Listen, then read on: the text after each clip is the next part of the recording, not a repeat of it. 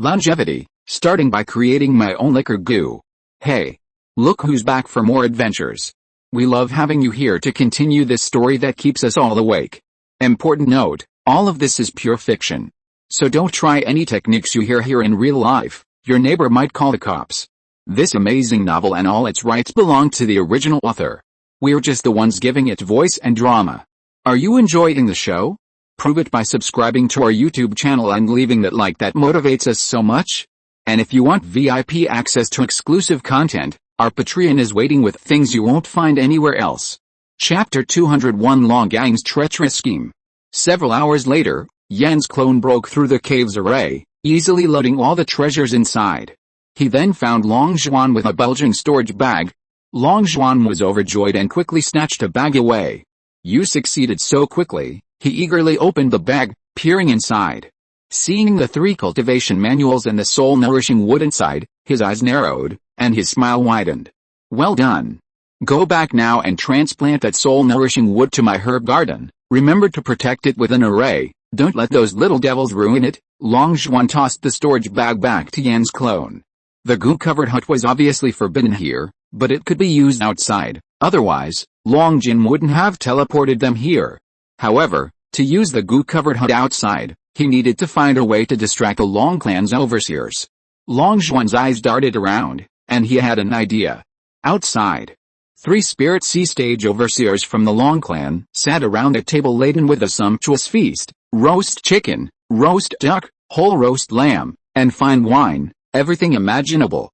After 2.5 years of city lockdown, these 3 spirit sea stage goo cultivators from the Long clan had been eating dirt and drinking urine, utterly terrified of hunger.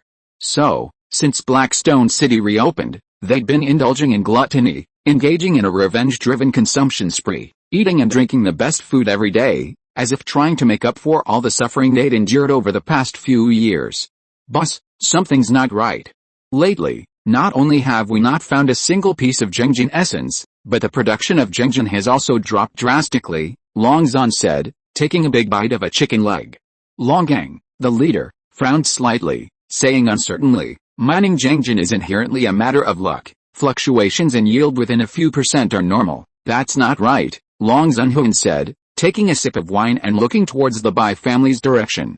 Look over there. They clearly have far fewer mining areas than us, yet their Zhengjin yield is far greater. Yesterday they even unearthed a piece of Zhengjin essence. The miner who found it received a substantial reward. I'm tempted myself. The 2 looked towards the Bai family's direction, and seeing their harvest far exceeding theirs, they immediately felt resentful. Why should they, having occupied the largest area of the mine, rip far less than the Bai family? This wasn't fair. Could it be that they were lucky, drawing the richest mining areas here? While we, although we grabbed most of the mining areas, only got poor mines. Long Gang's face darkened, and the food on the table suddenly lost its appeal. Long Zhan tossed away the chicken bone in his hand and hesitated, saying, that can't be ruled out. After all, the mining areas we chose were decided by lottery. Who knows, they might have just gotten lucky and drawn the richest mines. However, I suggest we check the mine later. There might be other reasons. The other 2 nodded in agreement and immediately decided to go to the mine after finishing their meal. Just then, Long Zhuan emerged from the mine, walking towards them with a serious expression, as if he had something to say. Seeing that someone seemed to have important news to report, the 3 overseers put down their chopsticks. Long Zhuan walked to the dining table and went straight to the point. I discovered a secret passage in the mine leading to the Bai family's mining area. It seems to have been dug by the Bai family. I even used a recording goo to record their plot against a Long family, but the footage isn't convenient to view here. What? Upon hearing this, Long Gang was furious. He stood up instantly, his anger barely contained. So that's why the Zhengjin production is so low. It's all they're doing. Do they frequently use this secret passage to mine here? This is outrageous. Long Gang slammed his fist on the table, roaring. It must be them. Otherwise, why would they dig that secret passage? Our Zhengjin has definitely been stolen by them. These petty thieves, they should all die. Long Zhan also stood up angrily, his eyes blazing with fury as he glared in the direction of the Bai family, wishing he could go and settle accounts with them right now. HMPH. I was wondering why the Zhengjin production was so high just half a month ago. How come it suddenly plummeted? It disappeared without warning. There's no one else but them. They're the ones who did it. Long Zunhuan slammed his hand on the table and stood up, his anger blazing as he glared at the Bai family, practically bursting with rage. Seeing the three furious figures, Long Zhuan was stunned. He hadn't expected them to be implicated like this. The Bai family was lucky to be blamed. Once they were dead, there would be no way to prove anything. A double whammy. Did you record their crimes with a recording goo? Give it to me. I want to see how they try to deny it this time. Long Zhuan handed over the recording goo he had prepared beforehand. He had already edited the recording, keeping only what was necessary and deleting everything else. For example, regarding their initial discussion about the cave within the mine, Long Zhuan felt it best not to let the Long family's goo cultivators know about it for the time being, so he deleted that part. Long Gang, his face grim, accepted the recording goo from Long Zhuan. He was about to check what it recorded when he remembered the Bai clan members were still some distance away. This wasn't the place to project images, so he took the recording goo and headed towards a secret chamber. I'll see too. I want to see how they stole our clan's Zhengjin. The other two supervisors quickly got up and followed. Watching the three supervisors departing figures until they were completely out of sight, Long Zhuan waved his hand behind him, and his flame clone darted away at lightning speed. After the three Long clan supervisors entered a sealed stone chamber, Long Gang eagerly projected the recorded images onto the stone wall. However, the content of the images surprised them all. The 6 people on the screen weren't discussing how to steal the Zhengjin, but rather plotting a grand conspiracy against the Long clan. They planned to kill all the geniuses here, as well as the 3 supervisors, then frame the Great Yin dynasty and, under pressure from the city lord, have the matter dropped. Hearing their conversation, the 3 men's faces darkened, veins bulging on their temples. How?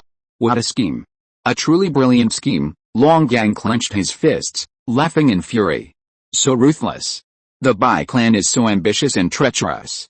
If they succeed, our clan will suffer a silent loss and lose our strongest genius of this generation. Long Zunhuan's face paled, the thought filled him with dread. If Long Zhuan hadn't accidentally recorded the plot, the consequences would have been unimaginable. Damn it. These bastards are still determined. Now their plot has been recorded by the recording goo, the evidence is irrefutable.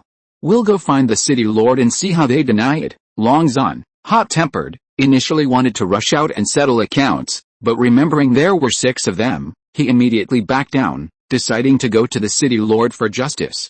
No, Long Gang hurriedly reached out to stop him. This recording goo must not be handed over to the city lord now. Long Gang narrowed his eyes, revealing a ruthless glint, and said, with the Great Yin dynasty's attack imminent, the city lord will definitely try to resolve this peacefully, which is his consistent approach to similar incidents recently. If we hand over this recording goo, the city lord will definitely try to appease us, handle the matter peacefully, give some compensation at most, and then let it go. How could we let those wolf cubs get away with it?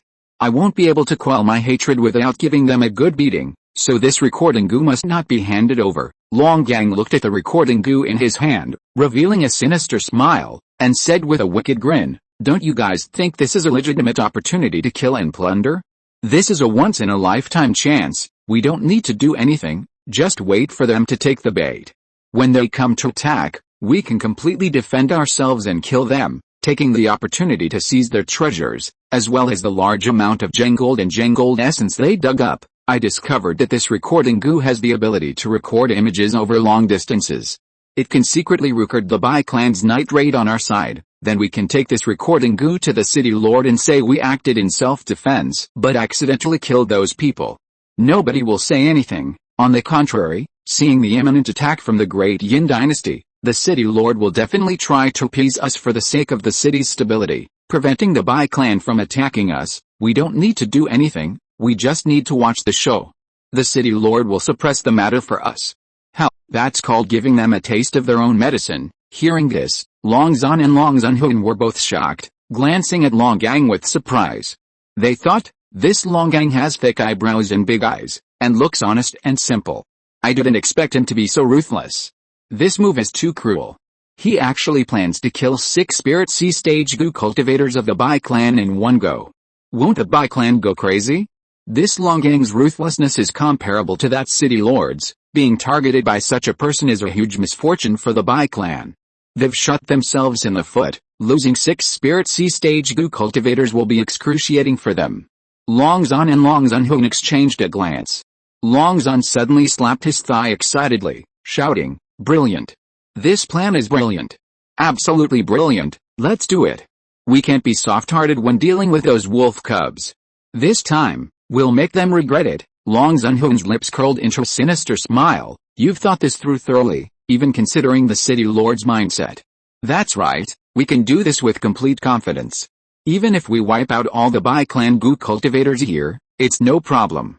If the Bai clan goes mad, the city lord will suppress it for us. Good heavens, he's even more ruthless.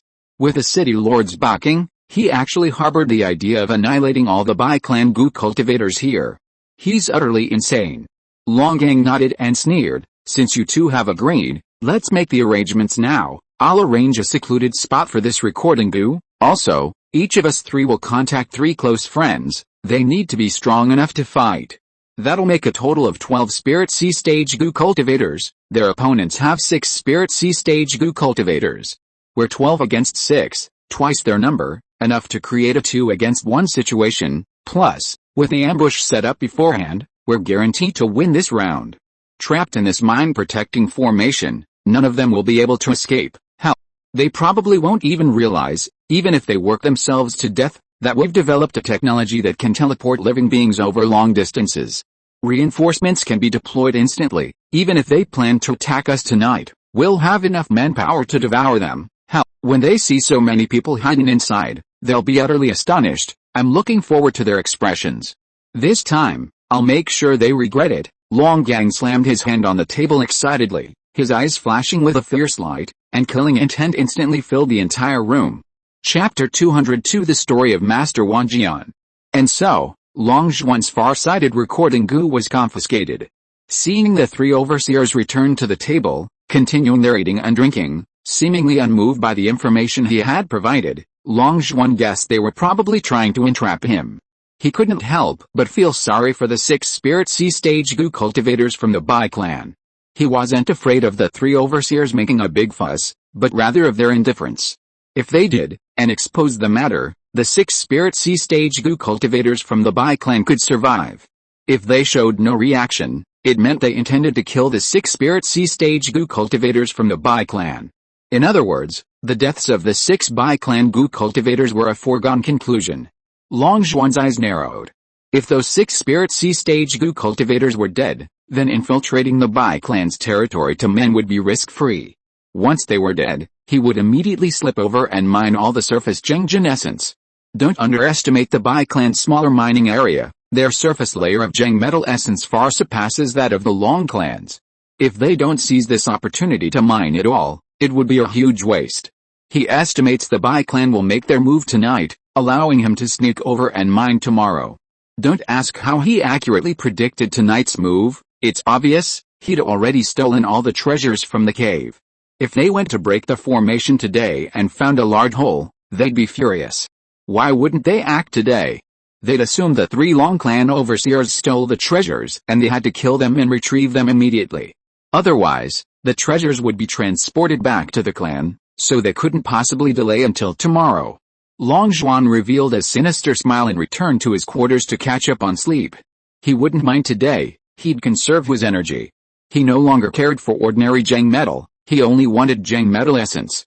He couldn't help but look forward to tonight's battle, determined to be fully prepared. Time flew by, and evening arrived. The 6 Bai clan Spirit C-stage goo cultivators excitedly slipped out of the secret passage and headed confidently towards the treacherous mine tunnel marked with an X on the map. Those Long clan people are truly idiots. The ancient cultivators' cave was right on their territory, and no one even noticed. It's no wonder we got our hands on that high-level heaven-ranked cultivation technique, Bayou chuckled. The protective formation of the cave had been almost completely broken by the 6 of them, and they would be able to successfully steal the treasures inside in a few days. He was excited just thinking about it and couldn't help but chuckle. You can't blame the Long family for being stupid. That matter is just too long ago. We only learned about such an ancient story from the diary of an unknown goo cultivator. Who would read the diary of an unknown goo cultivator? Nobody would be that idle. Following the clues in the story, we originally wanted to find the cultivation cave of Master Wanjian, but who would have thought that his cultivation cave was actually in a huge Zhengjin mine? This is simply a pleasant surprise. No wonder Master Wanjian was able to control 10,000 Zhengjin swords and kill 100 Gu Kings without leaving a trace, so he found a Zhengjin mine. It's not surprising that he could forge so many Zhengjin swords. I wonder what kind of technique he practiced that allowed him to control 10,000 swords. It's truly terrifying. Anyone who fought him was riddled with holes. Back then, no one could withstand his sword array attack. How much consciousness did he need to control tens of thousands of swords? So he possesses at least one soul refining technique, most likely a high-level heaven rank technique. This is a technique our clan would obtain at any cost. Bai Yi clenched his fist, his eyes gleaming with excitement. Just thinking about how he was about to acquire such a heaven-defined soul-refining technique filled him with overwhelming elation. Alice. What a pity for this man. Back then, Master Wanjian defeated all rivals with his sword formations. There were few in the world who could rival him. He was not only exceptional in soul-refining, but also in body-refining and spirit-refining, reaching the highest level in the world, unsurpassable. This man cultivated soul, body, and spirit without any weaknesses. His true combat strength was definitely no less than that of Shi Haojin now. It's a pity that such a brilliant and talented person was ultimately ensnared by love. He was ambushed and fatally wounded by his wife in their wedding night, and finally lost his life in his own cave. It's truly tragic and lamentable. Bai Horn also sighed, genuinely feeling sorry for this heroic figure. Alright, enough talk. We've arrived. Let's break the formation first. I think we can break it in less than 2 days. Once the formation is broken, we'll take all the treasures inside, then rush out and wipe out all the Long Clan Gu cultivators. Then we'll pin the blame on the great Yin dynasty. Perfect. I'm really looking forward to seeing the expressions on the faces of the Long Clan's higher-ups. Bai Horn revealed an extremely sinister smile, but his smile quickly froze on his face, his joy turning to sorrow. He finally realized that the formation here had already been broken, and someone had stolen all the treasures from the cave before them. Time seemed to stand still. The three of them stopped abruptly, their bodies stiffened, and their faces turned ashen. Damn it. Who did this? I'll fucking kill him. Bai Horn was going crazy. He rushed in like a madman, only to find the place ransacked. Even the useless junk had been looted. He immediately felt dizzy and was about to faint. He steadied himself against the wall, managing to stop himself from collapsing. Who is it? We've almost completely destroyed the formation, and he still managed to escape and take the treasure without lifting a finger. Utterly shameless. Utterly shameless. Staring at the scene of the robbers ransacking the place, Bai Yi's eyes were bloodshot with rage as he cursed furiously. He had completely lost his composure, his face contorted with rage. He had just been dreaming of learning advanced heaven-rank cultivation techniques, but reality had delivered a devastating blow. He was on the verge of madness, so angry he felt like he was about to vomit blood. The others, their faces grim, rushed forward like madmen, searching here and there, trying to find more treasures. However, as the saying goes, one is influenced by one's company, and Long Zhuan had already been corrupted by the little medicine boy. Once inside the treasure trove, he didn't care whether the items were valuable or useful to him. He took anything he could get his hands on. They wouldn't leave behind even the most worthless junk, fearing they might miss some unassuming but incredibly valuable treasure. He was simply too suspicious, terrified of losing a priceless gem due to his lack of discernment. Long Zhuan had already thoroughly searched the place before they even entered, leaving no stone unturned. How could they possibly find any treasure here?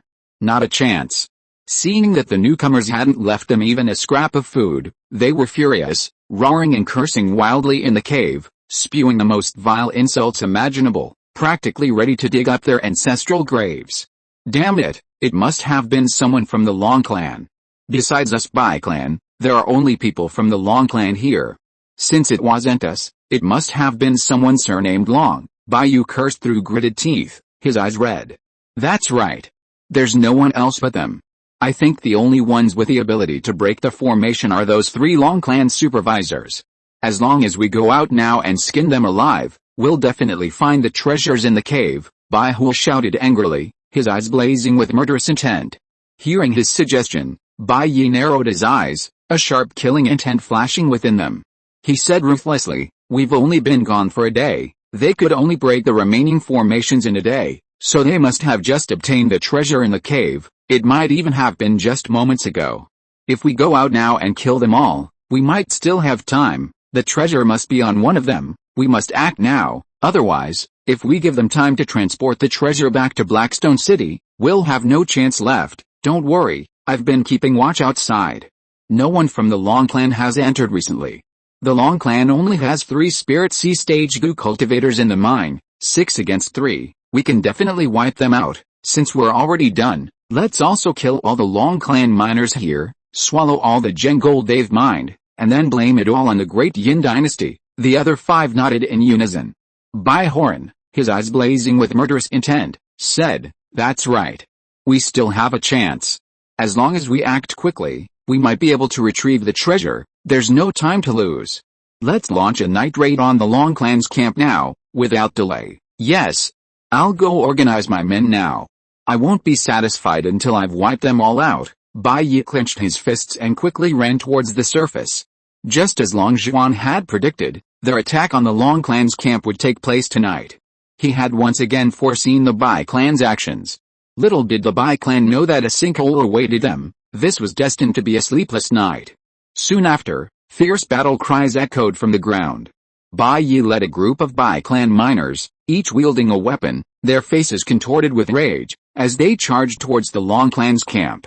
These were not ordinary mortals, they were genuine goo cultivators, each possessing goo worms, and their fighting power was not to be underestimated. The more people mining, the more gem metal will be unearthed. Therefore, the Bai clan has at least 800, if not 1,000, goo cultivators here. The Long Clan occupies a larger area, and the number of miners needed may be even greater. If a battle breaks out here, it will be a large-scale war, not a small-scale conflict.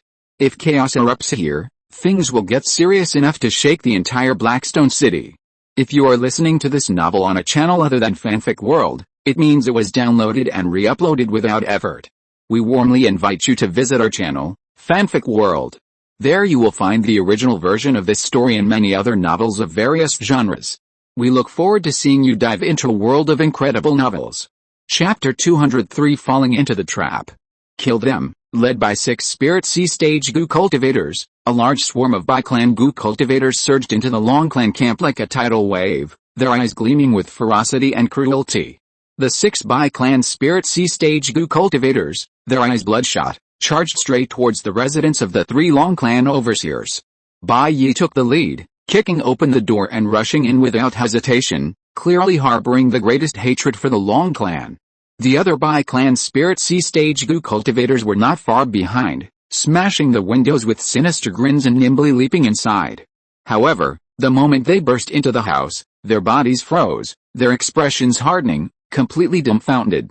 Because there were not 3 people in the house, not 3 Spirit Sea Stage Goo cultivators. There were clearly 12 people, a full 12 Spirit Sea Stage Goo cultivators.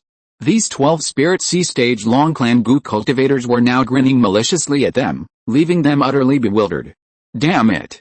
We've fallen into a trap. Run! Bai Yi was the fastest to rush in, and he was the fastest to run out now. His face was pale, and he ran for his life. He was truly dumbfounded, completely bewildered.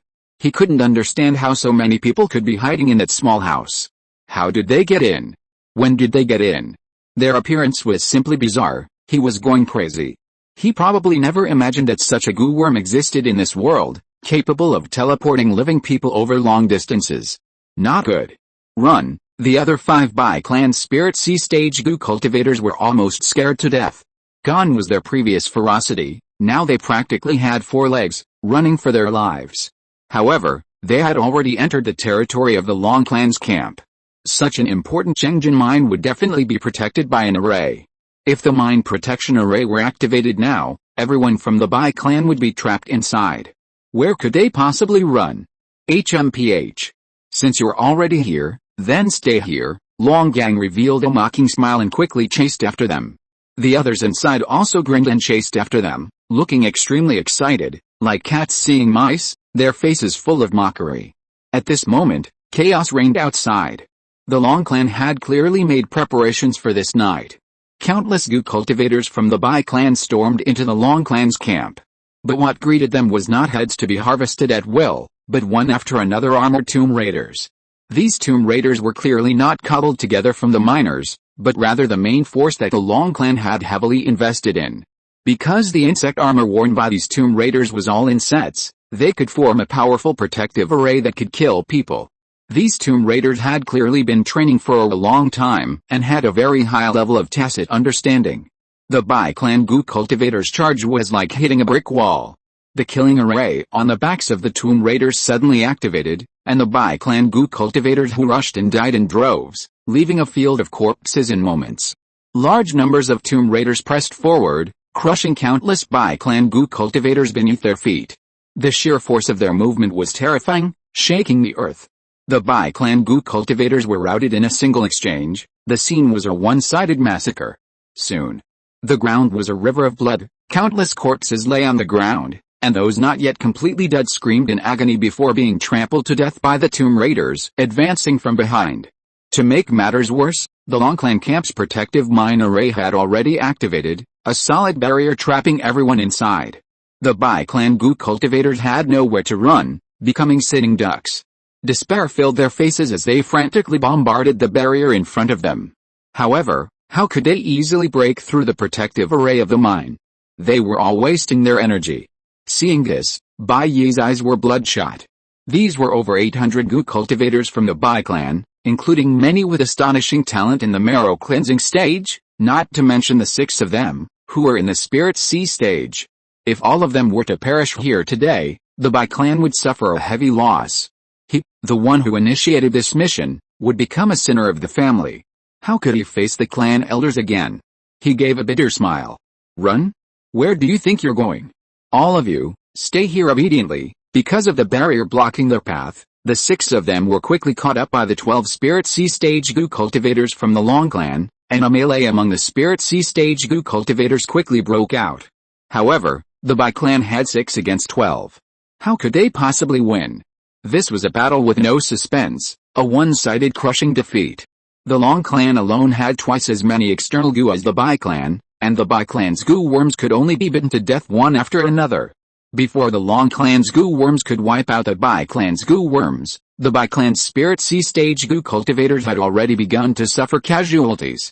Bai Yu was suddenly punched in the head by Long Jin, who had transformed into Dragon Man.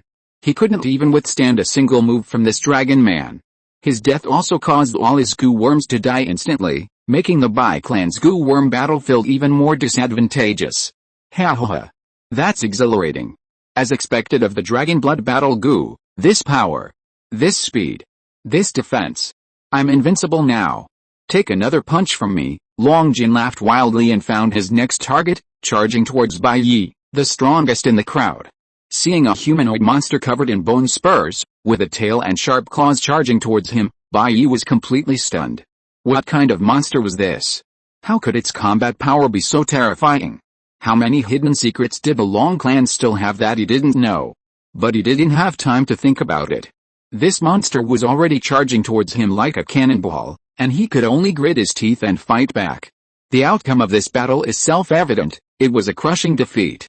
Both high-level and low-level Gu cultivators of the Bai clan were utterly annihilated, and the battle ended in a very short time. All of the Bai clan Gu cultivators who rushed in were slaughtered, not a single one survived. Bai Yi lay on the ground, his eyes wide open in disbelief, unable to comprehend why his perfect plan had failed. For this night raid, the Bai clan had mobilized all its forces to crush their opponents, leaving no one to defend the rear. Therefore, after this battle, there were no more Bai clan Gu cultivators left at this mine, and their operations there were completely paralyzed. They didn't have any more SUO Gu. And it might take a long time for them to send a large number of miners. This place was quite far from Blackstone City. If it were closer, this Zhengjin mine would have been discovered by the powerful forces of Blackstone City long ago, and wouldn't have remained undiscovered until now. This extended period was enough time for the Long clan's miners to mine in the Bai clan's area for a considerable time, and also gave Long Zhuan ample time to thoroughly extract all the Zhengjin essence from the Bai clan's mines. Long Jin immediately decided that all the Long clan miners should abandon mining their own veins and go to the Bai clan's territory to mine. They would take as much as they could for free, and could leave later when the Bai clan sent people over. Everyone went on a killing spree that night, but the melee came and went quickly. The battle ended soon, and the Gu cultivators on the Long clan's side began to happily divide the spoils. The 12 Spirit Sea Stage Gu cultivators of the Long clan couldn't stop smiling. The storage bags of the 6 Spirit Sea Stage Gu cultivators contained quite a few good items, and even if they divided it equally among the 12 of them, each person would still receive a considerable amount of spoils. Long Gang chuckled as he stuffed the treasures he'd received into his storage bag, then looked at Long Jin with a smile and said, "This Dragon Blood Battle Gu truly lives up to its reputation as one of the 8 strongest Gu worms of our clan. It's truly domineering. In the glorious era, the Dragon Blood Battle Gu might not have been anything special, but in this small place, it's enough to kill gods and Buddhas alike. No one can stop it. Whoever can refine a Dragon Blood Battle Gu, as long as they don't encounter a prodigy, will be absolutely invincible among their peers. I really envy you. I wonder when I'll be able to possess a Dragon Blood Battle Gu." Looking at Long Jin's imposing half-dragon form, Long Gang revealed a look of envy. Long Jin patted his shoulder and laughed. "Don't be envious. Anyone at the peak of the Spirit Sea realm has a chance. In the past, this would have required a massive amount of contribution points to obtain, but our clan gained a huge amount of resources during the Plague Corpse siege, resulting in a considerable number of Dragon Blood Battle Gu being refined. With war approaching, the clan will definitely distribute these directly to reduce the casualty rate of its strong members. Of course, it will be distributed on credit. All the contribution points you earn will be used to pay off the debt. Be prepared to pay it off for years, even decades." Really? Upon hearing this, Long Gang's eyes lit up, and he clenched his fist excitedly. The other Spirit Sea Stage Gu cultivators also breathed heavily upon hearing this news, their faces flushed with excitement. Long Zan also clenched his fist excitedly. He was currently in the late Spirit Sea Stage, only one step away from the peak. He had made up his mind to break through to the peak of the Spirit Sea as quickly as possible. The Dragon Blood Battle Gu, such a heaven-defying Gu, must be limited in number. If he broke through too late, he might not get any. Alright. Keep your mouth shut. Neither the secret of the Suo Gu that can teleport people nor the secret of the Dragon Blood Battle Gu can be known to anyone now. The Bai clan secretly dug a tunnel leading to our clan's mining area. The Jengold A mine was all from our side. It's perfectly reasonable for me to bring all of that Jengold back to the clan. Also, have Long Zhuan send the footage recorded by that recording Gu back to the clan. I'll broadcast the footage of the Bai clan's night raid on our clan throughout the city and let the city lord judge us, the victims. I'm already looking forward to seeing what kind of expression the Bai clan's higher-ups will have. They're destined to suffer in silence this time and have to swallow their anger. How satisfying. Ha ha ha. Long Jin laughed loudly, and the others joined in, their laughter echoing throughout the night sky. Chapter 204 Self-Created Soul Refining Technique. After watching this spectacular show, Long Zhuan, following Long Jin's instructions, transferred all the footage recorded by the recording Gu to Long Jin's recording Gu. The recording Gu had the ability to transmit images over long distances, so Long Jin didn't need to take his recording Gu with him. Besides, he couldn't take it. If you were to present Long Zhuan's recording Gu to the city lord, wouldn't that be telling the city lord that the Long clan had mastered the technology of teleporting living beings? With such a major incident at the mine, how could the Bai clan not have noticed? They'd probably already started taking action, so he needed to return with the evidence as soon as possible. Therefore, Long Jin didn't chat with Long Zhuan and directly returned to his clan from the Gu hut with the evidence. He wondered what kind of turmoil this would cause in Blackstone City. This incident would probably be enough to cause a major earthquake in Blackstone City. It was a pity he couldn't go and see the show himself, Long Zhuan thought to himself, and could only return to his residence disappointed. After a moment's thought, he finally took out the soul refining technique True Soul Transformation that he had obtained from the cave that day and began to study it intently. He wouldn't mind tonight. The Long clan would definitely organize people to mine in the Bai clan's mining area tomorrow. He could go openly tomorrow, so there was no need to go sneakily. Tonight, he was itching to start his plan to create his own soul refining technique. His innate strong soul was an advantage, and with his soul nourishing wood to assist him, he felt it would be a waste of his good talent not to learn a soul refining technique to further strengthen his soul. In the darkness, the candlelight flickered, and only the rustling of turning pages could be heard. The figure at the table swayed in the flickering candlelight. After an unknown amount of time, The man at the table finally closed the book, a glint of light in his eyes, as if he had found inspiration. After reading True Soul Transformation once, inspiration flowed freely, and all sorts of wonderful ideas emerged uncontrollably. At this moment, he already had a preliminary idea for a new technique. He quickly took out paper and pen, excitedly beginning to write the outline of his new cultivation technique. Heavenly demon splitting divine art supernatural power. Fish and humans have 3 souls and 7 spirits. With each minor advancement in cultivation, the 3 souls and 7 spirits split once. The number of split souls determines the number of tasks one can perform simultaneously. This multitasking is directly manifested in the simultaneous strengthening of all split souls. The soul refining speed of the heavenly demon splitting divine art is unmatched by any other soul refining technique in the world. Simultaneously, the number of split souls determines the number of flying swords one can control, the number of insect swarms one can control, the number of spiritual herbs one can refine, and so on. A master can create countless split souls. When encountering an insurmountable enemy, these countless split souls scatter and flee. As long as a single wisp of a split soul escapes, it can be reborn. Long Zhuan roughly calculated with his fingers. His soul was inherently different from ordinary people. He had 2 souls and 7 spirits, twice as many as the average person. So his main soul numbered 20. During the first split at the early stage of spirit gathering, the number of split souls was 40. The second split occurs in the mid-stage of spirit gathering, resulting in 80 split souls. The third split occurs in the late stage of spirit gathering, resulting in 160 split souls.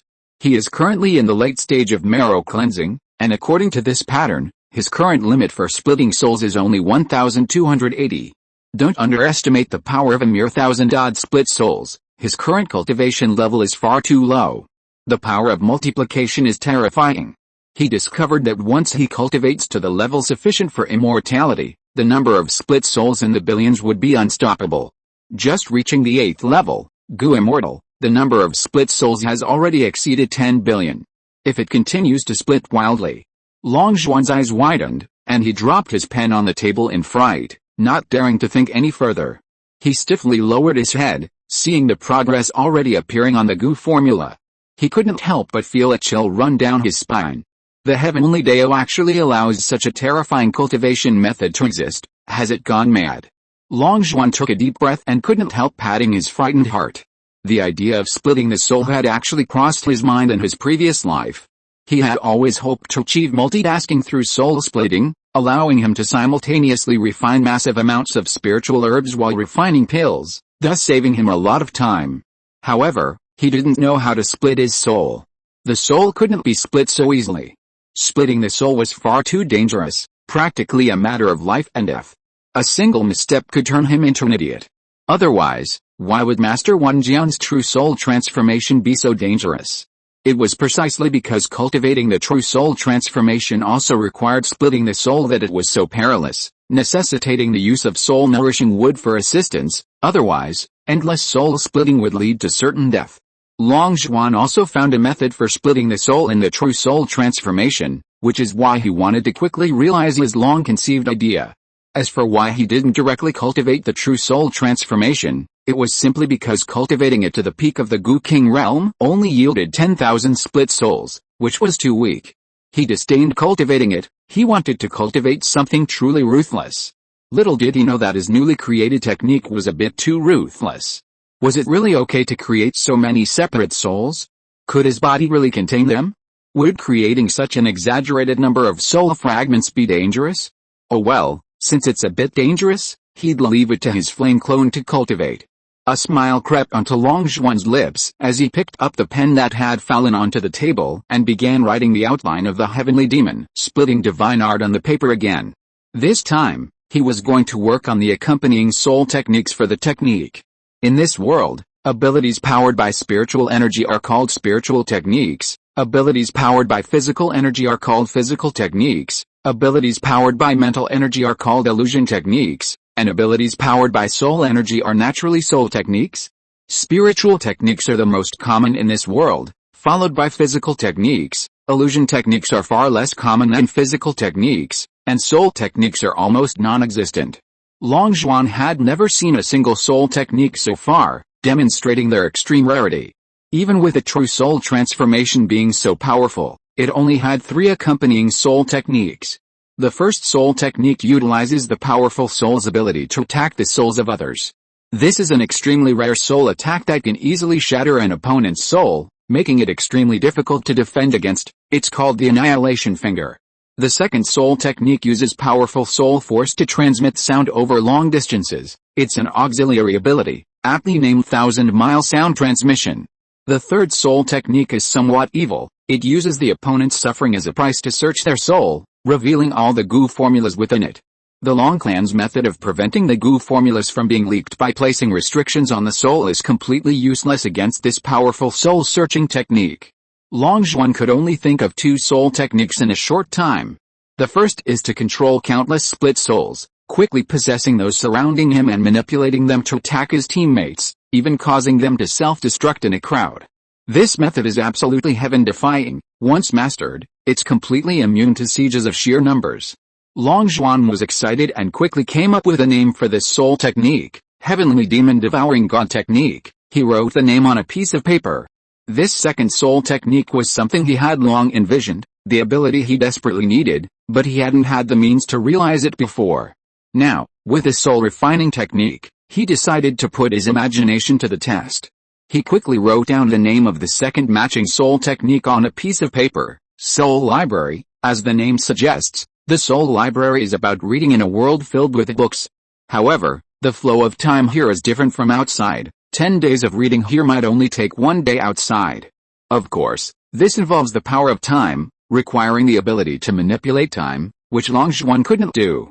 He simply achieved this indirectly by controlling the speed of his thoughts. The principle behind this idea is to accelerate the thinking speed of the spiritual body in a spiritual world full of books, thus lengthening time and creating the illusion of a slower flow.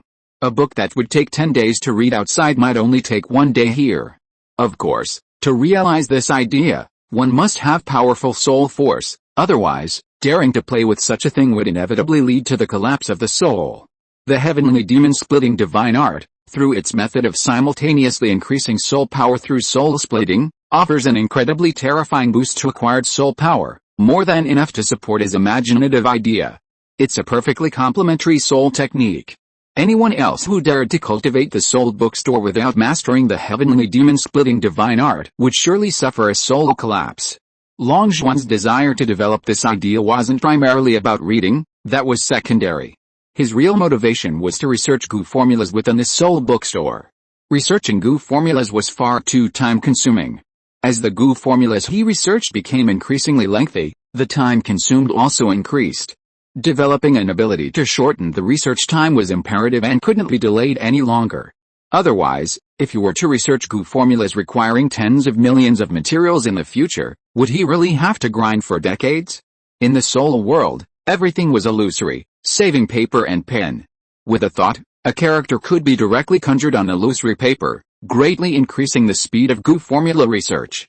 After writing down the introduction to Soul Bookstore on a piece of paper, Long Zhuan breathed a sigh of relief upon discovering that the progress hadn't disappeared. This meant that this idea was theoretically feasible. As long as he was willing to work tirelessly, he would eventually create such an ability. Long Zhuan picked up the paper with satisfaction, a smug smile spreading across his face. A terrifying technique capable of striking fear into the hearts of the entire world was about to be born in his hands. He couldn't help but feel proud to have created such a powerful technique. It was no exaggeration to say that the terror of the Heavenly Demon Splitting Divine Art rivaled that of the Purgatory True Demon Art and even the 10 Absolute Scriptures. This technique was undoubtedly one of the strongest in the world. He couldn't wait to see the Heavenly Demon Splitting Divine Art sweep across the world. A smile played on Long Zhuan's lips as he picked up his pen and began working diligently on the technique, determined to stay up all night. Chapter 205 Exorbitant Compensation. Meanwhile, in Blackstone City, at the City Lord's mansion, Long Yuanshan, after cutting off the beginning and end of the footage recorded by the recording goo, stormed into the mansion, crying and wailing. City Lord, you must avenge my clan. The Bai clan just launched a night attack on our clan's forces at the Zhengjin mine. Our clan has suffered heavy losses. This is footage sent by our clan's men before they died, but unfortunately, the recording goo was quickly destroyed. causing the footage to be cut off halfway through. Long Yuanshan immediately presented the recording Gu. The footage recorded by this Gu was cut off, omitting the latter half of the massacre of the Bai clan's Gu cultivators. It only recorded the scene of a large number of Bai clan Gu cultivators ferociously attacking the Long clan's camp. Anyone who didn't see the complete version would feel sympathy for the Long clan and resentment towards the Bai clan. Yampajin looked exhausted. He had dealt with far too many similar matters recently, leaving him physically and mentally drained. In his view, this was probably another divisive tactic employed by the great Yin dynasty to incite a war among the various tribes of the western lands. He had no choice but to deal with this, so he forced himself to endure his exhaustion, took the recording Gu, and projected the content onto the wall. The first image that appeared on the wall was of Bai Yi and the 3 Bai clan Gu cultivators who had arrived by spirit boat plotting, emitting bursts of sinister laughter that made Yanpajin feel somewhat uncomfortable. When he heard that the Bai clan planned to slaughter the Long clan's geniuses there and then frame the Dane dynasty, and then use him, the city lord, to make the Long clan quell the conflict, his eyes suddenly flashed with a fierce light, and he was completely enraged. No one likes to be used. The Bai clan actually dared to take advantage of his desire for stability during this period, wantonly slaughtering the Long clan Gu cultivators. And then use him, the city lord, to suppress the conflict. What a clever scheme. What a calculation. Did they think he was a fool? Yampajin slammed the table in front of him, smashing it, and stood up in uncontrollable rage. The thought that he had just been thinking this was definitely a divisive tactic used by the Dane dynasty, and was still pondering how to persuade the Long clan, made his face turn ashen, and he became even angrier. If he hadn't seen this video, he would have truly been used by the Bai clan. Is this Bai clan courting death? I repeatedly warned every clan not to cause trouble during this period, and they completely ignored my words as the city lord. Yanpajin roared angrily, almost exploding with rage. The Bai clan dared to exploit his psychology like this. If the other clans followed suit, causing chaos without restraint, and then shifting the blame onto the Dane dynasty, what would become of them? At that time, even before the Dane dynasty attacked, the various clans would have already suffered heavy losses. Yampajin's face turned pale with anger. At this moment, the video on the wall had progressed to the scene of the Bai clan's group of Gu cultivators, their faces contorted with rage, launching a night raid on the Long clan's camp. The video abruptly ended there. Clearly, the owner of the recording Gu had been killed. Even though the video was interrupted, he could easily guess what the scene would be like afterward. The Long clan must have suffered heavy losses. The Bai clan's attack was premeditated, and led by 6 Spirit Sea stage Gu cultivators. It's no wonder the Long clan suffered heavy casualties, Yanpajin subconsciously thought. Just then, a group of Bai clan Gu cultivators rushed in, weeping and wailing. Baizan was the first to burst in, his face filled with grief and indignation as he cried out, "Please, city lord, do justice for my clan. The Long clan is inhuman. To seize all of my clan's Zhengjin, they have heartlessly slaughtered all of my clansmen in the Zhengjin mines, more than 800 lives. And all of them were Gu cultivators with exceptional talent, including 6 Spirit Sea stage Gu cultivators and many geniuses. My clan has suffered heavy losses. Please, city lord, do justice for my clan. It would be an injustice if such a vicious clan were not severely punished," Baizan shouted angrily, his eyes red with grief and despair. Yampajin simply watched his performance, a slow, sinister smile creeping onto his lips. If he hadn't just seen the footage recorded by the recording device, he probably would have believed his lies. He was such a convincing actor. He wiped out all the Long family members there, and then came back to falsely accuse the Long family. Killing them wasn't enough. He went too far, pretending to be a victim and demanding compensation. He was truly devastating. How could the Bai family be so shameless? Keep acting. Keep acting. You're such a good actor. How come I never knew you had such acting skills before? If I don't say anything, are you going to cry for me? Yanpajin couldn't take it anymore and roared, "Do you really think I don't know what you've done? You still have the nerve to come here complaining and demanding compensation. Your Bai clan really thinks I'm a fool. I'm asking you. You just said that 6 Spirit Sea stage Gu cultivators died over there. Tell me why you arranged for 6 Spirit Sea stage Gu cultivators to be there. Does your family have many Spirit Sea stage Gu cultivators?" The city lord's roar stunned Baizan. He was indeed acting, but only his expressions were acting. Everything he said was true. The Long clan had indeed killed all the people left at the Jengjin mine. How did it suddenly become that his Bai clan had killed all of the Long clan's people there? He was full of doubt. He was speechless for a moment because of the city lord's question, and he couldn't explain why he had sent 6 spirit C-stage Gu cultivators. He couldn't very well tell the truth about his master's malicious intentions and then lose everything. Seeing Long Yuanshan looking at him with mocking eyes from the other side, he immediately flew into a rage, pointing his finger at him and shouting, "City Lord! You mustn't listen to his one-sided story and assume." Enough. Before he could finish, Yan Pajin interrupted angrily, "Are you saying I'm biased and incapable of distinguishing right from wrong?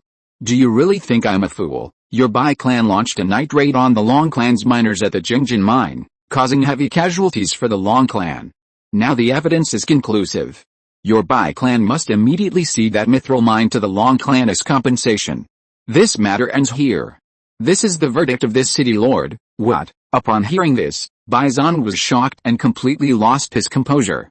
Although the mithril mine wasn't large, mithril was second only to Jengjin in value. How could they willingly hand it over? The mithril mine was something that could cripple them. Baizan's eyes turned completely red. He couldn't believe the city lord dared to make such a judgment. "I refuse to accept this. What kind of victim has to cede territory and pay reparations? This is truly unprecedented. My Bai clan refuses to accept this judgment. I want," Baizan shouted, forcing himself to speak. "Enough. I said this matter ends here. Didn't you hear me?" Yan Pajin glared at him with a ferocious expression. His patience had reached its limit. "I'll say it one last time, your Bai clan will compensate the Long clan with a mithril mine, and this matter ends here. Let's see who dares to cause trouble now." Yan Pajin's powerful aura as a Piku king was revealed, his oppressive aura sweeping across the entire area. Baizan's face turned deathly pale, and he staggered back several steps. He opened his mouth, but ultimately dared not utter another word. He could see that the city lord was enraged, and he couldn't imagine what would happen if he angered him further. He understood that there must be something he didn't know, otherwise the city lord would never be so furious. Provoking the city lord's authority further would be unwise and would only benefit the Long clan. Baizan gave Long Yuanshan a deep look, then walked out with a livid face. The other members of the Bai clan at the door also looked grim and followed their patriarch out. The city lord actually demanded they compensate the Long clan with a mithril mine. They felt as if the sky had fallen. Catching up with their patriarch, they asked with grim faces, "Patriarch, that city lord must have been bribed by Long Yuanshan to make such an unfair judgment. We absolutely cannot obediently follow orders. We must seek justice from the patriarchs of each clan. Blackstone City isn't a place where the city lord can act alone. He can't do whatever he wants here." Baizan looked up at the sky and sighed. "Doing this will only anger the city lord and push him to the Long clan's side. If we clash with the Long clan, then the city lord will only take sides. This is a last resort. Let's find out what really happened first. As for the mithril mine, don't worry, they won't take it away anytime soon. Let's stall for time. Let's drag it out until the great Yin dynasty attacks. This will definitely be a protracted war, and the city lord and the various clans will be too preoccupied to care about this. Then we can find a way to let this matter drop. Yuanshan, I'm afraid I'll have to make you suffer for now. The great Yin dynasty is about to invade, and we desperately need manpower.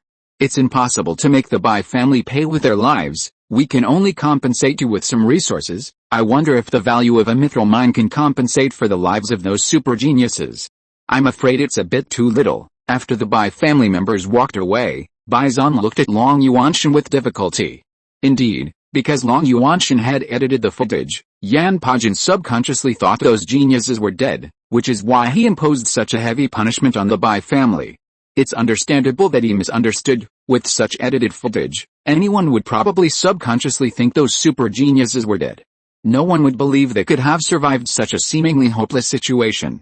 "Lord, you flatter me. How could I, Long Yuanshan, be so ignorant of the bigger picture? Rest assured, my Long clan will never retaliate. However, if our clan takes any action after this war with the Dayan dynasty ends, I hope the Lord will understand." Long Yuanshan appeared excessively sorrowful. Anyone who didn't know better would probably think many members of his Long clan had died. Little did they know, he was practically laughing hysterically inside. He hadn't expected such an unexpected gain. It was a mithril mine, its value comparable to the Jengjin mine. This was an incredible windfall. Bison was probably heartbroken right now. Long Yuanshan almost burst out laughing. Yampajin patted his shoulder heavily, saying with satisfaction, "Good. I'm relieved to hear you say that. If all the clans in the city had your magnanimity, why would I have to toil so much? Don't worry, you'll have to bear with this for now. After this war with the Dayan dynasty is over, whatever you do, I promise to turn a blind eye." Chapter 206 Body Cultivation. 5 days passed in the blink of an eye. During these 5 days, Long Zhuan chose to put aside his cultivation techniques and focused entirely on mining the Zhengjin essence in the Bai clan's mine, digging until his hands were sore. Just as he had guessed, since the Long clan had wiped out the Bai clan, they had sent all their miners to the Bai clan's mine, completely abandoning mining in their own area. All the Long clan's Gu cultivators went there to mine with great enthusiasm every day, even happier than mining their own mine. Although the Bai clan's mine was relatively small, the surface Zhengjin was far more abundant than in the Long clan's mine. Long Zhuan's hands cramped from digging for days, but he finally managed to plunder all the surface Zhengjin essence in the Bai clan's mine in 5 days. The reason it took so long was that he also dug up many Zhengjin essences buried deeper in the mine. Each piece of Zhengjin essence required digging a mine tunnel and updating the map, which naturally took longer. However, he chose to abandon the deeper Zhengjin essence. Some Zhengjin essence was buried so deep that it would take 10 days or even a month to dig it out, and he didn't have that kind of time. That day, he returned to his residence, exhausted. When he opened the door, he saw a Suogu, a type of mythical creature, enthusiastically building a house inside, using Zhengjin as building materials. Since Long Zhuan, a mining master, had the means, he let it squander it. But Zhengjin essence was a different story. Zhengjin essence was far too rare. Even though he had almost exhausted all the Zhengjin essence in this mine, he still felt it wasn't enough. How could he use it to build a house? At this moment, the Zhengjin hut was already taking shape. The house shone with a golden light, as if it were covered in gold, and it was extremely beautiful. Long Zhuan liked it at first sight. Undoubtedly, the grade of the Zhengjin hut was higher than that of a 4th grade spirit wood hut. He felt that this Zhengjin hut could be placed in the central region. The strength of Zhengjin should be able to support inter-regional teleportation. After watching the Gu build its house with great interest for a while, he felt all the fatigue of the day vanish. Then he entered a secret room. Inside was a large cauldron, with a progress indicator showing 0.4%. This cauldron was refining a medicinal Gu Long Zhuan had applied to return to Black Rock City. He used his newly acquired contribution points to exchange for the remaining materials for refining the medicinal Gu, as well as some other usable items, before returning to the Zhengjin mine to refine the medicinal Gu while mining. Since the Gu hut allowed him to travel between the two places instantly, this process didn't waste much of his time. Looking at the progress on the cauldron, Long Zhuan calculated that the Gu's formation time should be 250 days. He noted this number down, then closed the door again and left. Calculating the formation time from the progress wasn't difficult. Yesterday it was 0.0%, today it was 0.4%, increasing by 0.4 every day, enough to reach 100% in 250 days. Long Zhuan emerged from the small wooden hut, completely satisfied. He had laid down numerous arrays around it, confident that no one could possibly sneak in. With his current mastery of arrays, even Long Jin would have a hard time breaking through them. However, while he was beaming with joy, everyone else wore a worried expression. The group of geniuses had arrived laughing, hoping to unearth a piece of Zhengjin essence, but after half a month of hard work, they hadn't even seen half a piece. How could they possibly be happy? Seeing their low spirits, Long Zhuan smiled and walked over to comfort them. "Don't be discouraged, there's still half a month left, isn't there?" he added in his mind. "In another half month, you'll find you still haven't mined any Zhengjin essence." Long Qilin shook his head disappointedly. There might not be half a month left. News just came that the Dan dynasty has already invaded. They're currently launching a large-scale attack on resource points that are difficult for other tribes to manage, plundering the wealth of these points. Clearly, they intend to completely occupy this land, not just for revenge, and this Zhengjin mine is the most valuable resource point. How could they let it go? I believe they'll be here soon. How dare we mine at this time? Upon hearing this, Long Zhuan was immediately shocked. The Dan dynasty had already launched a large-scale invasion of the western lands? This news was too sudden. He was completely unprepared. He couldn't help but exclaim in surprise, how could it be so fast? Even if the great Yin dynasty really sent troops, shouldn't they have slowly eroded the western borders? How did they suddenly appear in the heartland? Long Ruoxu smiled bitterly. They clearly intend to completely incorporate the western lands into their territory, so they spared no expense to build a large teleportation array in both locations, capable of transporting hundreds of people at a time. They set up the teleportation array directly in the heart of the western lands, so of course their troop deployment speed will be faster. The Zhengjin mine must be the primary target for plunder. Let's all prepare ourselves. Don't go down to mine for the time being. Conserve your strength. A major battle could break out at any moment. Don't let the Zhengjin mine fall and leave you too exhausted to escape. Long Dan scoffed. They're practically courting death. Setting up a teleportation array directly in the center of the western lands means they're essentially surrounded. They'll be attacked from all sides. I want to see if they can handle it all. It's hard to say. Long Ruoxu sighed. Shi Heojin has been massacring cities everywhere, centered on Black Moon City. His heartland has been emptied of blood.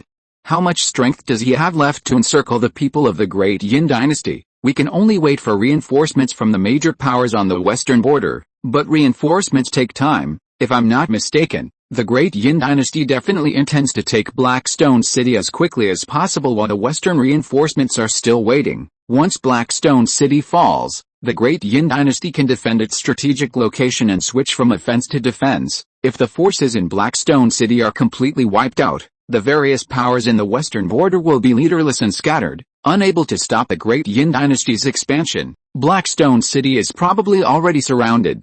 The great Yin dynasty will launch a full-scale attack on Blackstone City at all costs. This battle will be crucial to the war.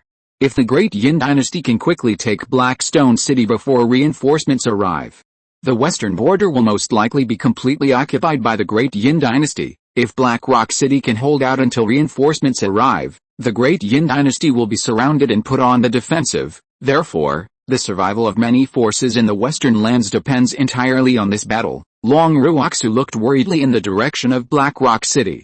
Hearing this, Long Zhuan frowned slightly. Judging from Long Ruoxu's words, wasn't the current situation in the western lands very bad? This Zhengjin mine was going to be the next target of attack. It was too dangerous here. He had to run away quickly. Long Zhuan's eyes showed a solemn expression. He suddenly stood up. No, he couldn't mine the Zhengjin mine anymore. He had to run away quickly. He didn't want the remaining half-month of mining time. Long Ruoxu glanced at him, seemingly guessing what he was thinking. She said playfully, "Are you thinking of running away? I'm afraid you'll be disappointed. You can't leave." Since Shi Heojin slaughtered a bunch of cities in the western lands, a large area of unclaimed land has been vacated. The Long clan of the far west has always wanted to leave the barren lands and develop in the rich areas. How could they let go of this good opportunity? The Western Dragon clan occupied vast swathes of unclaimed land in the western lands long ago. They formed some kind of Dragon clan alliance, and their strength is indeed enough to swallow those territories. Since they've already occupied the western lands, they naturally become a force within the western lands, and therefore fall under the great Yin dynasty's attack range, so you can't escape. You'll definitely have to participate in this battle. Long Ruoxu glanced at Long Zhuan, a sly smile spreading across her face. Hearing this, Long Zhuan's face immediately darkened. Meanwhile, in Blackstone City had just been unsealed, and now it was about to be sealed off again. Outside Blackstone City, a dense, dark mass of people stood beneath the city walls, dressed in black, wielding various weapons, their faces expressionless as they stared at the top of the walls. The number of them was countless. It was obvious that the number of people outside far exceeded the number of Gu cultivators inside the city. Because in the region of Moonland where there were kingdoms, besides Gu cultivators, there was another profession, body cultivator. The body cultivator profession had an extremely low minimum skill level. There were no cultivation thresholds. As long as there was meat to eat and one could be full, anyone could become a body cultivator. Under such circumstances, the number of body cultivators was unimaginable. However, this profession with such a low minimum skill level generally had very weak combat power. A cannon fodder level body cultivator might only be equivalent to one of the Gu cultivator's external Gu. Of course, the maximum skill level of a body cultivator was not weak either. They could reach the same level as Gu cultivators. However, The path of body refinement is extremely difficult. Very few people can refine their physique to its peak, and even then, they must possess a body refinement technique comparable to that of Long Zhuan. Therefore, the strongest individuals in this world are generally gu cultivators. Although body cultivators are weak, their sheer numbers make up for it. Seeing the densely packed body cultivators below the city walls, the gu cultivators of Blackstone City standing on the walls turn pale. Even if a body cultivator is weak, can you take on 10 body cultivators at once? The sheer number of body cultivators is terrifying when used in war. A single body cultivator army could easily crush most gu cultivator forces. This is because body cultivators are practically free. There are as many as you want. At this moment, City Lord Yanpajin finally walked onto the city wall, surrounded by a group of gu kings. When he saw the countless body cultivators below, his face darkened. Although the various clans of Blackstone City could each contribute tens of thousands of gu cultivators, these people were scattered throughout the cities and regions of the western lands, and resources were simply insufficient to distribute them all within one city. Therefore, it would be good if the gu cultivators in Black Rock City could squeeze out 10 or 20,000, which was no match for the body cultivator army outside the city. Yanpajin clenched his fists, his face so gloomy it could drip water. Yao Chen leaned down and looked down at the city wall, his face grave, and said, "It's the Blackfire Legion, the main force of the Great Yin Dynasty, and everyone is armored, wearing at least a set of low-grade spiritual weapons. This is not good. They've set up a large teleportation array here. With such a huge number of people, there's no need to worry about logistics. We might be the first to be worn down." Upon hearing this, everyone's face turned grim. Chapter 207 The Heartless City Lord. Don't panic. The City Lord leaned down, looking down at the city walls, and said in a deep voice, "Just like last time when we were besieged, our mission has only one word: stall. Stall until reinforcements arrive. Blackstone City is known as a city that will never be conquered. It has never been breached from ancient times to the present. How can they just storm in as they please? Even Shi Haojin couldn't do anything to Blackstone City last time, so they certainly can't." Upon hearing the City Lord's words, many people's expressions softened slightly. These words boosted morale considerably, giving the gu cultivators in the city more confidence for the upcoming battle. But what if? What if we can't hold out before the reinforcements arrive? Someone whispered in the crowd. Yanpajin's eyes narrowed, revealing a mad look. The purification gu didn't purify all the plague. I secretly left some. If things really come to that, then I'll release the plague down below. No matter how many of them there are, a large number of them will die in the face of the plague. If I can't get through it, then no one else can either. Yanpajin looked down with a sinister gaze. Upon hearing this, everyone present twitched their lips. It was truly ruthless. As expected, the City Lord was as black-hearted as ever. With such a ruthless City Lord around, they could finally rest easy. Just then, the army of the Great Yin Dynasty below finally moved. Rows of cannons with thick barrels were pushed forward by those at the rear, arranged neatly, and aimed at Blackstone City. A rough estimate suggested there were at least 5,000 cannons. Seeing this terrifying scene, everyone on the city wall turned pale. Not good. There are spirit stone cannons. Each shot consumes 500 spirit stones. If they bombard the city's protective array, even if the array isn't destroyed, it will be severely depleted. Yao Chen's expression changed drastically. As soon as he finished speaking, the 5,000 spirit stone cannons below roared. Boom, boom, boom, dot. Dense shells landed on the barrier above Blackstone City, creating deafening explosions one after another. Those below covered their ears, their faces pale as they stared at the sky. Under the relentless bombardment of 5,000 cannons, the barrier flashed with light, as if the entire Black Rock City was shaking violently. Everyone looked up in terror, and the cries of infants and children echoed through the city. After a volley of cannonballs, white smoke billowed from all the barrels, and a second shell was quickly loaded. People covered their ears and hid behind the cannons. The deafening explosions rang out again, and countless flames once more engulfed Black Rock City, turning it into a sea of fire. The second round of bombardment was followed by a third, and then a fourth. The roar of the cannons continued unabated, as if cannonballs were free. Countless shells rained down on Black Rock City, making the barrier teeter on the brink of collapse, determined to shatter it completely. At the same time, the Zhengjin mine was also under heavy attack. A group of muscular men, wielding various magical weapons like swords, spears, and clubs, were breaking through the mine's protective formation under the orders of the formation master. Outside the formation, thousands of people thronged, including 5 who exuded the aura of the Spirit Sea stage. Hearing the attack, Long Zhuan rushed out of the small wooden hut. He was stunned when he saw the magical weapons in the group's hands. Since arriving in this world, he had only seen swords and knives. He had never seen spears, clubs, hammers, but today he saw them all 18 types of weapons. His first impression of them was that the Blade Gu's natural enemy had arrived, and these people were there to give it experience points. Long Gang shouted, "Most of these people are body cultivators. Body cultivators use all sorts of weapons, and you don't understand the techniques of these uncommon weapons, so try not to engage them in close combat. We can't let that formation master break the formation here, otherwise the mine's protective formation will be broken sooner or later, and then we'll be in grave danger. Follow me out of the formation and kill that formation master." Long Gang drew a knife, roared, and charged out of the formation. The other Long Clan Gu cultivators also released their Gu worms, and under Long Gang's command, they surged out of the formation like a tide. Don't underestimate the Zhengjin mine's protective strength. Those mining here are all Gu cultivators, at least 1,000 of them. This force is already enormous enough to fight off any enemies from outside. Swept along by the crowd, Long Zhuan had no choice but to follow the flow of people out. He couldn't let everyone else leave while he remained inside the formation. Long Zhuan glanced at the array master hidden at the very back of the crowd. He understood that whether this Zhengjin mine could be defended depended entirely on whether Long Gang could kill that array master. If this operation failed, giving the array master ample time to break the array, then this Zhengjin mine would most likely fall, and he would have no choice but to escape using the Gu hut. The two sides quickly clashed, and a massive battle involving thousands of Gu cultivators erupted. Intense fighting filled the air, and casualties appeared on both sides instantly. People frequently fell to the ground, screaming in agony.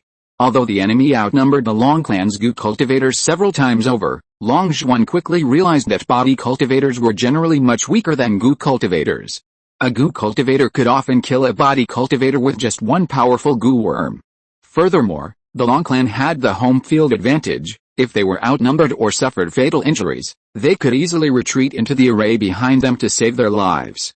Therefore, even with a numerical disadvantage, the Long Clan's Gu cultivators did not fall behind. At this moment, Long Zhuan also released his Blade Gu since he refined it. The Blade Gu had never experienced a battle. This was its first. Long Zhuan was very much looking forward to its combat power, even though he, its master, didn't fully understand it at the moment. Now was the perfect opportunity to test its combat strength in this great battle. As for the other top-grade Gu worms, he didn't release them. It was common knowledge among all the Gu cultivators of the Long Clan that he possessed the Blade Gu, but no one had ever seen his other Gu worms. He planned to keep them as his trump cards, not easily revealing them to outsiders. Otherwise, if he used them too often, someone would eventually figure out how to counter them, and then he would be in danger when encountering a powerful enemy. After Xiaoyu jumped out of the breeding pouch, she saw the large-scale melee before her and immediately showed excitement, rushing forward and joining the battle. Since following this extremely cautious King of the Dead, she hadn't fought a single battle, and her body had long since rusted. This sudden great battle immediately activated the warlike genes within her. Thus, this group of body cultivators wielding various weapons were in deep trouble. The Blade Gu, having mastered the 10 absolute blade techniques, could counter any weapon in the world. These body cultivators, skilled in close combat with various weapons, were completely countered by this Blade Gu whether wielding spears or clubs. The Blade Gu killed them one by one, like slicing melons and vegetables. No matter whether the body cultivators used hammer techniques or whip techniques, even the most obscure weapon techniques, the Blade Gu would break through them with a single strike, instantly killing them. Before long, the ground beneath its feet was littered with corpses. This Blade Gu had gone completely berserk. The appearance of the mantis already wreaking havoc quickly attracted the attention of the opposing side. The opposing body cultivators all showed fear, and could only send 10 of their stronger body cultivators to restrain the mantis. Thus, the Blade Gu's 10 blades met 10 body cultivators at the marrow cleansing stage, and for a time, the battle was evenly matched. Seeing this scene, Long Zhuan couldn't help but be stunned. Good heavens, it was actually going to fight 10 of them. Even if physical cultivators are weak in combat, taking on 10 at once is simply outrageous. Longzhuan now truly understood the combat power of this 500,000 level blade Gu. The cost of so many materials was well worth it. The advantage of the 10-sword style was evident in this battle. Multiple arms meant it could fight multiple opponents without being at a disadvantage. Facing this monster with 10 arms, the physical cultivators fighting it were completely stunned. They truly understood the benefits of having many arms. It was practically cheating. Anyone who dared to fight this monster one-on-one was courting death. The 10-sword style gained widespread fame in this battle. This style began to slowly become known and gradually spread throughout the world. This was the Blade Gu's debut battle, its battle of fame. From this day forward, it would gradually leave its own legend in this world.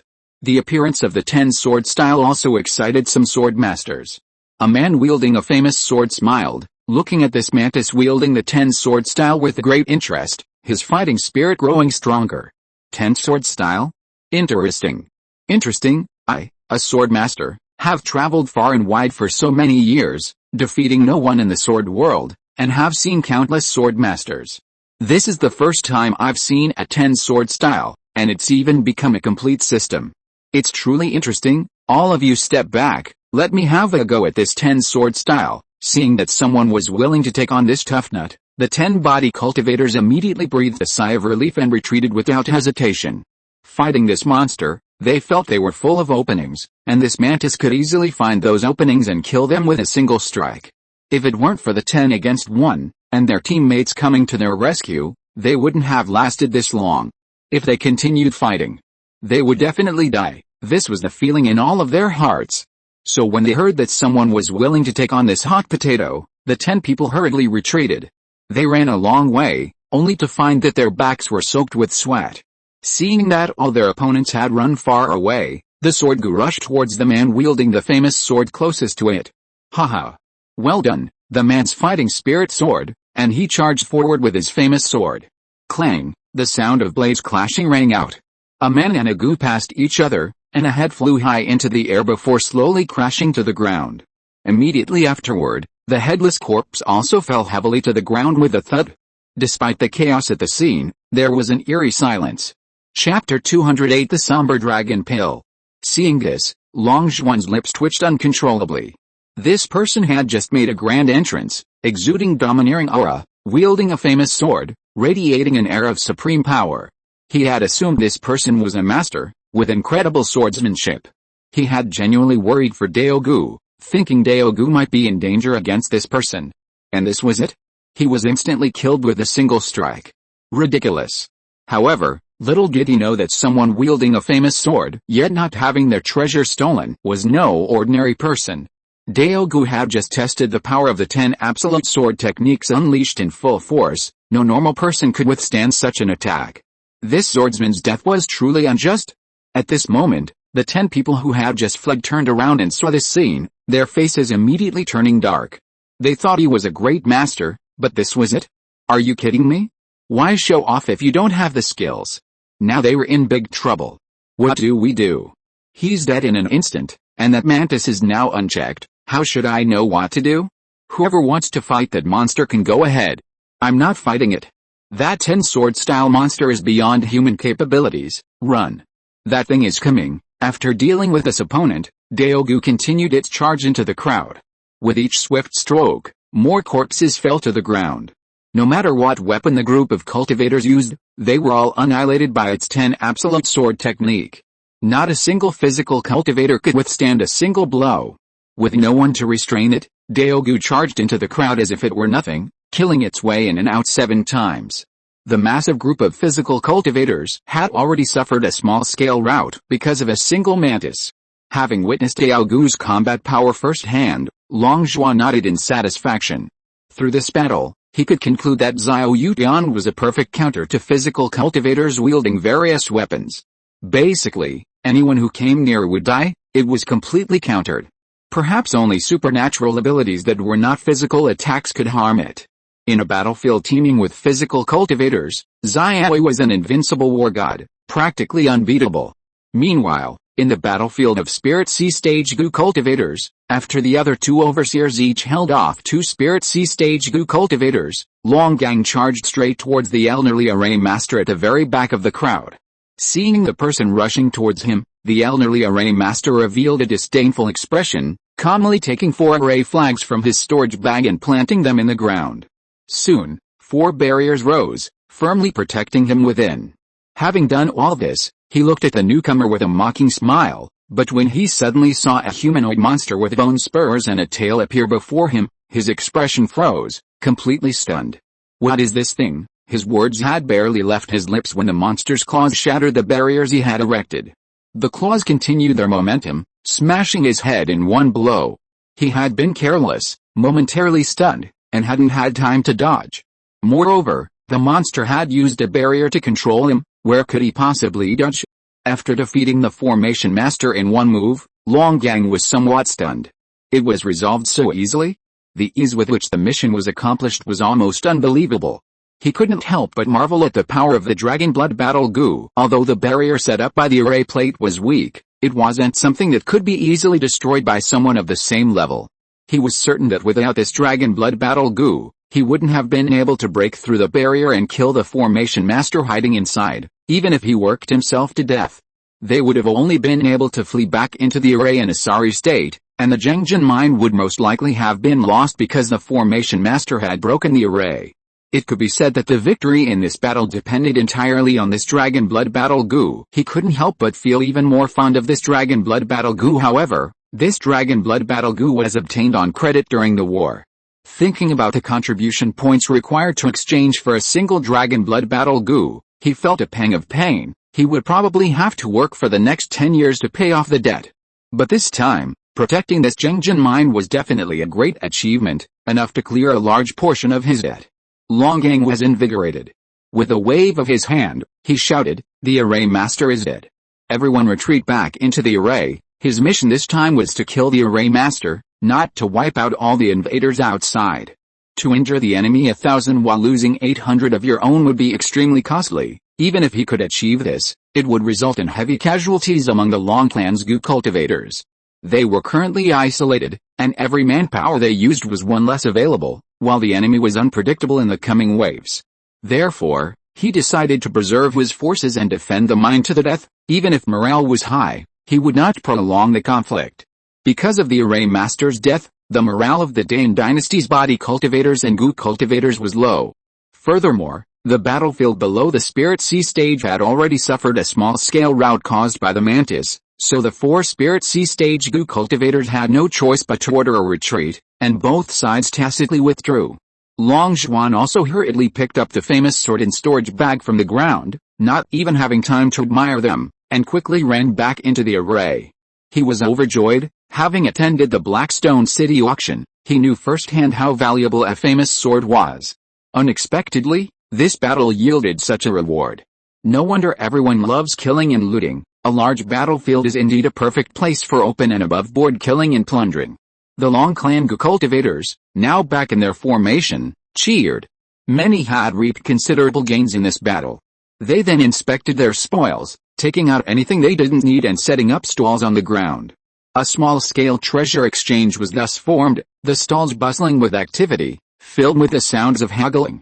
"How many materials did you use to refine this blade goo?" Long Ruoxo approached with a serious expression, glancing at Xiao beside Long Zhuan with surprise.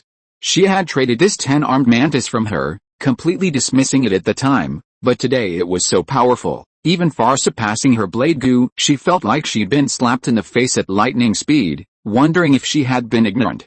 Giving away a heaven-defying treasure. Was the deformed 10-armed mantis truly not a flaw, but rather an advantage? She was now uncertain. Hearing Long Ruoxu's question, Long Zhuan casually replied, "Not many, just over 10,000 materials." He added in his mind, 500,000 is still over 10,000, no problem. If it weren't so unbelievable, he would have said over 100, but that would have been insulting to her intelligence. Even so, Long Ruoxu gasped. A sword goo with 10,000 materials. This amount of materials was on par with the dragon blood battle goo, and its strength should also be roughly equal. Most incredibly, Long Zhuan succeeded with just one goo refining opportunity. He had actually refined a 10,000 level sword goo in just one attempt. Long Ruoxu was completely stunned. Had he traded his lifespan for his luck? It seemed Long Ziyan had also refined a 10,000 level sword goo. She was genuinely envious. Long Zhuan, eager to return and admire the sword, said no more and hurried towards the small wooden house. Watching his departing figure, Long Ruoxu looked at Long Dan, who was walking over, and frowned, saying, I think that mantis's strength isn't in its many arms, making it impossible to defend itself, but in its swordsmanship that allows it to perfectly utilize its multiple arms. That swordsmanship is very complex. The 10-sword style has never appeared in this world before. It's possible he created it himself. Did you figure out how to counter that swordsmanship? Long Dan took a deep breath, remained silent for a long time, and said with a very serious expression, the method I figured out is, don't compete with it in swordsmanship, and don't engage it in any weapon-based combat, otherwise you're just waiting to die. If he really created this swordsmanship, then he's truly a genius. Long Ruoxu glanced at him sideways. She had asked how to counter this swordsmanship, but he seemed to have said something, yet it was as if he hadn't. In the following days, the body cultivators outside the formation remained relentless, continuously attacking the Zhengjin mine, even day and night. Although the array master was dead, arrays could still be broken by brute force. Unfortunately, the body cultivators outside possessed extraordinary strength, relentlessly smashing the barrier with massive hammers, causing it to flash with light. Leaving aside whether the barrier could withstand the attacks of so many body cultivators, the spirit stones consumed by the array each day would be astronomical. Therefore, every time the barrier was about to be shattered by the body cultivators, Long Yang had to organize his men to rush out of the array, prioritizing the elimination of the body cultivators wielding hammers, and then retreating after the barrier was repaired. However, while this repaired the barrier, each attack left behind the corpses of Long Clan Gu cultivators. If this continued, and manpower was constantly being depleted, the Zhengjin mine would eventually fall. All the Long Clan Gu cultivators inside the array wore gloomy expressions. They regretted killing all the Bai Clan Gu cultivators here. Otherwise, with a large number of Bai Clan Gu cultivators sharing the burden, this battle would have been much easier for them. Meanwhile, the continuous battles also allowed the 10-armed Blade Gu to unleash its immense ferocity. In every melee, the 10-armed Blade Gu slaughtered indiscriminately, striking fear into the hearts of body cultivators outside the battle lines. The 10-armed Blade Gu became infamous among the enemy forces, and how to deal with it became their biggest headache in every battle. Countless renowned experts had fallen to its 10 blades in an attempt to contain it. In fact, almost all those attacking the Zhengjin mine were body cultivators, who, like to use various metal tools, needed Zhengjin the most. Therefore, those attacking the Zhengjin mine were almost all body cultivators, completely countered by the 10-armed Blade Gu. Otherwise, if it were a group of Gu cultivators outside, the 10-armed Blade Gu wouldn't have been so easily slaughtered. As for its master, Long Zhuan, he remained largely inactive, his main body hiding in the small wooden house to cultivate his techniques, only sending out his clones to slack off when battles broke out. Although he was confident in his invincibility among his peers, he was still afraid that some Spirit C-stage Gu cultivator might be unscrupulous and suddenly attack him, taking advantage of his superior strength. Who could guarantee that this wouldn't happen? So, being cautious by nature, he simply avoided battle and hid in the small wooden hut, shamefully becoming a deserter. However, on this day, the door of the small wooden hut was suddenly kicked open, shattering the peace inside. Long Zhuan quickly used the Gu hut to escape. This place can't be defended, Long Ruoxu shouted into the hut and then ran away anxiously. What? Long Zhuan was shocked and quickly stood up. The Zhengjin mine couldn't be defended? What happened? How could it be so sudden? Wait. How did Long Ruoxu know that his true form was here? Doesn't that mean she already knows he deserted? How embarrassing. Chapter 209 The New Plan of the Great Yin Dynasty. Long Zhuan hurriedly ran out of the small wooden hut and saw 10 Spirit C-stage Gu cultivators fiercely attacking the formation outside. The number of people outside was at least 3 times greater than usual, all staring menacingly at the people inside with ferocious glares and sinister smiles. Long Zhuan was startled by this sight. So many people had suddenly appeared, including 10 Spirit C-stage Gu cultivators alone. It would be strange if they could hold out. Escape was their only option now. They couldn't afford to lose the Zhengjin mine. Meanwhile, the surviving Gu cultivators inside the formation were hurriedly running towards the Gu huts, their expressions anxious and tense, but they still managed to retreat in an orderly manner without chaos. There were at least dozens of Gu huts in the area, seemingly all provided by the Long clan. Ordinary Long Clan Gu cultivators' Gu huts didn't currently have the ability to teleport living people. With dozens of Gu huts remaining, it wouldn't take long to transfer everyone away, and the Dan Dynasty Gu cultivators outside were destined to find nothing. But Long Gang was frowning with worry. Even though they wouldn't die from this ordeal, he was still filled with anxiety. Long Gang sighed, saying with worry, "It's a pity. If we leave, the ability of the Suogu hut to teleport living people will inevitably be exposed, although we can survive. Once our clan's technology to teleport living people is exposed, who knows how many covetous people it will attract? We were completely unprepared. Although the people here are saved, it has sown the seeds of disaster for the clan. We don't know if this decision was right or wrong." Long Zunhuan smiled bitterly. "Speaking of which, we also benefited from Long Dan and Long Zhuan's efforts. These two geniuses must not be lost. The clan must protect them at all costs. If these two geniuses weren't here today, this place would most likely have been abandoned by the clan, and everyone here would have died. Don't expect the clan to come to the rescue. The clan's higher-ups aren't saints. In the face of the greater good, what does it matter if we sacrifice ourselves? Hell, then we should still thank them." Long Zan sighed. "Let's not worry about whether it was worth it or not. This was definitely a decision made after collective discussion among the clan's higher-ups, who fully consider the pros and cons. Since that's the case, it was definitely worth it. They've almost all left. Let's hurry up and go too." The two nodded together, and Long Gang said, "You go first. I'll be the last one. Someone needs to collect those little houses. They were quite expensive to build. It's a waste to throw them away." This is one of the drawbacks of the Gu poisoning beast. Once it enters a Gu poisoning beast hut and teleports away, it can't take the hut with it. It has to stay where it is. It was precisely for this reason that Long Jin had to leave one of the Gu poisoning beast huts next to Long Zhuan's magic cube array. Long Zhuan also fully considered this, not wanting to leave his own Gu poisoning beast hut to the enemy, so he entered one of the dozens of Gu poisoning beast huts instead of leaving his own. When he teleported over from the other side of the Gu poisoning beast hut, he immediately heard a deafening explosion, making his ears ring. He instinctively covered his ears and looked up at the sky. When he saw the barrier in the sky filled with flames from the explosion, he couldn't help but be stunned. How many artillery regiments were there? He felt like he'd just escaped one wolf's den only to fall into another. This place seemed even more dangerous than the Zhengjin mine. Damn it, he'd been too hasty. He should have used his own hut. Where had he been teleported to? Fortunately, his worries didn't last long. The explosions quickly stopped. The barrier was still filled with the smoke of battle, but no more shells fell. Finally, it was quiet. The shelling stopped?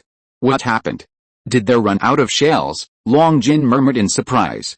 Long Yuanshan gave a wry smile and said helplessly, "When you know that there's a small gate inside a fortified city that can instantly bring in countless reinforcements, spirit stones, and war resources, would you still launch a full-scale attack on that city?" Hearing this, Long Jin was taken aback and asked with delight, "Does the Patriarch mean that they won't launch a full-scale attack on Blackstone City anymore?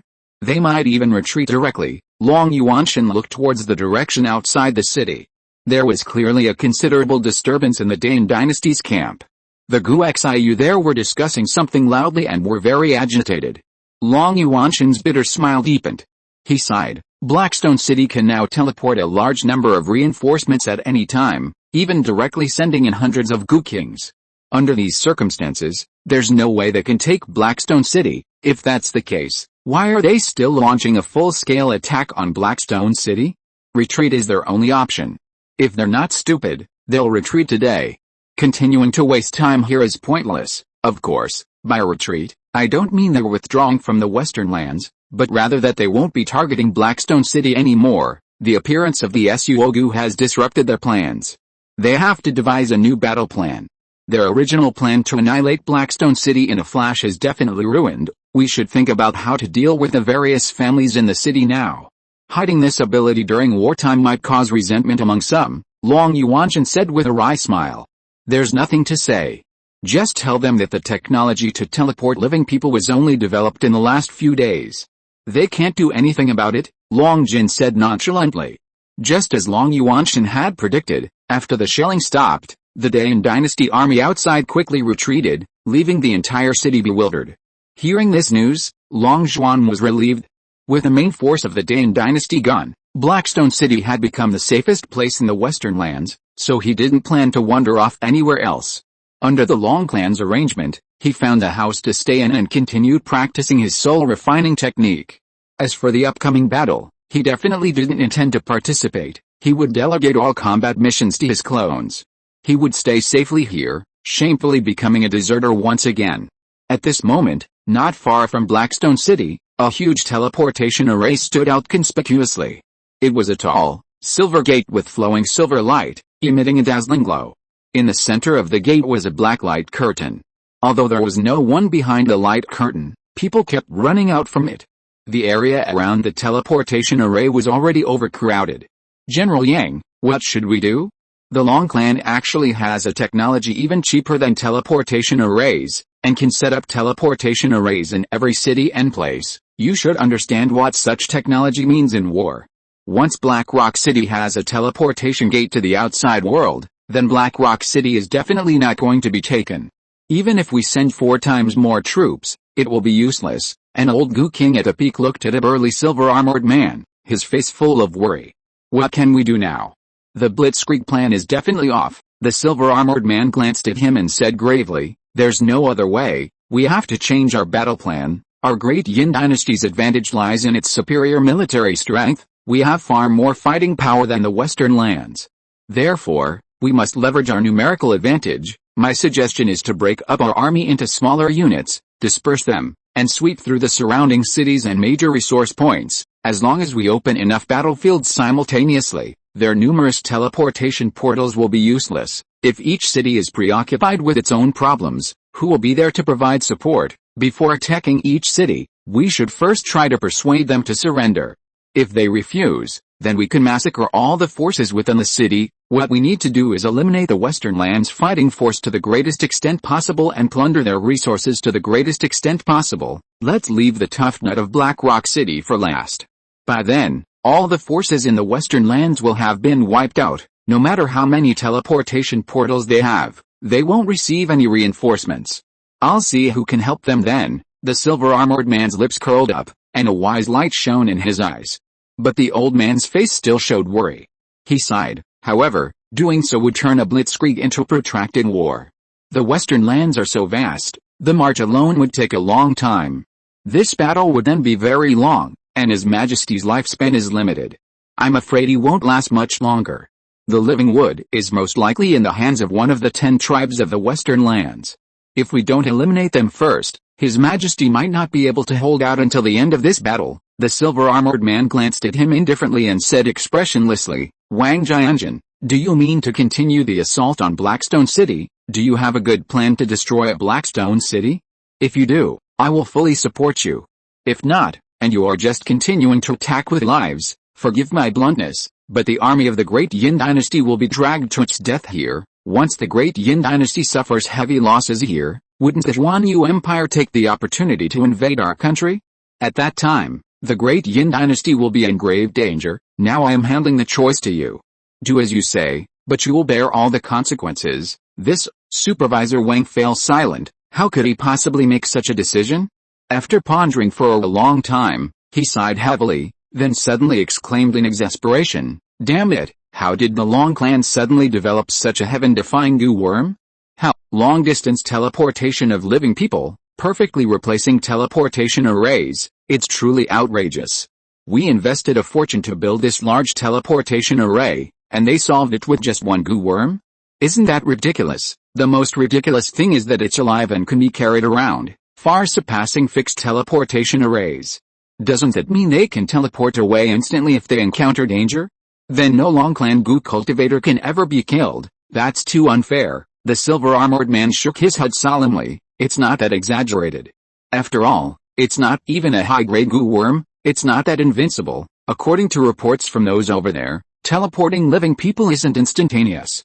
If a Long Clan goo cultivator dares to use that thing to escape during battle, they're definitely courting death, unless the opponent is slow-witted. Long Clan goo cultivators can't teleport away instantly during combat. Moreover, every goo worm has a way to be countered, let alone something that isn't even a high-grade goo worm. There must be many ways to counter it. There are many things that can disable teleportation arrays, let alone this thing. I think there are even more ways to disable this thing than ways to counter teleportation arrays. However, it will take time to research ways to counter this thing.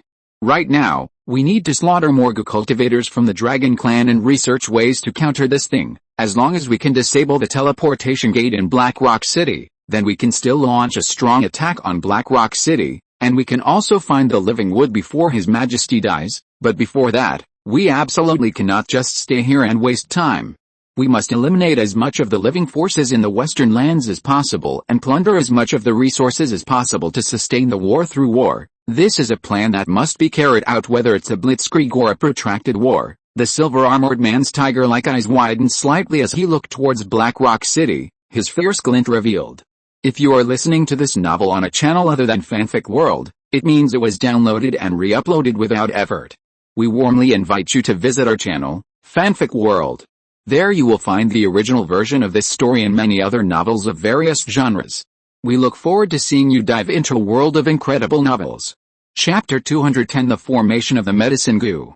The emergence of the goo worms caused the war to shift into a protracted conflict. The Great Yin Dynasty's blitzkrieg against Blackstone City transformed into a multi-front war across various regions, with battlefields erupting everywhere and fighting breaking out in the western lands, plunging the region into chaos. All of this was caused by the appearance of a single goo worm. The protracted war resulted in a surge in demand for war supplies such as hemostatic pills, healing pills, spirit-restoring pills, explosive talismans, and various life-saving magical artifacts. The demand increased dramatically, causing prices to skyrocket. One merchant guild profited immensely from this war. Jin Jinjin had stockpiled large quantities of war supplies at low prices years ago and was now selling them at inflated prices, effectively selling to both sides and raking in huge profits. Both sides' goo cultivators cursed the unscrupulous merchants. As the war dragged on and more battlefields opened simultaneously, the cities of the western lands were overwhelmed and unable to unite their forces for a united front. The various clans of Black Rock City were also exhausted and overwhelmed. One day a mine was lost, and the next day they had to organize forces to recapture it. The repeated fighting over a single mine resulted in countless deaths and injuries. Battles were raging at almost every major resource point and city. Every day, the meeting tables of the various clans were piled high with letters, and the clan heads issued countless tasks to their goo cultivators. The goo cultivators of each clan were constantly on the move, participating in various missions, defending mines, attacking mines, or providing support, never stopping. There were too many battles, and countless tasks to complete every day. Only Long Zhuan remained remarkably idle. He did no tasks whatsoever. If there was any unavoidable task, he would delegate it to his clones, while he himself secluded himself in a secret chamber researching cultivation techniques, undisturbed by anyone. In this way, a year passed. During this year, he had already completed the first level of his Heavenly Demon Disintegration Divine Art. The first level was simple, and a year was sufficient. Meanwhile, he also completed the accompanying Soul Technique, Soul Bookstore. The method for accelerating thinking is both simple and difficult. Once you find the trick, realizing this idea isn't hard. However, the second Soul Technique, Heavenly Demon Devouring God Technique, is much more difficult. Although he knows how to realize this idea, it requires time, a massive amount of time. A year is far from enough. This soul technique is simply too invincible. How could an invincible method be researched and mastered in a short time? Long Zhuan is prepared for a protracted battle.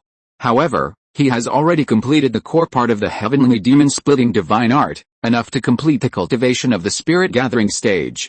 He can now attempt his first soul splitting and begin formally cultivating the technique. However, he finds cultivating this technique too dangerous, so he entrusts it to his flame clone to cultivate. He sends the clone back to the far west to cultivate the Heavenly Demon Splitting Divine Art by the soul nourishing wood. This kind of technique that can split the soul is extremely dangerous, if one's innate soul power is weak and there is no soul nourishing wood to assist. Anyone who cultivates it will undoubtedly die. Meanwhile, splitting one's soul is far too painful, requiring enduring excruciating agony. Moreover, cultivating this technique involves splitting the soul far more than once, enduring countless cycles of unbearable suffering. Cultivating the Heavenly Demon Splitting Divine Art is practically self-torture, subjecting oneself to a near-death experience. Therefore, Long Zhuan dared not cultivate this technique, preferring to let his clone do the work while he reaped the benefits. In the same year, the medicinal worm also came to fruition, a cute green caterpillar that could expel a green spiritual liquid that ripened medicinal herbs. Longzhuan named this liquid the heavenly creation liquid, as a single drop could increase the age of any medicinal herb by 100 years. However, each drop of heavenly creation liquid produced by the medicinal worm had a considerable cool-down period. The exact duration of this cool-down was difficult to quantify, as the yield of heavenly creation liquid depended on the quality of the medicinal worm's diet. The medicinal worm was a caterpillar that ate leaves. The higher the quality of the leaves, the faster the heavenly creation liquid was produced. Good heavens, another one has arrived, vying for food with the heavenly dream dragon silkworm. Their diets are exactly the same, and their transformation materials are identical. They're completely eating the same thing. Won't they start fighting over food? This medicinal goo, Dragon Zhuan, was also taken back to the herb garden by his flame avatar, so that while he cultivates the heavenly demon disintegration divine art, he can also use the medicinal goo to accelerate the growth of those few divine dragon trees. As for the events that occurred this year, the biggest one was the emergence of many exceptionally powerful geniuses through this battle. They all possessed unparalleled combat power among their peers, slaying countless goo cultivators of the same level throughout the year, thus gaining widespread fame and becoming infamous in both camps, feared by goo cultivators of both sides. These individuals were also widely regarded by goo cultivators as the 10 great prodigies of the Western lands and the 10 great pride of the Great Yin dynasty. The number one of the 10 great prodigies of the Western lands was Dragon Pill, whose evil dragon Emperor Eye, enhanced by the limitless goo, could shatter all laws under heaven. Under that eye, no one of his kind could withstand a single move. He terrified the geniuses of the Great Yin dynasty, and the number of peak-stage marrow-cleansing geniuses who had fallen at his hands had already exceeded 10. Longzhuan ranked 7th among the 10 great prodigies of the Western lands. He had been quite lenient, never participating in battles himself, simply sending a clone to handle things. Even with his passive approach, he still earned the title of one of the 10 great prodigies of the Western lands. There was no way around it. Even without his main body, his clones could sweep through their peers. What level of cultivation techniques, physical arts, and spiritual arts did those clones learn? Add to that the 10 absolute physiques and their absurdly mutated spiritual power, and they were truly beyond the reach of ordinary people. Even without Longzhuan providing them with top-grade goo worms, their combat power alone was enough to sweep through their peers. Thus, Longzhuan effortlessly built a huge reputation. He was now completely famous, with extremely high prestige within his own camp, worshipped by countless peers, and with countless people coming to befriend him every day. Longzhuan felt a headache coming on. He preferred a low profile and really disliked being in the limelight. Being too prominent would attract unnecessary trouble. Currently, these 20 people were the most prominent on both sides of the battlefield. They had killed countless enemies and made numerous contributions, becoming incredibly popular and famous figures. That day, Longzhuan, having finished all his projects, was thinking about whether he should research an extremely long goo formula and test its effects in the sold bookstore when the goo, carrying a letter, ran out of its hut. Longzhuan was so engrossed in his cultivation technique that he feared Blackstone City might be attacked and fall instantly, so he always kept the goo hut nearby for easy escape. As soon as the goo appeared, it picked up the letter and, seeing it was from Lin's clone, quickly opened the envelope and began to read. Regarding the external war, he had been having his various clones take turns fighting and resting. Today, it was clone Lin's turn to be on duty, indicating that the family had assigned him another mission. The Long Clan had established a Long Clan alliance a long time ago, so the missions he had carried out this year were not assigned by the Western Long Clan or the Far Western Long Clan. All the missions he received came from the Long Clan alliance. After opening the envelope, Longzhuan found, as expected, that it contained a mission assigned by the Long Clan alliance. Missions issued during wartime were mandatory and allowed no refusal. However, although wartime missions were highly dangerous, the rewards were also substantial. Those who completed the mission would receive a large amount of contribution points. Longzhuan was currently uninterested in contribution points. What interested him was the mission itself. The mission essentially stated that the Bai clan's mithril mine had been occupied by the goo cultivators of the Great Yin dynasty. As a friendly neighbor, the Long Clan had an obligation to send troops to help the Bai clan reclaim the mithril mine. Upon seeing this, Longzhuan's lips curled into a smile. Anyone with half a brain could see that once the Long clan occupied the mithril mine, it would never be returned to the Bai clan. Why give away a piece of meat that's already in their grasp? A mithril mine? Long Zhuan's eyes lit up, his expression full of interest. Mithril was second only to Zhengjin in value. If Zhengjin was the hardest in the Gu world, then mithril was second. Mithril was equally priceless, rarely encountered outside. Such a thing was enough to ignite his greed. Upon seeing this mithril mine, 3 words immediately flashed through Long Zhuan's mind: mithril essence. The perfect opportunity to plunder mithril essence had arrived, if not now, when? Excitement shone in Long Zhuan's eyes. He immediately decided that his main body would personally participate in this task. Since his clone couldn't find the location of the mithril essence, only his main body could handle it. After the Long clan occupied the mithril mine, they would definitely need to rearrange the formation and guard it for a period of time. During this time, he left his clone outside while his main body secretly slipped into the mithril mine to extract mithril essence. In that time, he could extract a sufficient amount of mithril essence.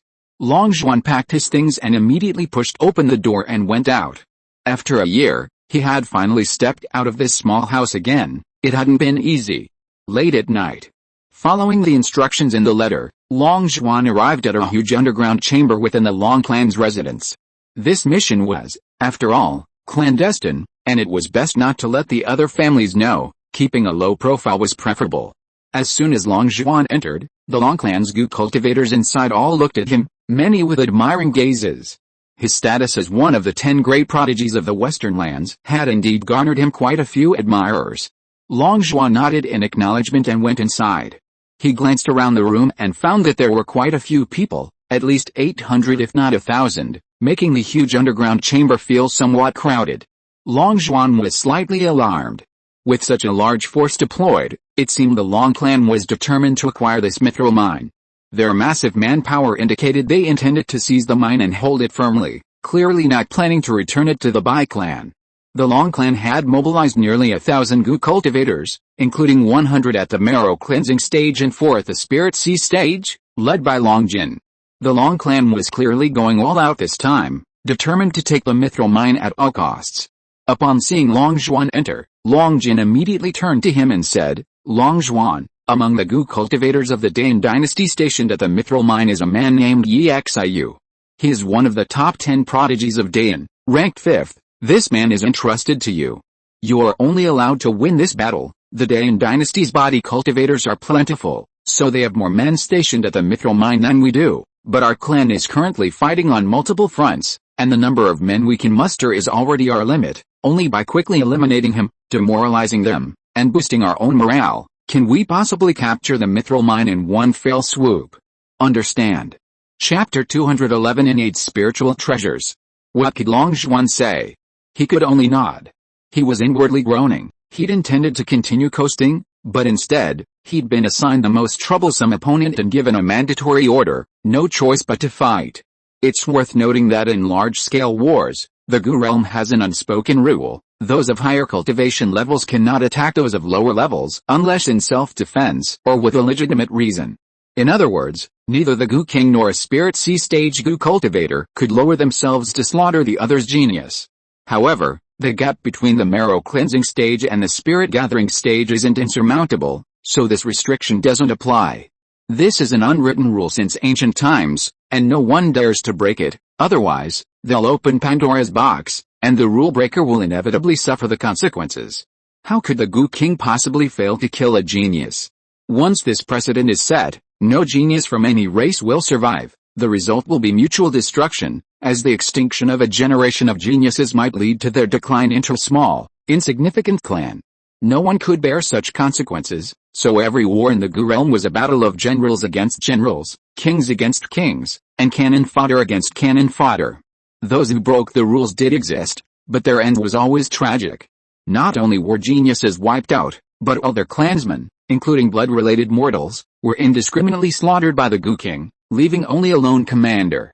Therefore, Long Jin couldn't personally deal with Yi Xiu. He had to rely on the equally talented Long Zhuan to counterbalance him. That's why he was brought along on this mission.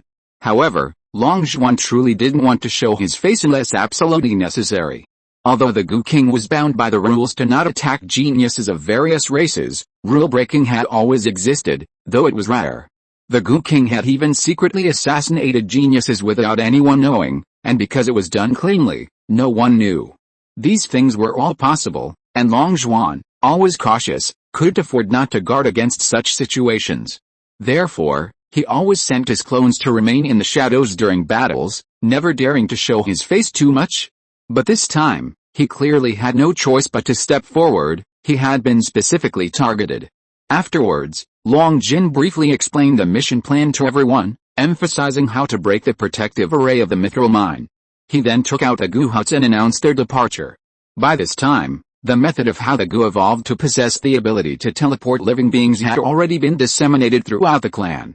Since outsiders already knew this secret, the Long clan naturally had no need to hide it. Now, every Gu cultivator in the Long clan possessed Gu with the ability to teleport living beings. The Long clan had already hidden 100 Gu huts in a concealed location near the mithril mine. As long as this group knew the coordinates of those 100 Gu huts, they could teleport there collectively. This was practically a surprise attack. Using this method, they could basically ambush anywhere they wanted, making it impossible to defend against. For the past year, the Long clan had been using this method to harass the weak rear of the Dane dynasty's army, attacking here and there, appearing and disappearing unpredictably. When reinforcements arrived, they would instantly escape using the Gu huts, infuriating the Gu cultivators of the Dane dynasty. The Great Yin dynasty was utterly unable to defend against enemies who could instantly appear anywhere, and was therefore constantly on the defensive, finding it increasingly troublesome. This spurred the Great Yin dynasty to accelerate its research into methods to counter the Suo Gu soon. In a hidden cave far away near the mithril mine, 100 oddly shaped little houses suddenly began to shake, and one after another, Long clan Gu cultivators dressed in black rushed out. Before long, the cave was filled with Long clan Gu cultivators.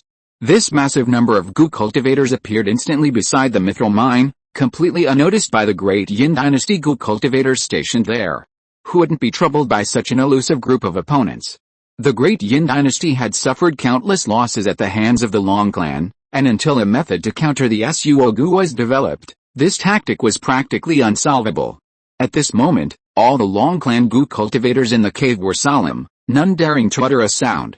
The cave was eerily quiet, with only the sound of their rapid breathing revealing their inner tension. Once everyone had emerged, Long Jin finally broke the tense atmosphere in the cave, shouting, "All right. Everyone, follow me and kill. Let's go for it." With that, Long Jin roared, ripped his clothes, transformed into a half-dragon, kicked away the rocks blocking the cave, and led his men out.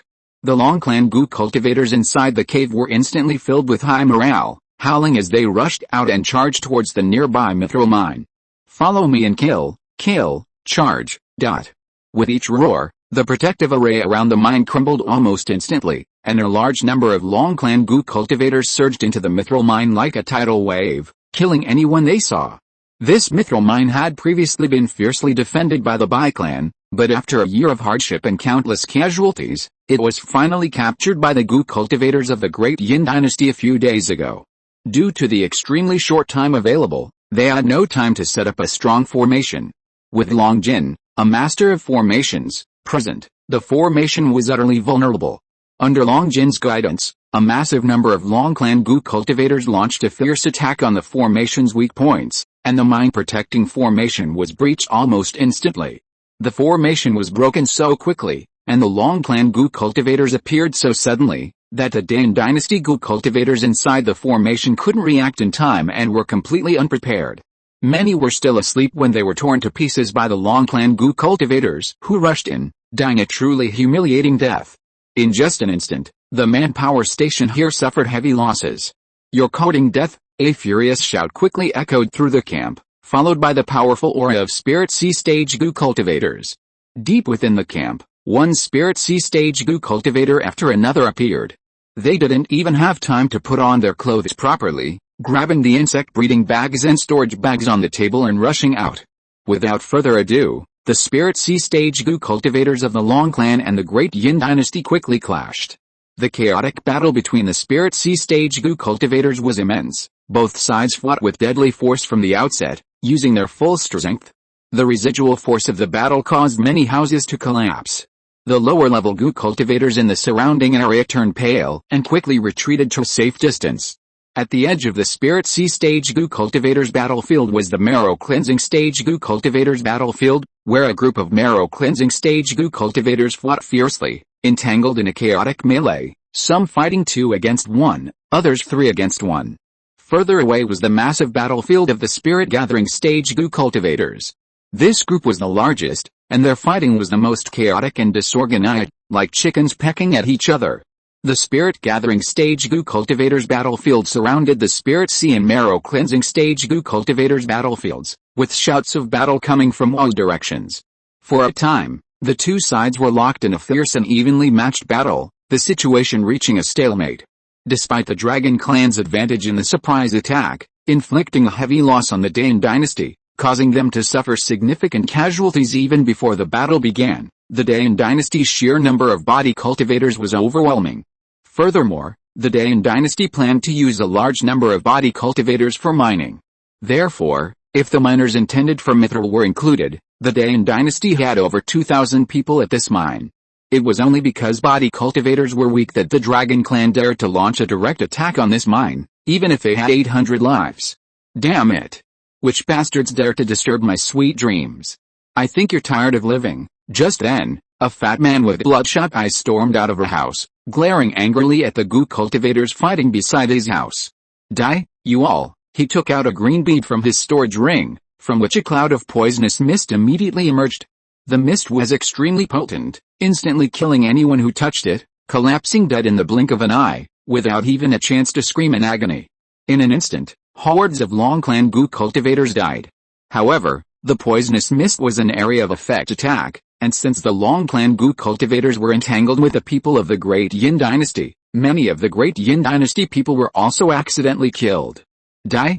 All of you, die? This fat man had a terrible temper when he woke up. Once awakened, he went on a killing spree, even killing his own people in his rage. His appearance caused a large number of goo cultivators, both those in the Spirit Gathering stage and those in the Marrow Cleansing stage, to die. For a moment, both sides showed fear and quickly moved far away from the area. It's Yixiu. Run, he's about to go on a killing spree again. Get far away from him, damn. Is he crazy? He dares to use the myriad poison pearl even when both sides are fighting. Hearing the chaotic noise of the crowd, Long Zhuan's ears twitched. Was it Yixiu? The one he was holding was actually the legendary myriad poison pearl. Long Zhuan was shocked. His clone was well read and had indeed read about the myriad poison pearl. In this world, weapon refiners could use various materials to forge powerful spiritual weapons, the strongest of which were top-grade spiritual weapons. However, there were also some spiritual weapons in this world that were not forged by weapon refiners. These spiritual weapons were born naturally from heaven and earth, and their numbers were extremely small, making them impossible for weapon refiners to imitate. These naturally born spiritual weapons were called innate spiritual treasures. Innate spiritual treasures were extremely powerful, far stronger than top-grade spiritual weapons born later in life. Each innate spiritual treasure had its own heaven-defying power, possessing even one made one invincible among those of the same level. Powerful innate spiritual treasures even possessed the power to destroy the heavens and the earth. They were unique in heaven and earth, and possessing even one could annihilate the entire world. While the myriad poison pearl isn't the strongest innate spiritual treasure in this world, it's certainly among the top tier. Its ability is to absorb and release countless poisons. No matter what kind of poison a goo cultivator is afflicted with, the myriad poison pearl can absorb it. Furthermore, it can absorb countless types of poisons and release them in battle. The poisonous mist just released by the myriad poison pearl is a product of countless poisons fused together, making it extremely toxic. The myriad poison pearl in the fat man's hand has absorbed at least 10,000 kinds of poisons. Everyone can imagine the toxicity of tens of thousands of poisons fused together. It's practically fatal upon contact, with no antidote. Therefore, the myriad poison pearl is a devastating weapon on the battlefield. Once the poisonous mist dissipates, it's enough to poison thousands of troops. It's said that every time the fat man appears on the battlefield, he inflicts heavy losses on the Western forces. He earned his great reputation in this war precisely because of the myriad poison pearl, striking fear into the hearts of the Western goo cultivators. However, It would be a grave mistake to believe that all his fighting power comes from that myriad poison pearl. His own combat prowess was also ridiculously strong, otherwise, the myriad poison pearl would have been stolen long ago, and he wouldn't have earned the title of one of the 10 great prodigies of the great Yin dynasty. Yi Xiu cultivated a powerful poison technique, an extremely domineering one that required him to devour various deadly poisons to complete his cultivation, making it incredibly dangerous. Yi Xiu's poison technique and the myriad poison pearl were a perfect match, complementing each other perfectly. By absorbing the heaven-defying poison within the myriad poison pearl, his progress was rapid. He was a poison man. Even without the myriad poison pearl, he could release poison gas, incapacitating a large number of people. On the battlefield, he would be an annihilation machine, capable of single-handedly destroying an entire army. However, precisely because the poison within the myriad poison pearl was so potent, extremes beget their opposites. Yi Xiu seemed to have been poisoned in the brain by ingesting the poison, resulting in an extremely abnormal mental state. He became like a madman, brutal and bloodthirsty, prone to mass killings at the slightest provocation, even killing his own people when he went berserk, completely out of control. Long Zhuan's expression turned serious. Seeing the fat man's cruel look and his imminent unleashing of the poisonous mist to wreak havoc, he finally rushed forward. He couldn't let him continue killing, he had to find a way to get him away from the battlefield, otherwise the Long clan would surely lose this battle. His mission this time was to restrain this man named Yi Xiu, and he couldn't afford to slack off any longer. Even if it was for the mithril essence inside, he decided to give it his all in this battle. Chapter 212 The Eccentric Dragon Zhuan. Die? All of you fucking die. The fat man was still roaring arrogantly when suddenly his hand went empty. He hurriedly looked down and found that the myriad poison pearl in his hand had vanished into thin air. He was stunned and grabbed at it, wondering where his myriad poison pearl had gone. When he saw a small snake with 4 legs carrying his myriad poison pearl and flying away into the distance, he was instantly enraged. Damn it! You dare to touch my things? You're tired of living. Yi Xiu pointed at the 4-legged snake and cursed angrily, then chased after it. Along the way, the people fighting in the midst of the chaos all changed color, stopped fighting, and kept their distance from him. In this way, Yi Xiu was quickly lured away from the battlefield, running further and further away from the crowd. Long Zhuan also followed closely behind him, quickly chasing after him. As the two left one after the other, the path closed again, and the two sides who had stopped fighting clashed again. With the 7th-ranked prodigy keeping that guy occupied, the Dragon Clan Gu cultivators finally breathed a sigh of relief. No longer needing to constantly guard against the fat man, their combat power increased by a factor of 3.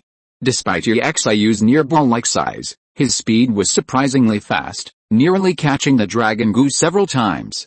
But the Dragon Gu could teleport, and it seemed to be deliberately provoking him, disappearing just as Yi Xiu's hand was about to grab it, then grinning at him, infuriating him. You're asking for death? You little thing, how dare you play tricks on me? I'll skin you alive. You can teleport, huh? I'll fill your teleportation area with poison gas. Let's see where you teleport to now. Completely enraged, Yi Xiu unleashed his poison. Centered on him, nearby plants and trees withered rapidly. In just a few breaths, the space was filled with poison gas. The poison gas had an extremely wide range. The nearby flowers, trees, insects, birds, and beasts were all poisoned to death. Plants withered and turned yellow, and the ground was littered with the corpses of various creatures. In an instant, the place became a dead zone, deathly silent and devoid of any life. The Dragon Gu's teleportation domain was also completely covered by poisonous gas. The domain was filled with poisonous gas, leaving no gaps to dodge. No matter which direction it teleported, it would be directly teleported into the poisonous gas, and it could only give up and be instantly swallowed by the poisonous gas. HMPH. Run. Keep running. Let's see where you can run this time. Yi Xiu revealed a sinister smile, but when he saw the Dragon Gu still leaping and jumping around under his pursuit, and not being brought down by his poisonous gas for a long time, his sinister smile froze on his face, and he was completely stunned. Until the Dragon Gu suddenly teleported onto a person's shoulder, and that person took the myriad poison pearl that the Dragon Gu was holding and played with it in front of his eyes. Yi Xiu's eyes narrowed, and a solemn expression appeared. This person had actually walked into his poisonous gas, and was also not poisoned by his poisonous gas. He was slightly shocked. How could this be? This is the deadly poison within the myriad poison pearl. The toxicity is exactly the same. No one can withstand the poison within the myriad poison pearl, yet he managed to walk in while enduring the poisonous gas. How is that possible?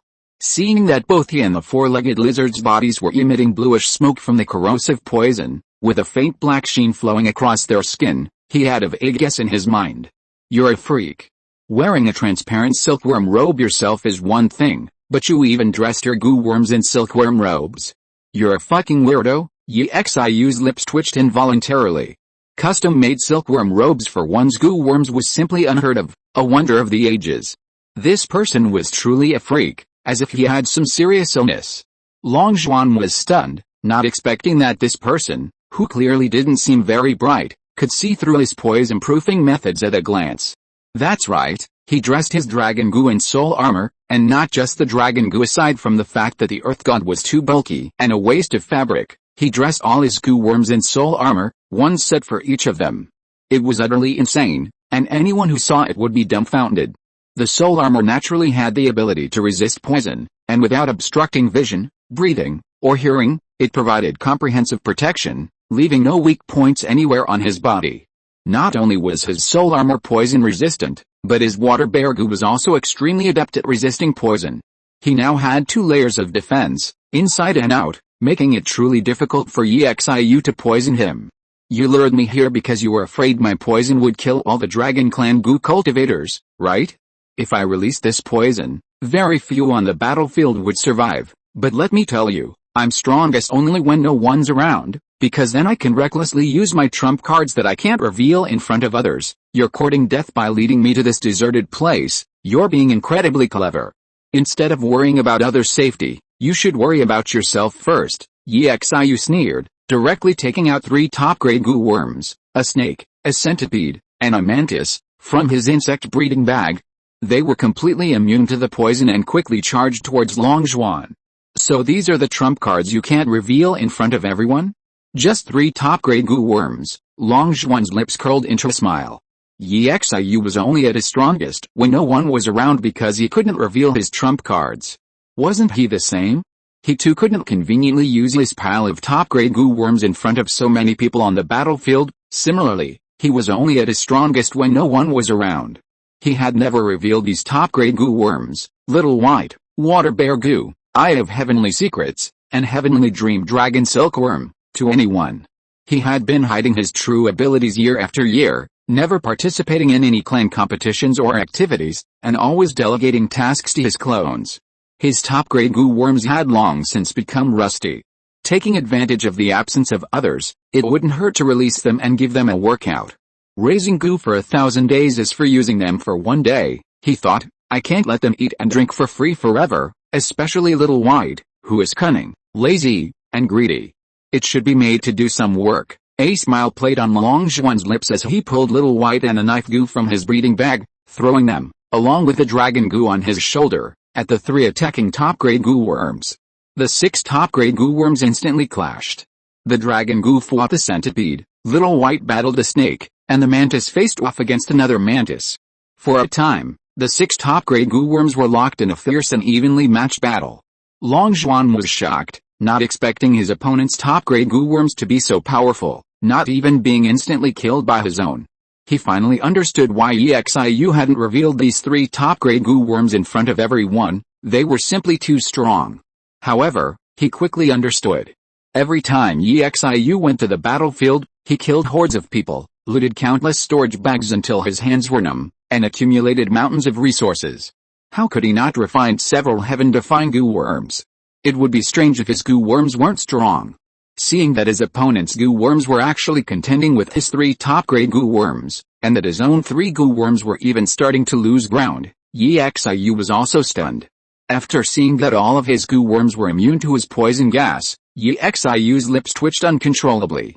Good heavens, this person had actually dressed all his goo worms in silken robes. Where did this oddball come from? Upon seeing the highly recognizable 10-armed mantis, he immediately guessed the man's identity and couldn't help but laugh. So it's Long Zhuan, ranked 7th on the Western Lands Prodigy ranking.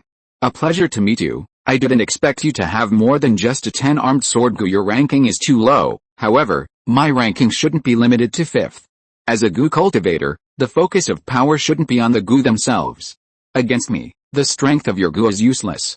Let me experience the high skill of this 7th-ranked prodigy. Yi Xiu sneered disdainfully, and immediately charged towards Long Zhuan. Since the Gu were no match, he had to capture the leader first. Once the Gu cultivator died, even the strongest Gu would instantly perish. Yi Xiu was confident in his poison skills. He didn't need to seriously injure his opponent, just a scratch would be enough to kill him instantly. No one could engage in close combat with his poison master. Is that so? Looking at Yi Xiu charging towards him, Long Zhuan's lips curled into a smile, and he actually aimed the myriad poison pearl at him. In an instant, the surrounding poisonous gas was frantically absorbed by the myriad poison pearl. In just a short while, the poisonous gas in the surrounding air was completely devoured.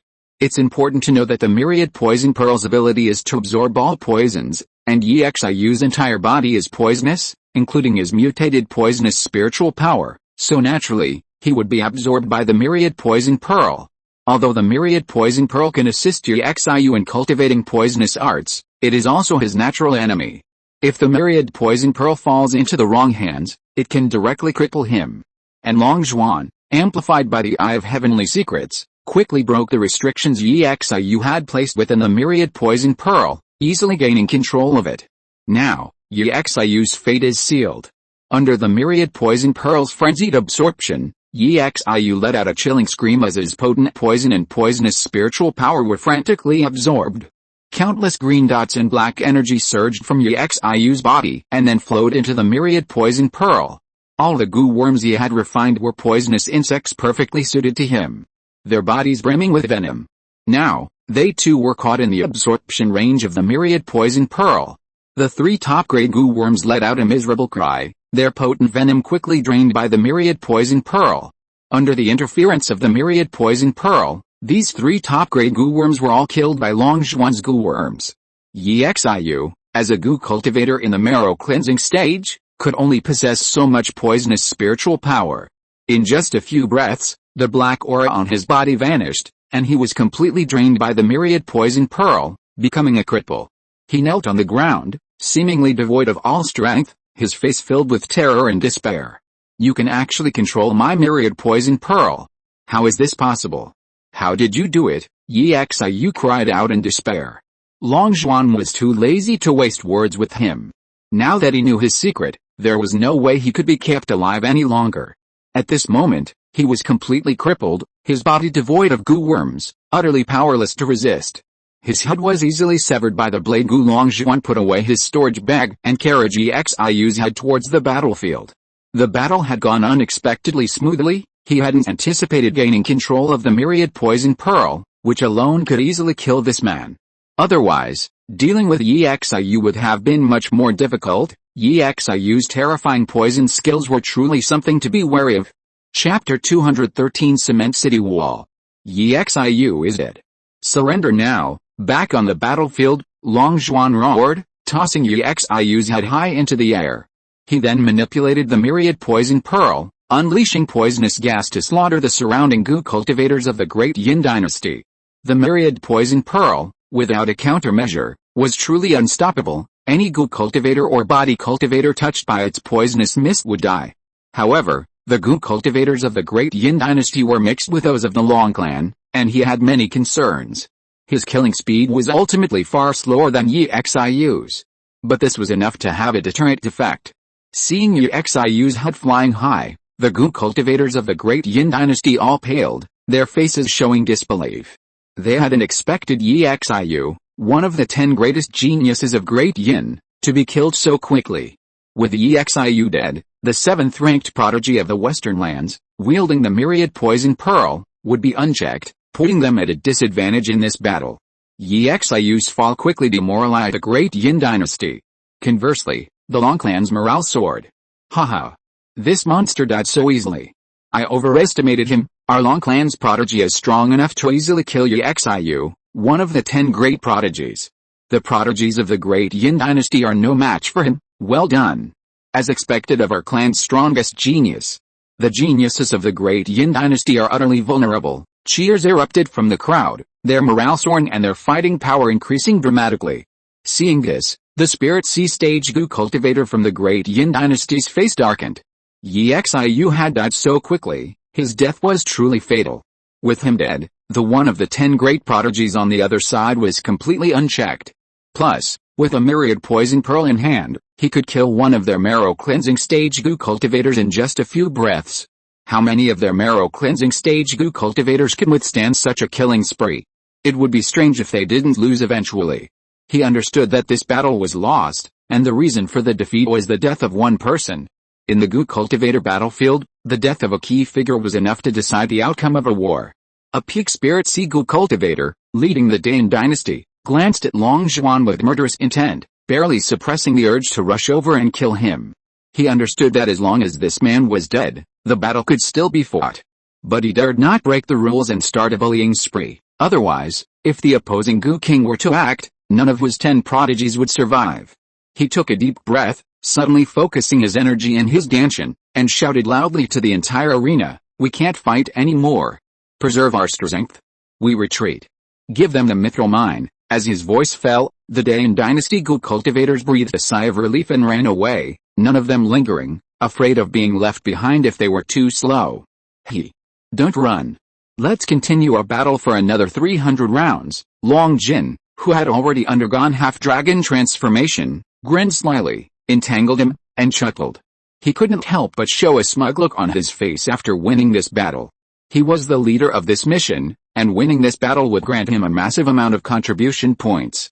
Meanwhile, the Long clan would permanently gain another mithril mine. How could he not be excited? Seeing his smug look, the peak Spirit Sea Gu cultivator, who had been pestered by him, became furious. Get lost. If it weren't for that damned Cloku. Do you really think the Long clan could take this place with their strength? Once the great Yin dynasty develops a way to counter the Cloku, that will be the time when Blackstone City falls, and you won't be smug for long. He shook off Long Jin, this leech, and quickly fled into the distance, not even looking back at Long Jin's provocation. In a situation of equal strength, if the other party is determined to escape, it is really difficult to stop them. Long Jin could only watch helplessly as he fled further and further away, his figure gradually disappearing from sight, and reluctantly gave up the chase. Very well, I should be content with getting a mithril vein for free. Once the mithril vein is in the hands of the Long clan, the Bai clan can forget about getting it back. Now I will set up a fierce array here, making this place impregnable. Long Jin's excitement was not diminished, and he immediately went back to set up the array. This matter could not be delayed. No one knew when the people of the Dane dynasty would make a comeback, and no one knew when the Gu cultivators of the Bai clan would arrive. He could only stay up for a few nights to set up the array as quickly as possible. Everyone stopped chasing. As I instructed, immediately build defensive fortifications, build the cement walls as quickly as possible. Although those things cannot stop the Gu king, after being inscribed with arrays, they will be more than enough to stop the Gu cultivators in the Spirit Sea stage. The Gu king will not easily participate in the mission to attack the mine. Under Long Jin's orders, just as Long Zhuan had predicted, all the Gu cultivators of the Long clan did not return immediately, but quickly built defensive fortifications here. They needed to stay here for a while longer. With time of the essence, Long Jin decided to use cement for a quick fix. Once the cement walls, inscribed with array formations, were completed, he could then slowly set up formations to defend against the Gu kings. Currently, neither side's Gu kings had entered the battlefield, a tacit agreement between the two sides. The Gu king's destructive power was immense. If any of them destroyed anything or perished, the damage would be immeasurable. In the absence of the Gu kings, cement, often considered worthless, became a powerful tool in this war. Using it to defend a location, while not impenetrable, allowed for rapid construction, a significant advantage in this conflict. The Long clan, relying on cement technology, had completely conquered countless territories. Many forces in the western lands had been wiped out by the Dane dynasty in this war.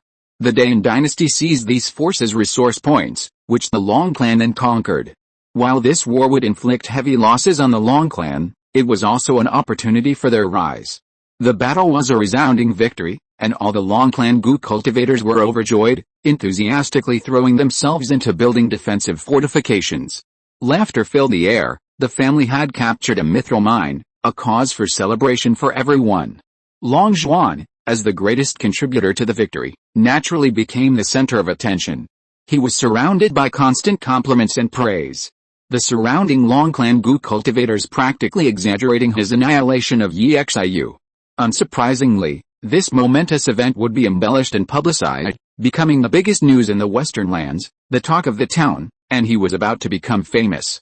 However, what they didn't know was that the person they surrounded wasn't Long Zhuan at all, but merely an avatar he had left behind. Long Zhuan was cunning and lazy. He wasn't working on the surface at all, but instead, while everyone else was building fortifications, he secretly slipped away to the mithril mine to mine mithril essence. Who could be more cunning than him? After killing Yixiu, he went straight into the mithril mine. It was always his avatar that appeared on the surface.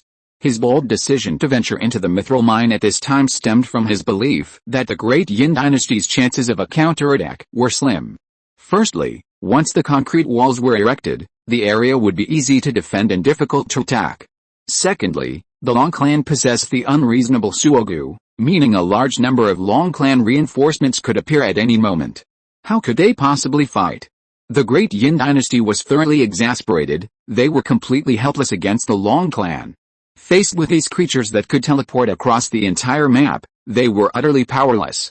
They were exhausted and fearful, and had decided to give up. Therefore, Long Zhuan believed the Great Yin dynasty's chances of a counterattack on the mithril mine were extremely low, and he could confidently mine within it. 10 days passed in the blink of an eye.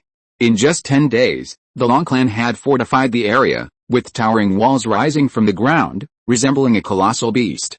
It was hard to imagine that this behemoth had formed in only 10 days, perhaps even less. The group of Long clan Gu cultivators sat atop the towering city wall, enjoying the view and chatting. The massive wall gave them a great sense of security. They even hoped the Gu cultivators of the Great Yin dynasty would attack, testing the city's defenses. However, even after so many days, their scouts hadn't detected any intention from the Great Yin dynasty to attack the mithril mine, leaving them somewhat disappointed. But the scouts brought back another piece of news. The Bai clan was furious. Knowing that the Long clan had stolen the mithril mine, they were all enraged and immediately went to the Long clan to negotiate. However, once the mithril mine fell into the Long clan's hands, it was gone forever. How could it be returned? Currently, the two sides were locked in a stalemate. Since the city lord's previous order was for the mithril mine to be compensated to the Long clan felt justified and unafraid of the Bai clan's wrath. Finally, the Long clan simply refused to meet with the Bai clan's Gu cultivators. They closed the gates, letting them cause trouble wherever they wanted. The Long clan was always right. The Bai clan's higher-ranking members were furious, standing in front of their gates cursing, but they were powerless against the Long clan's scoundrels. This news made the Long clan's Gu cultivators on the city walls laugh hysterically. Meanwhile, Long Zhuan had spent the last 10 days thoroughly plundering the easily mined mithril from the mines. He also mined a large amount of ordinary mithril, leaving it for the Gu to build houses. Long Zhuan had developed a habit of building houses, leaving a Gu hut wherever he went, as an extra escape route. This wasn't just for easy escape, but also for convenient resource gathering. Famous markets, famous cities, including the crucial Blackstone city, all had his Gu huts. He even secretly left a Gu hut next to the Zhengjin and mithril mines, so he could easily mine more when the Zhengjin and mithril ran out. Therefore, his demand for Gu huts was enormous, keeping the Gu working tirelessly and excitedly building houses all day long. It doesn't even know who the houses it built are for, or whether the property rights belong to it. Chapter 214 Long Ziyan goes berserk. After nearly exhausting his mithril essence, Long Zhuan retreated to a small wooden hut, sat down at a table, and finally began to continue his previous plan. He was preparing to devise an extremely long Gu formula to test the power of his soul library. The power of the soul library depended entirely on the strength of the soul. Currently, his soul was relatively weak, merely equivalent to slowing down the flow of time by 3 times. This meant that 3 days of reading in the soul library would only take 1 day outside. This was equivalent to saving 3 times the time cost, so Long Zhuan immediately decided to push it to the limit, attempting to create a Gu formula requiring over 10,000 materials. This would require a lot of imagination. What kind of idea would require over 10,000 materials? Such an idea was not easy to come up with and needed careful consideration. Longzhuan loved to unleash his imagination, it was his forte, and he had plenty of ideas. He enthusiastically began to conceive of a goo formula with a very high number of materials. Actually, it wasn't too difficult, he just needed to give the fictional goo worm an exaggerated ability, and the number of materials would definitely exceed 10,000. However, his constraint was the issue of materials. His abilities couldn't be too exaggerated, the required materials were definitely beyond his reach. Ideally, he should possess the necessary main ingredient himself, using it as the core for his goo formula research. This would save him from spending decades searching the world for the main ingredient only to tragically fail. But what did he possess that would be suitable as the main ingredient for a heaven-defying goo formula? Longzhuan fell silent. After a long silence, he finally pulled out the recently acquired myriad poison pearl, a thoughtful expression on his face. This thing was heaven-defying enough. If he could research something using it, it would be absolutely phenomenal.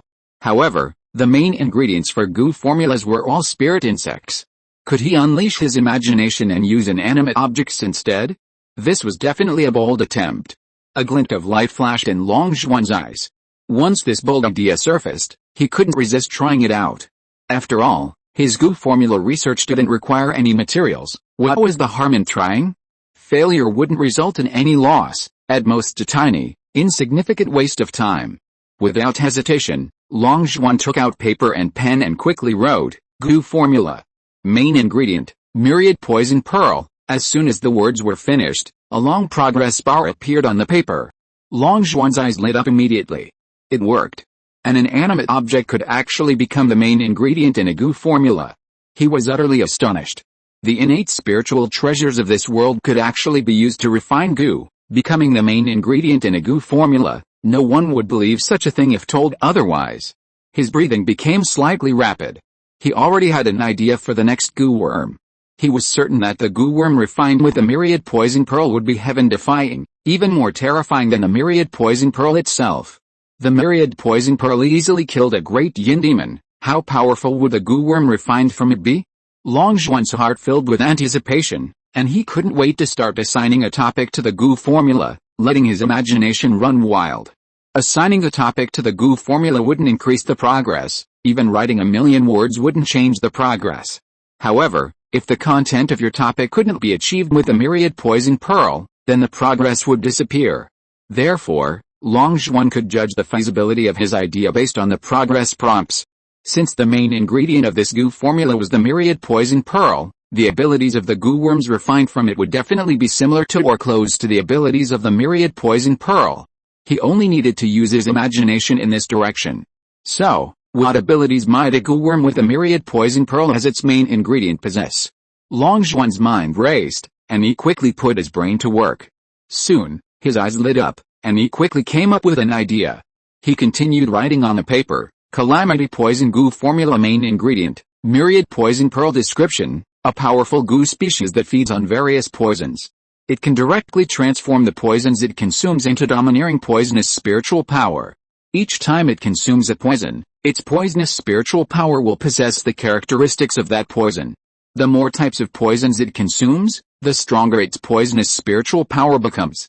The calamity poison goo increases its growth rate by consuming various poisons and completes its transformation by consuming the most poisonous poisons in the world. Raising the calamity poison goo requires collecting all the poisons in the world. When the calamity poison goo has consumed all kinds of poisons in the world, it will be at its peak. A fully developed calamity poison goo could simulate any deadly poison in the world, its poisonous spiritual power encompassing the characteristics of every poison imaginable. A fully developed calamity poison goo was invincible. It could unleash the most potent poison in the world, a fusion of all poisons, instantly killing anyone who touched it, with no antidote. Wherever the poisonous mist passed, life within 1,000 miles was extinguished, leaving not a blade of grass alive. As he finished writing, Longzhuan's eyes shone brightly. He was astonished by his own idea and wanted to give himself a thumbs up. He was extremely satisfied with this brilliant idea. This fictional calamity poison goo was ridiculously powerful. Longzhuan was certain that if such a goo worm concept could be realized, the materials would be worth tens of thousands, perhaps even more. The calamity poison goo's ability was to devour all the world's rarest poisons, collecting all the poisons in the world. If it could truly collect all kinds of poisons and fuse them together, the resulting poison would be the most potent poison in the world, unmatched by any other poison. Because it had already encompassed the characteristics of all kinds of poisons, what poison could be stronger than the one containing it? The most potent poison in the world, its toxicity is unimaginable. The upper limit of a single poison is enough to kill any living being, including gods. This means the upper limit of the calamity poison goo is capable of slaying gods. It's incredibly powerful. How could he have created such a terrifying goo worm with just a thought? It's simply out of control. Long Zhuan took a deep breath, his excitement palpable. The progress on the paper showed 0.0008%. This meant that the goo worm he had created could be realized, as long as he was willing to work incredibly hard. Long Zhuan carefully checked the progress bar, his excitement growing even stronger. Introductory text doesn't count towards the progress, and the goo recipe only listed the main ingredient, the myriad poison pearl. Therefore, he could deduce from this progress that the recipe contained over 100,000 materials. This was a super goo recipe with over 100,000 materials. Long Zhuan's heart pounded wildly. What kind of concept was a goo recipe with over 100,000 materials? It was practically impossible for anyone in the world to create a goo worm with such a limited number of materials. It meant that once this goo worm was created, it would be invincible. This is a genuine goo formula with over 100,000 ingredients. The formula for the blade goo was just something written randomly and doesn't count. If he could truly research a goo formula with over 100,000 ingredients, that would be truly miraculous. Long Zhuan couldn't wait any longer. He immediately ran to bed, closed his eyes, and his spiritual body entered a study.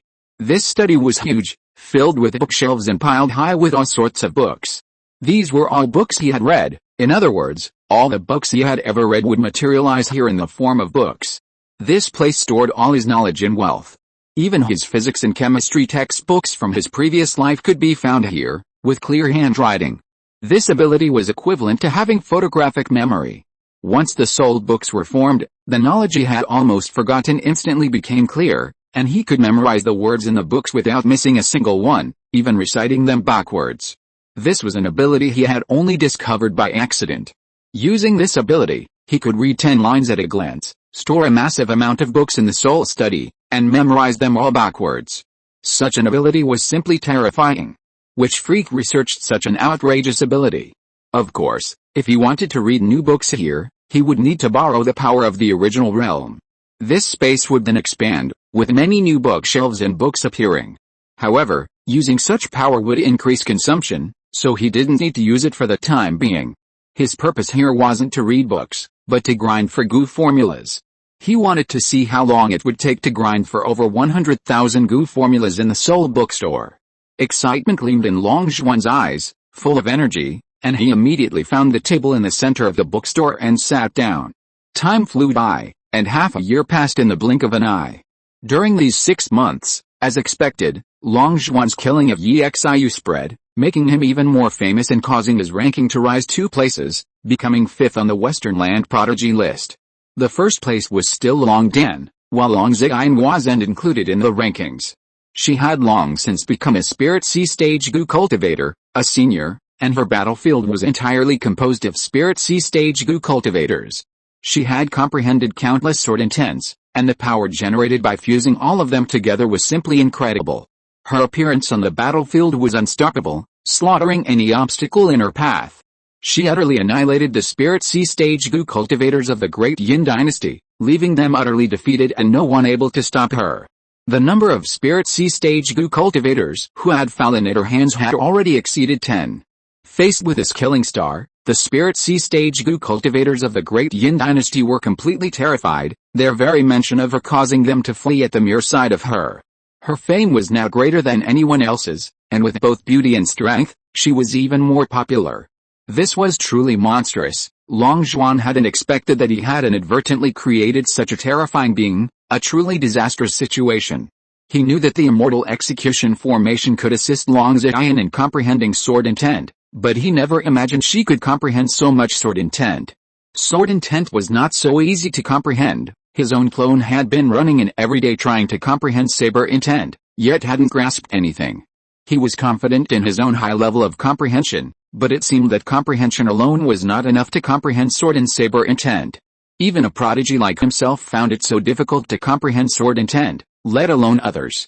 In other words, if anyone entered the immortal slaughtering formation, it would be impossible for them to simultaneously comprehend hundreds of sword intents like Long Zion. Such an exaggerated feat is simply beyond the capabilities of a normal person. A sword intent that doesn't align with one's own attributes and will is something one could never comprehend, even if killed 1,000,000,000 times by that sword intent. Only Long Zion could create such a miracle. Who knows how she managed to comprehend any sword intent? Chapter 215 The Dragon Clan's Hidden Hands. After 6 months of hard work, Long Zhuan finally completed the formula for his calamity poison goo. His current soul strength is only equivalent to slowing down the flow of time by 3 times, but don't mistake this for a 3-fold increase in his formula-making speed. Firstly, the more formulas he creates, the more knowledge he acquires, and the more experience he gains, the faster his self-creation speed naturally becomes. Secondly, the paper on the table in the soul study is illusory. Since paper can materialize, the words on it can also materialize. With a mere thought, words instantly appear on the paper, saving him the trouble of handwriting, a huge time-saving feat that greatly increases his formula-making speed. Therefore, the speed at which he completed the formula in the past 6 months is already considered slow. If he weren't frequently interrupted, his train of thought wouldn't be broken, and his speed could have been even faster. He was no longer stationed at the Mithril mine, he had returned to Black Rock City. After all, having a prodigy ranked 5th guarding a mine was a waste of his talent, so he was quickly transferred back. Upon returning to Black Rock City, he worked on the goo formulas while simultaneously sending his clones to collect the materials listed on them. The materials he could write on the formulas must exist in this world, though many were rare and difficult to collect. Fortunately, the Long clan's goo huts were now ubiquitous. After years of development, these huts had spread across all major regions. Therefore, insect species previously unavailable were now easily obtained, requiring only a small contribution. With these resource channels established, Long Zhuan had more than 10 times the number of insect species to choose from. This vast array of insects was enough to support his research into a 100,000 level goo formula. However, the 100,000 level goo formula required not only a large number of spirit insects but also extremely high overall quality, including a host of top-grade spirit insects. Long Zhuan was stunned. The 200 million contribution points he earned last time were simply not enough, so he had to hand over the longevity goo formula, which was effective against humans. The entire Long clan leadership went wild. 3 of their ancestors in the western lands were nearing the end of their lives. Their previous attempt to use the living wood had failed, and they were on the verge of death. But then the longevity goo suddenly appeared, and they were lively and energetic again, their backs and legs no longer aching, and they were all smiles. These ancestors had suddenly had their lives extended, making the Long clan no different from the newly emerged goo kings. The appearance of the longevity goo was incredibly helpful to the clan, a godsend for those dying ancestors. Furthermore, with the longevity goo, the Long clan would possess far more goo kings in the future than ever before. The increased lifespan of all the clan's goo kings meant that more goo kings would exist simultaneously within a certain time frame, a tremendous boost to the clan's fortune. Long Zhuan was immediately rewarded with 200 million contribution points by the excited Long clan leadership, and then a powerful and imposing black dragon was tattooed on his back. Upon learning that he had finally succeeded in developing the longevity goo formula, Elder Long, unsurprisingly, wept bitterly, drank several jars of wine that night, and sat for a long time before Long Hongai's grave. It's worth mentioning that, under the cunning arrangement of Long Yuanshan, the 3 goo king ancestors who had already consumed the longevity goo had all died of old age and were in their coffins. He planned to fake the deaths of the ancestors and then hide these 3 goo king ancestors to use as a surprise force. In this war with an uncertain fate, hiding the 3 goo kings would be of great use, perhaps even saving the Long clan from annihilation. Thus, by handing over the longevity goo formula, Long Zhuan gained a massive amount of contribution points. Through the resource channels the Long clan had established in various regions, he exchanged his enormous contributions for a vast quantity of rare spirit insects. He had still not used up all the experimental materials he had embezzled from the Western Long clan last time. Combining these 2 resources, he finally managed to gather enough materials to refine the calamity poison goo, allowing him to breathe a long sigh of relief. However, what troubled him now was that he already had too many dragon tattoos on his body, so many that there was simply no room left to draw more. The Tomb Raider, the Straw Raincoat goo, the Cement goo, the Dragon Blood Battle goo, and 2 types of longevity goo all added another dragon to his body, 6 ferocious dragons crawling all over him, leaving absolutely no space. Who tattoos like this? He was very distressed. After receiving the last batch of materials from his flame clone, Long Zhuan immediately began refining the goo. He first used the Straw Raincoat goo to teleport himself to a valley filled with poisonous gas. The valley was mostly concave, a natural refining ground for goo. It wasn't that he didn't want to refine goo at home, it was simply that the number of goo spirit insects was too enormous, and there was no vessel to contain their massive size. Refining goo insects of this level requires a valley basin as a vessel, the sky and earth as a vessel, or even a city as a vessel. Walled cities, also concave, are suitable vessels for refining goo, and are the favorite of demonic goo cultivators. Because the best place to refine the calamity poison goo is in a terrain filled with poisonous miasma, he carefully selected this location after much deliberation. Although it's far from Blackstone City, the area is filled with natural poisonous gas, making it a forbidden zone for humans. Few people would venture here, so Long Zhuan boldly decided to refine the goo here. In this secluded place, setting up an array and placing a clone to guard it would be foolproof. Long Zhuan wasn't even afraid of the poison of the myriad poison pearl, let alone the poison here. He boldly walked in and placed a myriad poison pearl directly in the center of the valley. Then, he and his clones opened one insect breeding bag after another, throwing all the poisonous insects inside into the valley. That's right, without exception, all the spirit insects in the insect breeding bags were poisonous insects, all kinds of poisonous insects, each more venomous than the last, some species capable of directly corroding a hole in the ground. It was precisely because this goo formula only used poisonous insects that Long Zhuan eliminated most of the spirit insects, which is one of the reasons why the calamity poison goo formula was developed so quickly. To be honest, he didn't know the principles behind the creation of the calamity poison goo, nor did he know what role the myriad poison pearl would play in the process. He was completely clueless.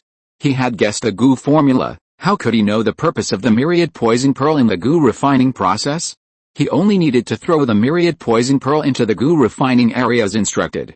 He didn't need to know the process, he only needed to know the result.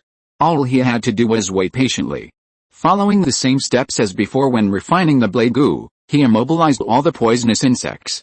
After about 30 attempts, he could finally see the large progress bar above the area. He smiled, snapped his fingers, and all the poisonous insects instantly woke up.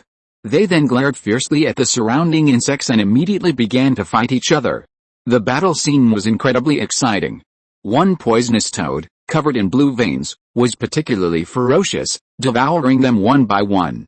The area had become its buffet, neither high-grade nor top-grade goo insects could withstand its attacks. But there's always someone stronger. It was quickly swallowed whole by a larger, more powerful toad that had devoured even more poisonous insects. This toad, too, soon encountered an opponent, a gigantic venomous snake, flicking its tongue and lunging to bite.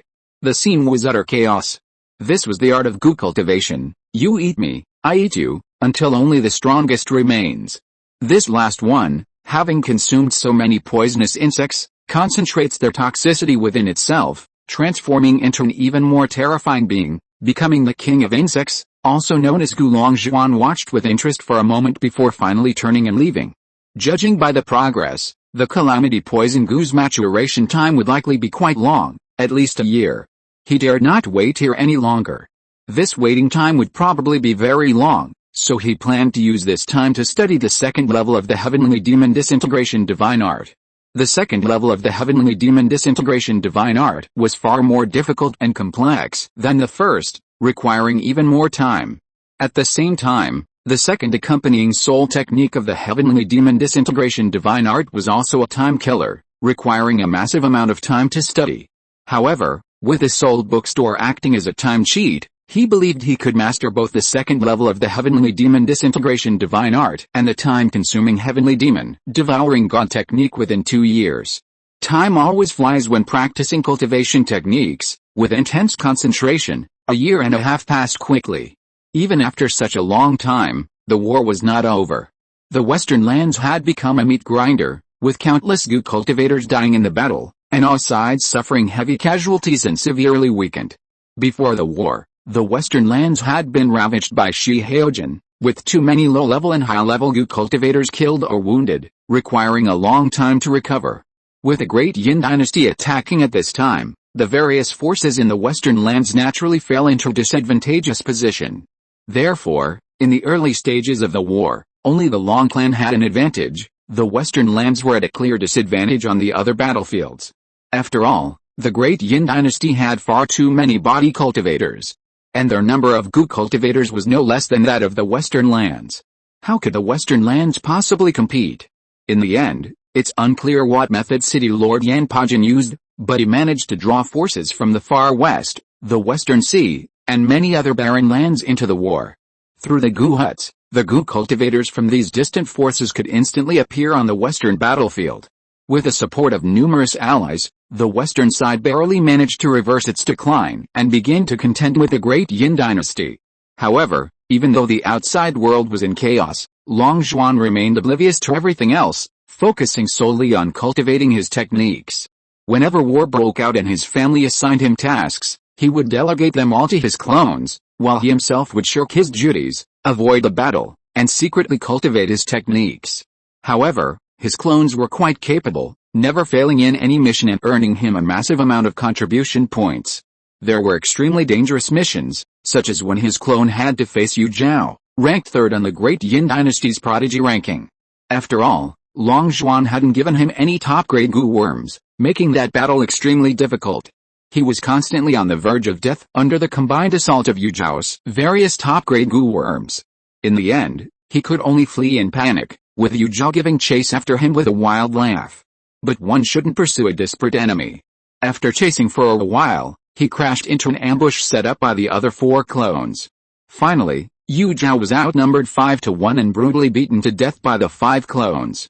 Yu Zhao's death once again greatly enhanced Long Zhuan's reputation, causing his ranking to rise again to third on the Western prodigy list. His fame soared, and he became incredibly popular. Chapter 216 Calamity Poison Gu. However, a major event recently occurred in the Western lands. After such a long time, the Great Yin dynasty finally found a way to counter the Suogu. With the Long clan losing the Suogu's effectiveness, the war has become unpredictable once again. In fact, there are many ways to counter the Suogu. Any method that can restrict teleportation arrays can be used to restrict the Suogu. For example, the anti-air formation used by the Long clan in the Zhengjin mines can disable the Suogu's teleportation ability. Other forces certainly possess similar formations. However, the Long clan's Gu cultivators use the Suogu for map-wide teleportation. While the formation's influence is extremely limited, the Suogu can simply teleport at the edge of the formation. Therefore, in this war, the anti-air formation has very limited effect on the Long clan, who are constantly moving across the map. There are countless other Gu worms that can kill the Suogu, but these Gu worms are incredibly slippery and don't fight any other Gu worms. When things get dangerous, they flee into the void, making them impossible to catch. Therefore, although there are many ways to counter the Suogu, the Great Yin dynasty has no way to deal with it. Despite years of dedicated research by the entire Great Yin dynasty, they failed to develop an effective means to control the Suogu. Instead, they suffered heavy losses in recent years due to the Suogu army's sneak attacks, including the burning of their grain supplies and the near destruction of their teleportation array. Finally, the Great Yin dynasty's emperor, in desperation, decided to sacrifice himself, ignoring the advice of his officials, and stubbornly threw a boundary pearl into the spatial rift in this region. The boundary pearl is a powerful innate spiritual treasure, and a rare one with special attributes.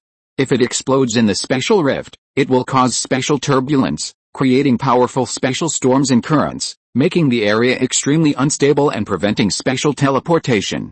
This is a method to restrict spatial teleportation arrays. The explosion of the boundary pearl will disable all teleportation arrays in an area, including those used against the Suogu. Now, neither the teleportation arrays nor the Suogu huts in the Western lands are usable. Not that they are completely unusable, but anyone using spatial teleportation at this time risks mysteriously disappearing. Indeed, this method also limited the Great Yin dynasty itself, rendering their large teleportation array, capable of transporting over 100 people simultaneously, unusable. Moreover, spatial turbulence wouldn't coincidentally be confined to only the western lands. Once it occurs, its impact is far too widespread and lasts an extremely long time. Not only the western lands and the Great Yin dynasty are affected, but surrounding regions will also be impacted to varying degrees. This is why the Great Yin dynasty has been hesitant to use this method. Otherwise, they would offend a large number of forces with teleportation arrays, stirring up a hornet's nest. Unless they quelled the matter with massive resources beforehand, the consequences would be unimaginable. Using such a method would leave the Great Yin dynasty either with enemies on all sides or with its treasury severely depleted, a Pyrrhic victory, a last resort. It seems the Great Yin Emperor was truly driven to desperation by the Long Clan's treacherous schemes, leaving him no choice but to resort to this desperate measure. Both the forces involved in the war and the surrounding powers observing the conflict were shocked by the Great Yin Emperor's madness. Perhaps it was because his lifespan was nearing its end, and he couldn't wait any longer. It's not surprising that an old emperor would go mad for the sake of extending his lifespan. He might even drag the entire empire down with him. The fact that the Suogu couldn't be used during this period was truly a major issue, especially its impact on the Long Clan. It was practically fatal. Therefore, the Long Clan had been quiet for a while, and Long Zhuan's tasks had decreased. With his mind at peace, Long Zhuan's inspiration flowed freely, and he immediately succeeded in researching the second level of the Heavenly Demon Disintegration Divine Art and the Heavenly Demon Devouring God Technique. He immediately handed over his new research results to his clone for cultivation. Don't underestimate the clone just because he had only been cultivating the Heavenly Demon Disintegration Divine Art for a few years. A person's soul aptitude depends entirely on the strength of their innate soul. Long Zhuan had 2 lifetimes and possessed 2 triple souls and 7 spirits. His soul aptitude was not just high, it had already surpassed the highest limits of humanity. This meant that his soul refinement speed was far faster than his body refinement and spirit refinement. If Long Zhuan was a waste in spirit refinement, then he was a genius in soul refinement, and a rare genius in the world. His soul aptitude was definitely beyond the heavenly grade. With his 5 clones simultaneously cultivating the Heavenly Demon Splitting Divine Art, his cultivation speed was essentially 5 times faster than his monstrous talent. Therefore, his soul refining speed was terrifyingly fast. In just a few years, he had completely perfected the first level of the Heavenly Demon Splitting Divine Art, and now it was time to cultivate the second level. He had just finished researching the second level of the technique, and his clones could take over. As for the Heavenly Demon Devouring God Technique, his clones could cultivate it simultaneously. The Heavenly Demon Devouring God Technique could create countless fragments of souls to possess those around him, but dividing the soul into countless parts inevitably resulted in each soul having weak soul power. Therefore, cultivating the Heavenly Demon Devouring God Technique would not be effective against those of similar cultivation levels, nor would it be effective against those who specialize in soul cultivation. Although this technique was heaven-defying, it could only become a powerful clearing ability, allowing him to ignore attacks from countless lower-level cultivators, fearless of human wave tactics, and even able to fight his way in and out of the 10 great armies 7 times. Therefore, although the strength of this technique did not exceed expectations, Long Zhuan still planned to focus on cultivating it. That day, Yan's clone rushed over. Just as Long Zhuan was about to ask what had happened, Yan tossed him a breeding bag. Long Zhuan was startled, but after catching the bag and peeking inside, he was immediately shocked and stood up abruptly. This is the Calamity Poison Goo? It's finally been refined. Overjoyed, Long Zhuan quickly took out a green toad that was fast asleep inside and excitedly hugged it to his chest. The toad was rather large and heavy, but Long Zhuan beamed with delight, as if he were holding some precious treasure. By the way, what about the myriad poison pearl? What happened to it? Suddenly remembering something, Long Zhuan quickly looked up and asked Yan's clone. It swallowed it whole, right there in its throat, and it seems to have become its inner core. All its domineering poisonous spiritual power is stored in its inner core. Its inner core can absorb toxins, release toxins, and even spit it out to attack enemies from a distance, but the inner core is completely integrated with the Calamity Poison Goo. It's part of its body and cannot be separated too much, otherwise it will lose its essence and spirit. Whether the inner core is damaged or lost, the Calamity Poison Goo will suffer a significant loss of strength. The myriad poison pearl has completely become an inseparable part of its inner core. However, while the inner core can greatly enhance the Calamity Poison Goo's combat power, it also becomes a weakness. Once the calamity poison goo's inner core is destroyed by an enemy, the goo worm is basically useless. An inner core made from the myriad poison pearl can never regenerate unless another myriad poison pearl is found. Hearing this, Longzhuan nodded, finally understanding the role of the myriad poison pearl in the process of refining the calamity poison goo. He hadn't expected the myriad poison pearl to exist in the goo worm's body as an inner core. It was truly a peculiar goo refining process. After the myriad poison pearl becomes an inner core, its strength will only be greater than the original myriad poison pearl. Its power will never be weaker. However, this weakness is too fatal. While the inner core brings the calamity poison goo heaven-defying combat power, it also becomes its weakness. It is vulnerable to loss and attack. Yi Xiu died because of this weakness. At this moment, Longzhuan had made up his mind to ensure that the calamity poison goo would never spit out its inner core under any circumstances. As long as it didn't spit out its inner core, it would be foolproof. Overall, he was very satisfied with this calamity poison goo, and couldn't help but stroke its back. It was quite smooth, to be honest. While stroking its smooth back, Longzhuan pondered the issue of its transformation. He already knew the method of the calamity poison goo's transformation when he wrote the goo formula description.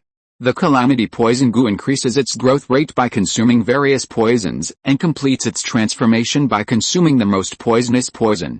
This sentence was in the description, and when he deliberately filled in this sentence, the progress did not disappear, which meant that his idea was feasible. He only needed to find the most potent poison for the calamity poison goo to trigger its immediate transformation. The calamity poison goo's transformation process required a different poison formula for each transformation, and these formulas had to be the most potent. This meant he frequently needed to grind for incredibly potent poison formulas, which was causing him liver pain. He had been working himself to the bone in his secret chamber for years and really didn't want to continue. Was there any shortcut to directly find a poison that met the calamity poison goo's transformation requirements?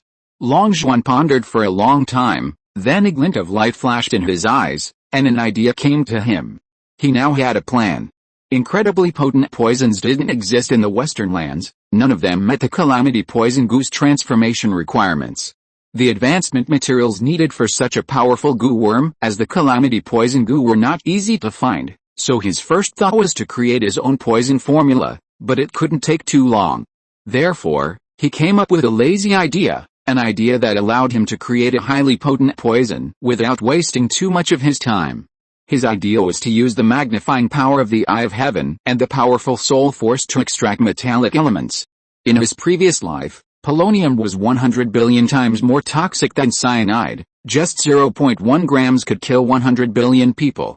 Plutonium was 486 million times more toxic than arsenic. 5 grams could kill all of humanity. The more Longzhuan thought about it, the brighter his eyes became. In his previous life, these elemental toxins were practically invincible.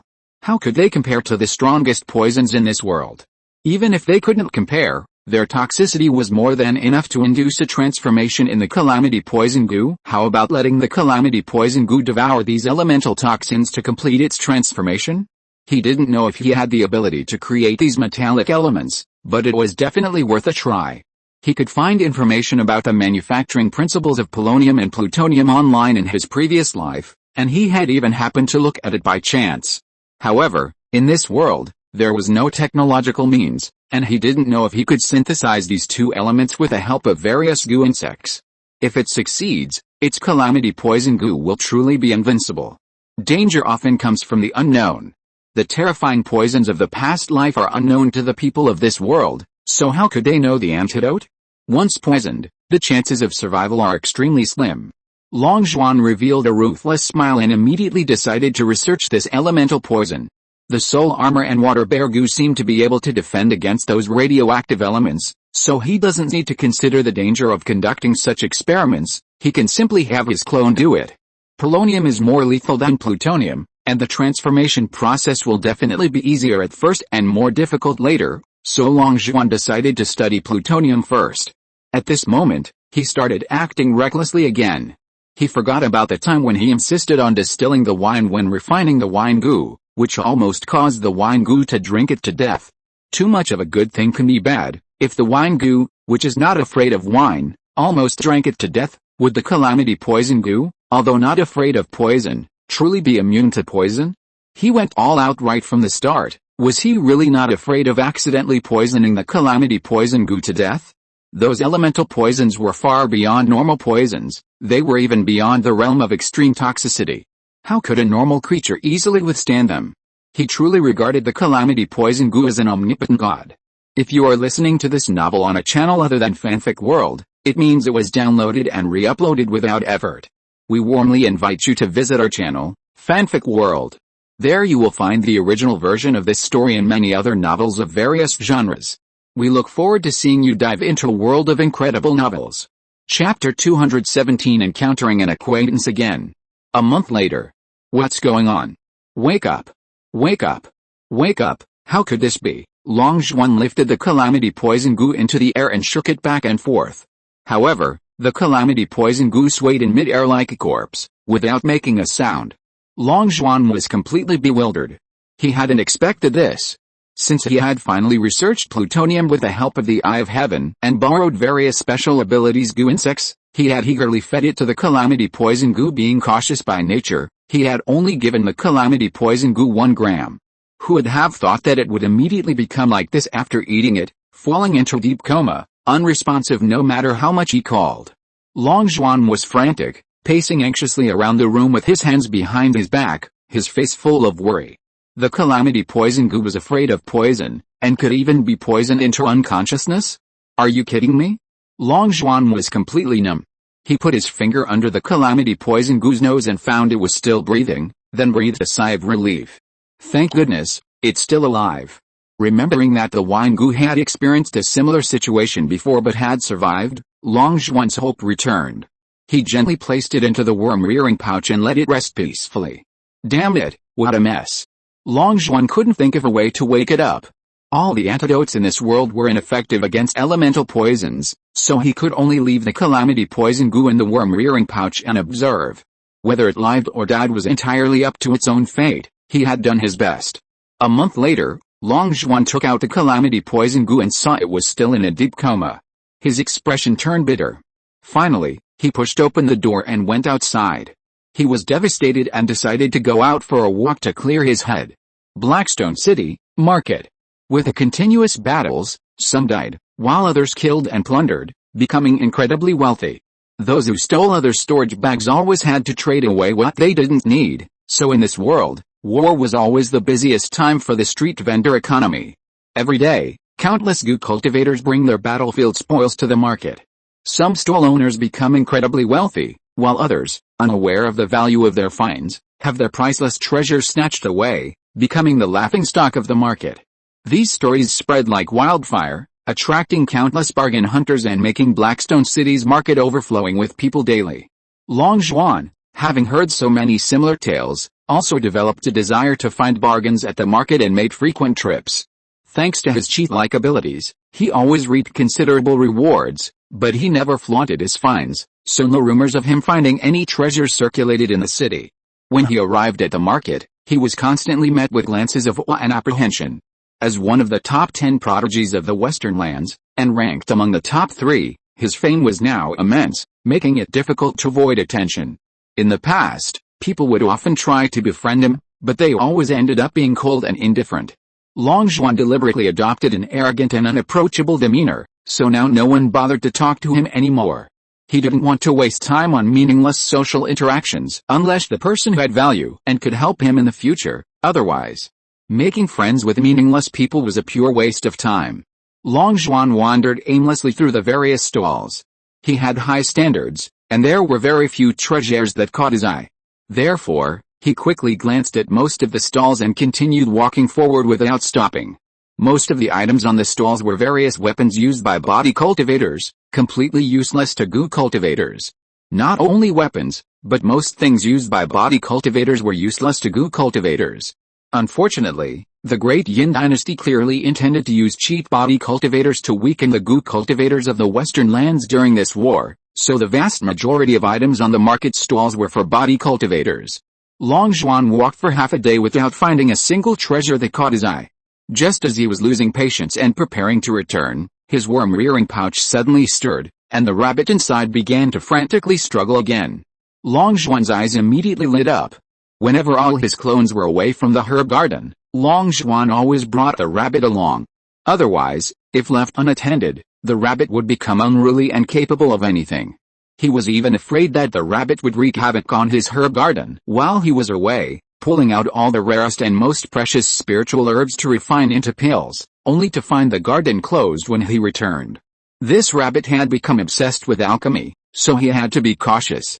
To be on the safe side, he had brought the heavenly dream dragon silkworm along, not daring to leave it alone in the herb garden. Having already suffered one mishap, he was sure to learn from his mistake. Unexpectedly, bringing the rabbit along this time proved to be the right decision, yielding an unexpected reward. This rabbit was a treasure-hunting rabbit. Its sense of smell for spiritual herbs was incredibly acute. No method of blocking the scent of spiritual herbs could escape its nose. Its standards were extremely high. Anything that could excite it like that couldn't possibly be a 4th grade spiritual herb. And 5th to 10th grade spiritual herbs didn't grow in this world, so it was easy to imagine what grade of herb could excite a rabbit like that. Long Xuan's eyes grew brighter and brighter. He couldn't possibly take the rabbit out in public, but understanding its meaning was no problem. Guided by it, Long Xuan walked straight in one direction, and soon arrived at a stall. The stall owner was actually a very familiar face, and the bottles and jars on his stall were so familiar, making him vaguely recall when he first transmigrated to this world. "Old Taoist Li, it's you? What brings you here?" Long Xuan exclaimed instinctively. That's right, the stall owner was none other than old Taoist Li, the first friend he made in this world. He thought the two of them would never cross paths again, but unexpectedly, they met again here. He couldn't help but marvel at how small this world was. At this moment, old Li was already at the marrow cleansing stage, and even at the late stage, yet he was at the same level as him. Clearly, this chosen one had encountered some great opportunity somewhere. Furthermore, the treasure the rabbit had guided him to was in his storage bag. How could a poor rogue cultivator possess such a heaven-defying treasure? He must have had another extraordinary opportunity. Long Xuan couldn't help but sigh. With such frequent encounters with opportunities, his status as the chosen one was undeniable. Upon seeing this familiar face, old Li was momentarily stunned, but quickly recovered and said with a wry smile, "I didn't expect you to recognize me, it's been so many years. Your reputation is quite impressive now, ranking 3rd among the 10 great prodigies of the Western lands. I can't believe you're my good brother. When I first met you, I knew this young man was destined for greatness, so I decided to befriend you and pestered you every day. Looks like my judgment of character is spot on. It seems I'm about to rise to prominence," old Li joked, showing no sign of awkwardness despite their drastic changes in status. "You still haven't told me how you got here. Are Dizin and the little medicine boy here too?" Long Xuan squatted down and asked curiously. Seeing someone so familiar with Long Xuan, one of the 10 great prodigies, many people nearby turned their attention to old Li and memorized his appearance. Some even began to consider befriending him. Anyone who knows a big shot is a potential asset. Once that big shot remembers a past relationship, these people will rise to prominence sooner or later. Isn't it obvious why I'm here? Your Lord Yan, in his fight against the great Yin dynasty, has been selling land everywhere, drawing forces from many impoverished regions into his camp against the great Yin dynasty. After the bloodshed of the great Yin dynasty in Shi Heojin, a large area of land in the western lands has indeed been cleared. Forces in impoverished areas dream of developing in more prosperous places. Now that an opportunity to settle in the western lands is presented to them, how could they not be tempted? So they were all tricked into joining the alliance by Lord Yan. I had previously joined a force called the Loose Cultivator Alliance, and I was also forced into this war, and the little medicine boy, because of the spirit gathering pills you refined, broke through long before me, and because he cultivated the technique obtained from that cave, his progress was rapid, reaching the peak of the marrow cleansing stage a long time ago. However, since he came to the western lands, he has always told me that he feels a voice calling him from the far east. Because of this voice, he is preoccupied and distracted, and finally, he couldn't control himself and went to find that voice. No matter how I tried to dissuade him, I couldn't. I have a feeling that his search for that voice can't possibly be anything good. As for that Dizin, she traveled everywhere visiting the treasure vaults of various races, eventually becoming so audacious as to even covet the 7 great races. This angered both heaven and man, leading to her being hunted down by a coalition of major powers in the far west. She was already driven to the western lands long before I arrived, After arriving in the Western lands, I inquired about her. It's said that even after arriving, she didn't rest, constantly visiting the treasure vaults of various powers. In the end, she offended all the major races of the Western lands, and was then hunted down by a coalition of powers. Unable to survive in the Western lands, she continued eastward, continuing to wreak havoc on the eastern regions. Following her actions, she'll anger all the local powers wherever she goes, and then be hunted down by a coalition of forces. She'll frequently change maps, constantly heading east, until she reaches the very center of this world. I have a feeling that as long as she doesn't die, she's destined to become a demon, and a great demon rarely seen in the world. Old Lee's expression turned solemn. He frowned and sighed. Her actions are far too reckless and dangerous.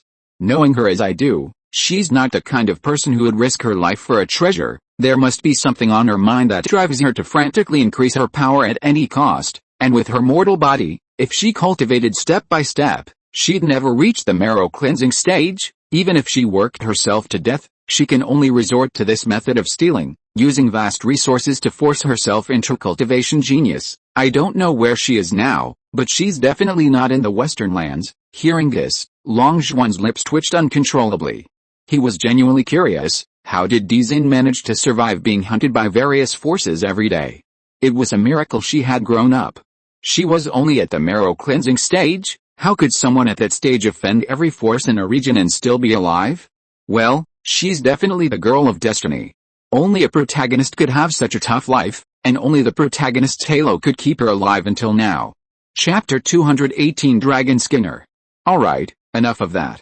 Since you've broken through the marrow cleansing stage and cultivated to your current level so quickly, you must have had some great opportunities.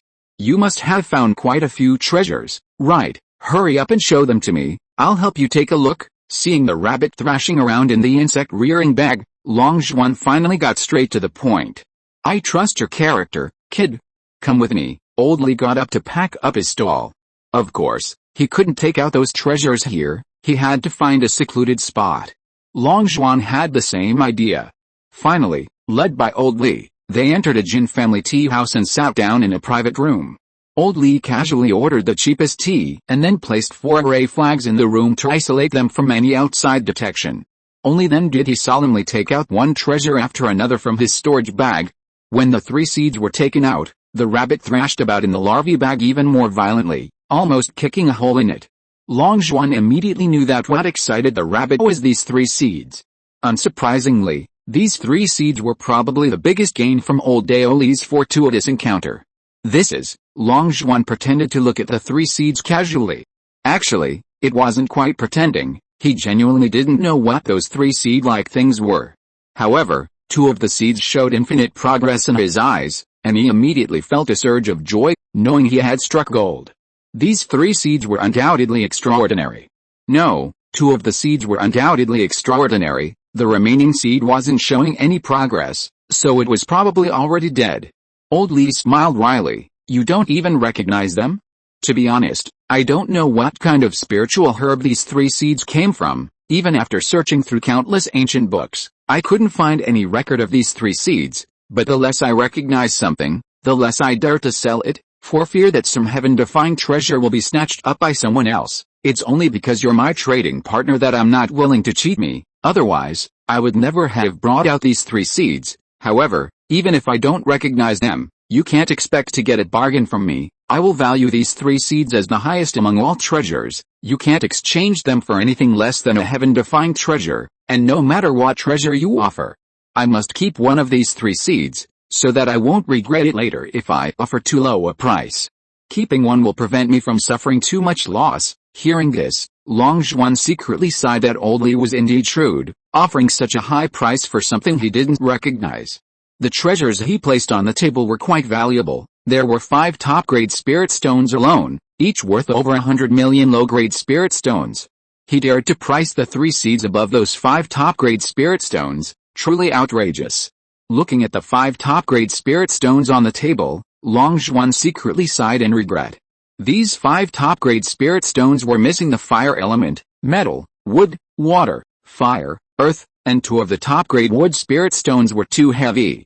If he could replace the wood attribute top-grade spirit stone with a fire attribute one, he could complete a 5 elements reversal array plate. For years he had been collecting materials for the 5 elements reversal array plate, and so far he was only missing 5 top-grade spirit stones of each of the 5 elements. He was determined to trade these 5 top-grade spirit stones today, no matter what. The 5 top-grade spirit stones with their approximate price tags are manageable, but these 3 seeds are a different story. Old Taoist Li is clearly trying to take advantage of them, and he's obviously aiming to raise the price. It won't be so easy to acquire them. To get these 3 seeds, we'll probably have to lure old Taoist Li with something he desperately needs. After thinking for a moment, Long Zhuan reached into his insect breeding pouch, pulled out a small bottle, placed it on the table, and said with a smile, although you've broken through to the marrow cleansing stage, doubling your lifespan, your breakthrough speed was far too slow, consuming too much of your lifespan. Therefore, even if you successfully break through to the marrow cleansing stage, you'll still look old, and with your aptitude, the remaining lifespan might not even be enough to support you until you break through to the Spirit Sea stage, so you definitely need a treasure that can extend your lifespan. This is a longevity goo I found in an ancient tomb. Eating 1 longevity goo is enough to extend your lifespan by 800 years, restoring your youth and regaining your vigor. What's the value of extending lifespan by 800 years? Look at the auction of living wood in Black Rock City. Living wood that only extends lifespan by 500 years could fetch a sky-high price of 400 billion. Then my longevity goo, which can extend lifespan by 800 years, shouldn't you ask for 100 billion? It's not unreasonable, is it? Considering our good relationship, I'll give you a 90% discount. I'll take everything on this table. That's right. What Long Zhuan was preparing to trade with old Taoist Li was his self-created unique goo worm, the longevity goo. In order to cultivate a longevity goo with a lifespan of 1,000 years for Long Ziyan, he had refined a bunch of longevity goo with lifespans less than 1,000 years. Although these longevity goo were incredibly valuable, he simply couldn't dispose of them. Considering the tragedy caused by the living wood incident last time, a treasure that only increased lifespan by 500 years could trigger countless goo kings to fight. How could he dare to sell longevity goo? Would that be suicidal? Giving them directly to the Long clan in exchange for contribution points was even more impossible. If you were to actually take out that pile of longevity goo, wouldn't that be admitting he had embezzled funds during his research on the Dragon Blood Battle goo? Therefore, these longevity goo were completely stuck in his hands. He only had 1,000-year longevity goo, which he had already given to Long Ziyan. The remaining longevity goo had a maximum lifespan of 800 years, roughly 3 in total. This time, he planned to use 1 to entice old Taoist Li. He completely trusted old Taoist Li, so he confidently took out the 800-year longevity goo. Upon hearing Long Zhuan's words, old Li felt an urge to vomit blood. Good heavens! He already thought he was being incredibly greedy, but Long Zhuan was even more outrageous. He wasn't just being greedy, he was practically begging for a fortune. He dared to demand 100 billion. He was insane. Why didn't he just rob him? He might as well just kill him. Even if he sold his underwear, he couldn't scrape together 100 billion. Old Li's face turned black and white and turns. So? What's your decision? Either give me 100 billion, or give me everything on the table. If you don't agree, I'm leaving now. We can still be on good terms even if the deal falls through, Long Zhuan urged. Old Li's face twitched uncontrollably. Good terms? What good terms? He actually had the nerve to talk about good terms with him. But this time, Long Zhuan had truly hit his weak spot. Let's not forget that he's indeed running out of lifespan. The bottleneck between the marrow cleansing stage and the Spirit Sea stage is an insurmountable chasm, like 1,000 soldiers crossing a single plank bridge, extremely difficult to cross. He needs ample time to gather massive amounts of resources to overcome the hurdle. Moreover, lifespan is something he'd fight tooth and nail for. Even if he didn't lack it, he'd do it at any cost. Who wouldn't want to live another 800 years? Even if it meant going bankrupt to gain an extra 800 years, it would be worth it. Old Li took a deep breath, his gaze fixed intently on the longevity goo on the table, his breathing becoming increasingly rapid. He couldn't remain calm in the face of this treasure. But this skinflint's demands were outrageous. He wanted to take all the treasures on his table, or even demand 100 billion. This was practically trying to kill him. These were his most precious possessions. Wasn't this taking his life? So?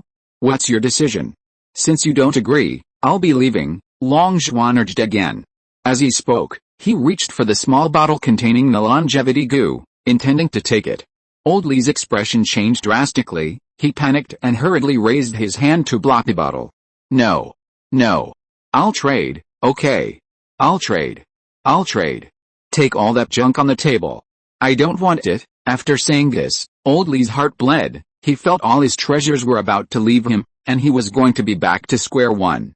He quickly picked up the small bottle and held it to his chest, as if only this small bottle could soothe his wounded soul. Ha, then I'll take the loss and accept this junk for you. No need to thank me. Long Zhuan laughed loudly, completely excited, frantically sweeping the items on the table into his storage bag. Especially those 3 seeds, he absolutely wouldn't let them go. Wait a minute. We agreed beforehand that no matter what treasures you bring out, I must keep one of these 3 seeds. I, Li Leodeo, always keep my word. I never take back what I've said, therefore, you can only take 2 of these 3 seeds. You absolutely must leave one for me. Seeing that Long Zhuan was about to put the 3 seeds into his storage bag, Li Leodeo hurriedly stopped him, calling out, here you go. Seeing how pitiful you are, I'll just have to take the loss. Who told me to be so kind? With that, Long Zhuan tossed the inactive seed, which wasn't showing any progress, to Li Leodeo, pretending to be very generous. Li Leodeo quickly caught it and carefully put it back into his storage bag. At this moment, he was filled with regret. Why had he brought out so many treasures? He should have only taken one of these 3 seeds. It was his own fault for being so impulsive. Now, they were all taken. Old Li gave him a resentful look, then glared and said, you're ruthless, kid. You've really emptied my storage bag this time. Looks like I'll have to find another opportunity to replenish it. I was worried about the danger of this opportunity and didn't want to go, but now I have to go to make up for some of the losses. There's a great opportunity tomorrow. Are you planning to come with me? As soon as Old Li finished speaking, Long Zhuan jumped in fright, involuntarily shuddering. Here we go again? Is this another 100% safe thing? He was truly terrified. Could Old Li stop messing with him and instead cause trouble for others? This Old Li is cursed, plagued by bad luck. Every time Li goes somewhere, something bad happens. Going out with him is never a good idea. Chapter 219 Old Master Li's Golden Finger. Excuse me for asking, but how many people died during your quest for these 3 seeds? What happened to your teammates? Long Zhuan stared intently at him. Faced with his probing question, Old Li's expression turned unnatural.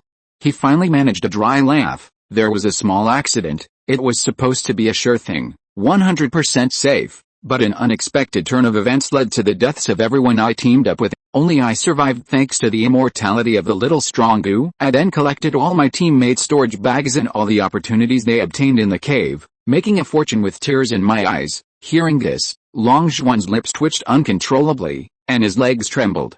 He knew it. Going out with this Old Li was never a good idea. Whoever stayed with him was doomed. It was only because he was lucky that he hadn't been scammed by Old Li several times. So, are you going to tell me again that this treasure hunt is 100% safe, with money everywhere on the ground, ready to be picked up? Long Zhuan said with a forced smile. Old Li glanced at him and smiled wryly. I know what you mean, but you've misunderstood this time. This wasn't a scheme I orchestrated. Those participating in this mission are the top geniuses of the Western lands. I'm the weakest among them. How could I dare get involved? I don't feel entirely safe on this mission. In fact, I feel it's extremely dangerous. Every time I have the thought of participating, I feel a pang of anxiety, and my right eyelid keeps twitching, as if something bad is about to happen. So, I originally didn't want to participate, but after meeting you, my anxiety disappeared, and my right eyelid stopped twitching. I don't know if it's just psychological. I always feel that this mission is only 100% safe with you. Without you, everyone going tomorrow will die. I have great faith in my intuition. To be honest, during that trip to the cave in the far west, it was precisely because of this terrifying intuition that I stepped on all the correct stone pillars. Otherwise, do you really think anyone's luck is that incredible? It's also because of this terrifying intuition that I've survived until now. Every time I tell you it's 100% safe, it's been accurate. It's all from my intuition, and it's never been wrong, even though there have been unexpected events each time. We haven't died, have we? As long as we're alive, it's 100% safe. My predictions are correct, so, my answer this time is still 100% safe, but only if you're on this mission. Otherwise, I absolutely won't go. Let me make this clear beforehand, my 100% safety means you definitely won't die, but this time, like the last few times, there will definitely be various unexpected events, even seriously injuring you. Be prepared." Hearing this, Long Zhuan was shocked and looked at him with surprise. He sighed inwardly. Is this the golden finger of this chosen one?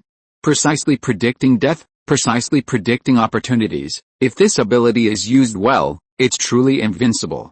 Being able to accurately predict death means that person is impossible to kill, equivalent to an immortal being. And someone who can always laugh last is destined for greatness, destined to become one of the strongest in this world, given his apparent ability to foresee opportunities and the countless heaven-defying treasures he would undoubtedly possess in the future. It would be strange if he didn't grow stronger. Long Zhuan's gaze turned serious as he looked at him. If what this old Taoist Li said was true, and his premonitions were indeed 100% accurate, then he really needed to reconsider. What this old Taoist Li said made some sense. Although they had encountered danger every time they teamed up, the final result was that no one died, just as he said, 100% safe. His premonitions were very accurate. However, his 100% safety only meant that they would definitely not die, not that there would be no accidents. If this was the case, then this time it was truly worthwhile. He had a 100% premonition of safety again. If his premonitions were truly accurate, although there would definitely be danger this time, he would definitely not die. And as long as he didn't die, it wasn't a big deal. Long Zhuan's eyes showed a thoughtful expression. Just as he was about to ask about the details of the mission and what treasures this mission would yield, his storage bag moved. He reached into his storage bag and quickly retrieved a communication talisman. Since the ban on the Suogu hut, the Long clan had reverted to their primitive communication methods, using consumable communication talismans to communicate with each other, which was extremely inconvenient. Not many people had exchanged communication talismans with him, but Long Dan was one of them. This particular talisman belonged to Long Dan. Curious about what he wanted to discuss, Long Zhuan quickly picked up the talisman and read it. The gist of it was that he had accidentally discovered a heaven-defying treasure and planned to invite all the city's geniuses to search for it the next day. They were gathering at the Jin clan restaurant today to discuss the matter, and this talisman was an invitation to him. However, Long Dan was vague about what treasure they were going to search for, offering no detailed explanation. Long Zhuan was stunned. Could the place Li Liodao mentioned be the same place as Long Dan's? Was Long Dan the one who organized this gathering? What kind of suicidal act was he doing, trying to drag him into it? Judging from Li Liudao's words, without him, everyone going tomorrow would be doomed. Long Zhuan's eyes darted around, deciding to first find out what the mission was. Not long after, Long Zhuan and Old Li entered Jin's restaurant and headed towards the number 1 private room. Upon opening the door, all eyes immediately turned to them. Long Zhuan was startled when he recognized the source of those gazes. Among them were not only Long Dan, ranked first among the 10 great prodigies, but also Shikun, ranked 4th, Lei Shun, ranked 6th, and Bioran, ranked 7th. Adding himself, ranked 3rd, 5 of the 10 great prodigies of the Western lands were now gathered. What was Long Dan up to, making such a grand spectacle? At this moment, half of the 10 great prodigies of the Western lands were gathered in the room, along with the rest, all renowned experts from various factions within the Western lands. There were geniuses from various clans in Blackstone City, as well as geniuses from outside Blackstone City, and even many highly famous rogue cultivators. About 30 people were gathered here, all renowned experts from the Western lands, a considerable number of whom were invincible among their peers. The overall quality of this group was incredibly high. They were the elite of the battlefield. With such a force united, what mission couldn't they accomplish? Upon seeing that the newcomer was Long Zhuan, ranked 3rd on the prodigy ranking, many in the room narrowed their eyes, revealing expressions of apprehension. Good heavens, even the formidable 3rd-ranked prodigy has arrived. Now 5 of the top 10 on the prodigy ranking are here. What exactly are you planning to do that requires so many experts? Lei Shun asked anxiously, looking at Long Dan, who sat at the head of the table. The others also looked at Long Dan, their expressions grave. They had all been summoned by Long Dan using communication talismans. They had to give face to the number 1 genius on the prodigy ranking, so even though they were busy, they made time to attend this gathering. But seeing so many renowned geniuses at the gathering, everyone was astonished. They couldn't believe Long Dan needed to gather so many famous geniuses. They wouldn't believe it unless it was extremely dangerous. Therefore, everyone was now on high alert, already considering excuses to refuse. Long Dan looked slightly surprised when Long Zhuan entered the room. This guy always avoided war and never did any missions. He thought this guy wouldn't come, but he actually showed up. He was a little surprised. Had the sun risen in the west? Long Zhuan was the last to arrive. He and Li Liudao had already found a place to sit. After everyone had arrived, Long Dan looked around and finally spoke. I originally wanted to call all 10 of the top geniuses on the prodigy ranking. Unfortunately, everyone has a mission to do, so it's impossible for them to appear at the same time. I can only gather 5 at most. The rest are all experts second only to the top 10 geniuses, and their combat power is not much inferior to these 10. These people include people from Blackstone City, people from the outer city, people from other regions, and rogue cultivators, but without exception, those I have chosen are basically invincible in combat power among their peers. With such a powerful force gathered together, I think you all don't need to worry too much about safety. Now let's get down to business. I think you have all heard about me killing Qin Bian, right? Long Dan's voice suddenly stopped.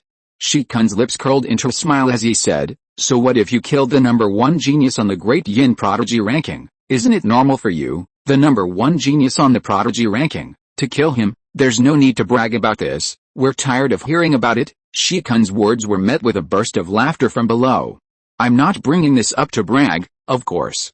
I'm not that bored. Long Dan took a sip of her wine, her eyes filled with excitement and worry, before finally sighing. Before Qin Bian died, he told me the secret of a heaven-defying treasure, wanting to exchange it for his life. You all know my personality. I always eliminate problems completely.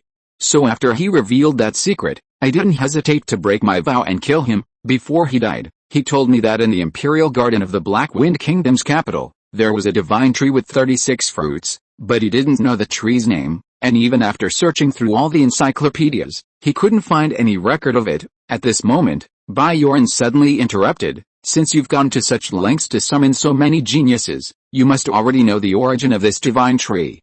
Just tell me. Chapter 220 Mortal Kingdom. Mentioning this divine tree, Long Dan's eyes shone brighter and brighter, revealing excitement. Finally, he said, do you know the 3 great divine trees, 4 great divine bamboos, 5 great spiritual ginsengs, 6 great divine mushrooms, 7 great divine lotuses, 8 great divine flowers, 9 great divine herbs, and 10 great divine trees of heaven and earth? Upon hearing this, Long Zhuan was the first to be taken aback, a thoughtful expression on his face. He certainly knew what the 3 great divine trees, 4 great divine bamboos, 5 great spiritual ginsengs, 6 great divine mushrooms, 7 great divine lotuses, 8 great divine flowers, 9 great divine herbs, and 10 great divine trees were. He had even seen them before, and now possessed them in his possession. These divine objects were all heaven-defying existences surpassing even heavenly-grade spiritual herbs, each possessing terrifying abilities almost like rules. Furthermore, each was unique in heaven and earth, with only one of each type ever born in the world at a time. Once destroyed, it would randomly reappear in the world, possessing infinite lifespan. The soul-nourishing tree was one of the 3 great divine trees, and he knew it all too well. Therefore, as soon as Long Dan mentioned it, he immediately realized that the divine tree in the Black Wind Kingdom was probably one of the 10 great divine trees of heaven and earth. He was instantly filled with excitement. His favorite things were tree-based spiritual herbs, not only them, but also the heavenly dream dragon silkworm, the medicine goo, and the rabbit. A heaven-defying spiritual herb surpassing even the highest grade spiritual herbs? Perhaps no one could remain calm in the face of such a treasure. Seeing everyone's blank expressions, Long Dan sighed. Very few have ever seen something unique in the world, and it's rarely recorded in books. Don't think you can't recognize it? Even all the goo cultivators in the Black Wind Kingdom wouldn't recognize it. Otherwise, we wouldn't have this opportunity. I won't keep you in suspense any longer. The divine tree in the Black Wind Kingdom is the heaven-mending tree, ranked 10th among the 10 great divine trees of heaven and earth. The heaven-mending tree is extremely rare. Only one can be found in the entire world at a time, so very few people have been able to research a formula for its pills. However, even if you eat the fruit from the heaven-mending tree raw, it can unconditionally increase your aptitude by 1 grade, and this does so without changing your attributes. It also applies to heavenly grade geniuses, Upon hearing Long Dan's words, the entire audience gasped for breath. Everyone's eyes turned red, and some even stood up, their expressions crazed, their eyes filled with extreme greed. A heaven-defying item that could increase aptitude, they had never heard of such a thing before. At this moment, everyone present went mad. No one could remain calm in the face of this treasure. Even Long Zhuan's emotions were far from calm. He was by no means a genius in the strictest sense. His aptitude was extremely ordinary, practically useless. He desperately needed a treasure to improve his aptitude. Especially one that could improve his aptitude without altering his 5 elements. That was even more tempting. Simply eating the heaven-mending fruit could unconditionally increase his aptitude by 1 grade. What if he used the heaven-mending fruit as the main ingredient to research a pill formula that could improve aptitude? How much would that pill improve his aptitude? The moment this thought crossed his mind, Long Zhuan could no longer remain calm. This temptation was simply too irresistible for him. How could he resist such a powerful allure? Bioran, after her eyes reddened for a moment, was the first to regain her composure and hurriedly shouted, "That's not right. With such a heaven-defying treasure, you're actually thinking of us? Are you sure you're not hiding something from us?" Upon hearing this, everyone instantly regained their composure, looking at Long Dan with calm eyes, awaiting his next words. Indeed, for such a heaven-defying treasure, Long Dan was actually willing to let a group of outsiders participate in sharing it. This was far too extravagant. Could he have just invited all members of the Long clan? This was definitely not normal. Long Dan chuckled self-deprecatingly, saying helplessly, "I've already explained the reason before. This is information that Qin Bian, whom I killed, revealed to me before his death. Didn't you all suspect that this might be a trap he set for me before he died?" Hearing this, everyone fell silent, their expressions thoughtful. Indeed, Long Dan's concerns were not unfounded. It was perfectly normal for someone to want to trap their enemy before they died. In this situation, who could guarantee that the information Qin Bian revealed was 100% true? No one dared to be certain. Everyone understood Long Dan's meaning now. The truth of this information was uncertain, and the risk of rashly trying to seize the heaven-mending tree was far too great. If all the members of the Long clan were to be called upon, and it turned out to be a trap, the Long clan would suffer heavy losses, with many marrow-cleansing stage experts killed. Therefore, Long Dan wanted to shift the risk by having all the geniuses from the western lands contribute. Any benefits would be shared, and any dangers would be borne together. Inside the private room, the geniuses exchanged conflicted glances, their expressions shifting constantly. This was truly a difficult choice. A correct choice would elevate their aptitude by 1 grade, a wrong choice would cost them their lives. People die for wealth, birds die for food, people often die from greed. Everyone understood this principle, yet they were utterly unable to resist the temptation in their hearts. A long silence filled the room, broken only by the heavy breathing of the group. Finally, Lei Shun, his face contorted with rage, said, "I need more detailed information. For example, what exactly is the Black Wind Kingdom? Where is it located? I've never heard of it before, and what is its defense like? What are our chances of winning? You need to explain that clearly. Also, do you really have the heaven-mending tree there? You need to confirm that." Long Dan quickly replied, "This concerns my life. How could I not investigate thoroughly? How could I not make thorough preparations? I've already investigated. The Black Wind Kingdom is a mortal kingdom controlled by the Great Yin Dynasty, insignificant, but extremely far from our current location. To tell you the truth, if we walk there, it will take several years to reach that place. However, my limit goo recently had an extra spot for breaking limits, and I've already used it on the SUO goo." Long Dan's lips curled into a smug smile. Under the influence of special turbulence, normal goo worms can no longer use teleportation abilities, except for my goo worm that has already broken its limits. However, given that my goo worm has only undergone 1 transformation, it can only teleport goo cultivators in the marrow cleansing stage. Before the Great Yin Dynasty detonated the Boundary Pearl, I had already arranged one of my goo worm huts in the Black Wind Kingdom's Imperial City. We can teleport there directly at any time now. Once we wipe out all the guards stationed in the Imperial City and seize the heaven-mending tree, we can teleport back that same day, without anyone noticing. A glint of light flashed in Long Dan's eyes. At this moment, Long Zhuan interjected, asking, "I've never heard of the mortal realm. Could you tell me about it? What power does it possess? Could it possibly threaten a peak stage goo cultivator?" Long Dan glanced at him and patiently explained, "As everyone knows, The spiritual energy of this world is unevenly distributed, and in the places where the spiritual energy is extremely scarce, cultivation is completely impossible. Therefore, those barren lands have no goo cultivators, no spirit beasts, and without spirit beast meat, naturally there are no body cultivators. So, in regions with almost no spiritual energy, one mortal realm after another has formed. Since cultivation is impossible in these mortal realms, they are almost entirely populated by mortals. Remember, I said almost. Goo cultivators cannot cultivate there, but that doesn't mean they are completely absent. Many goo cultivators in this world, unable to survive, have completely abandoned the path to power, so they enter the mortal world seeking pleasure and becoming offerings to the mortal nobles. Goo cultivators who cannot survive in the goo realm are almost all weaklings at the 5th level of the battle realm, the weakest existences, at the very bottom of the goo realm, subject to bullying, but in the goo realm, they're scum. In the mortal world, they're gods. So they're all obsessed with the riches and glory of the mortal world, becoming mere lackeys in the hands of those in power, losing the dignity of a true strong man. Long Dan showed a disdainful expression and continued, so what I said about few is just a matter of proportion. The number of goo cultivators and body cultivators in the Black Wind Kingdom's imperial city is enormous. After all, it's the imperial city. You could throw a brick and hide a nobleman.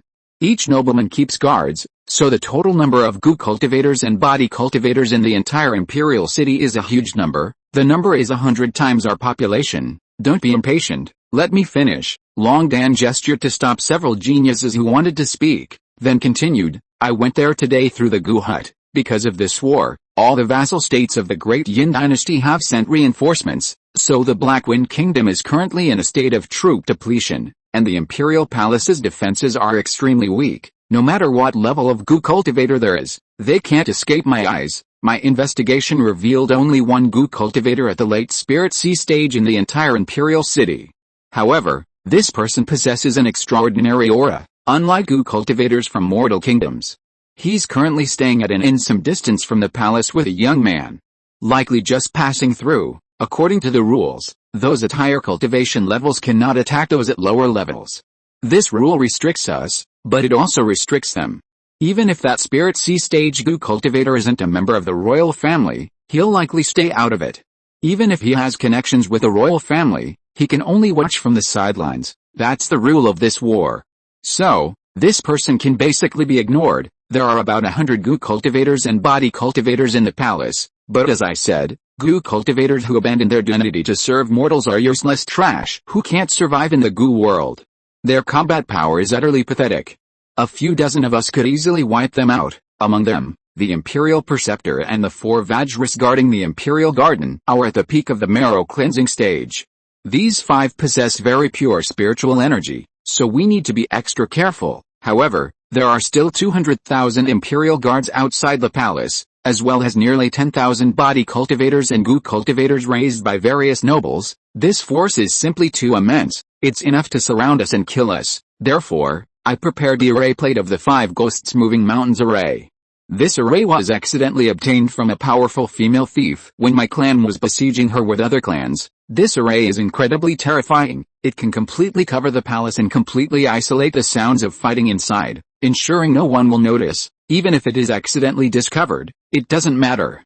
The array's defensive power is terrifying, and the more people die within it, the stronger its defense becomes. It's no exaggeration to say that this array is enough to withstand the attacks of 10,000 goo cultivators plus that late-stage Spirit Sea goo cultivator. However, the evil energy used by this array is the human soul. Even if we kill everyone inside the palace, this array will only hold out for half an hour at most. Therefore, we only have half an hour to act. We must wipe out all the guards in the palace within half an hour, find the heaven-mending tree in the Imperial Garden, divide the heaven-mending fruit, and evacuate in time through the Suogu hut. This is my plan. If you feel anything is inappropriate, you can add it now. Long Gamp finished speaking in one breath, took a sip of wine to moisten his throat, and looked at the group of geniuses from various races below with burning eyes. Chapter 221 Old Taoist Li's Plans. The group of geniuses exchanged bewildered glances. Shi Kun spoke first. This isn't quite what I expected. The plan is far too easy and safe. You mean your 5 ghosts moving mountain formation is enough to stop everyone outside the palace, including that potentially unpredictable late-stage spirit sea goo cultivator, leaving only about 100 goo cultivators and body cultivators inside. These goo cultivators and body cultivators are just weaklings who couldn't survive in the goo world. We can easily slaughter them all. This is a task that couldn't be simpler. What danger could there be? Did you really need to make such a big fuss? Not only did you call so many geniuses, but you even called 5 of the top 10 geniuses on the prodigy ranking. Aren't you overreacting? To kill those weaklings, you don't even need to use the geniuses on the prodigy ranking. You and a few dozen ordinary goo cultivators are more than enough. You didn't need to call any of us. You're giving too much credit to those rogue cultivators who can't survive in the goo world. It's like using a cannon to kill ants. Completely unnecessary. The others shared the same opinion, all looking at him with strange expressions. Initially, when they saw that Long Dan had summoned so many renowned geniuses, including 5 from the prodigy ranking, they instinctively assumed this mission was extremely difficult and dangerous. They were momentarily intimidated, even hastily devising excuses to refuse. And this was it? It was a complete waste of their time. Why would they need to send geniuses from the prodigy ranking to deal with those rogue cultivators who couldn't make it in the goo cultivation world? Were they kidding them?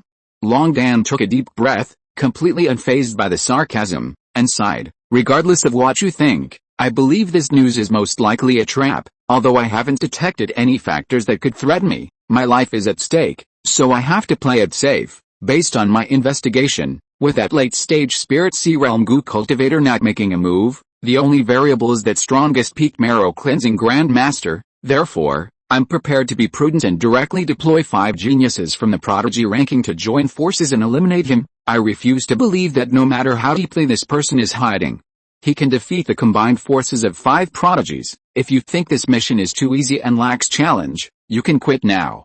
It's not too late for some of you to regret it. Upon hearing this, everyone fell silent. No one dared to quit.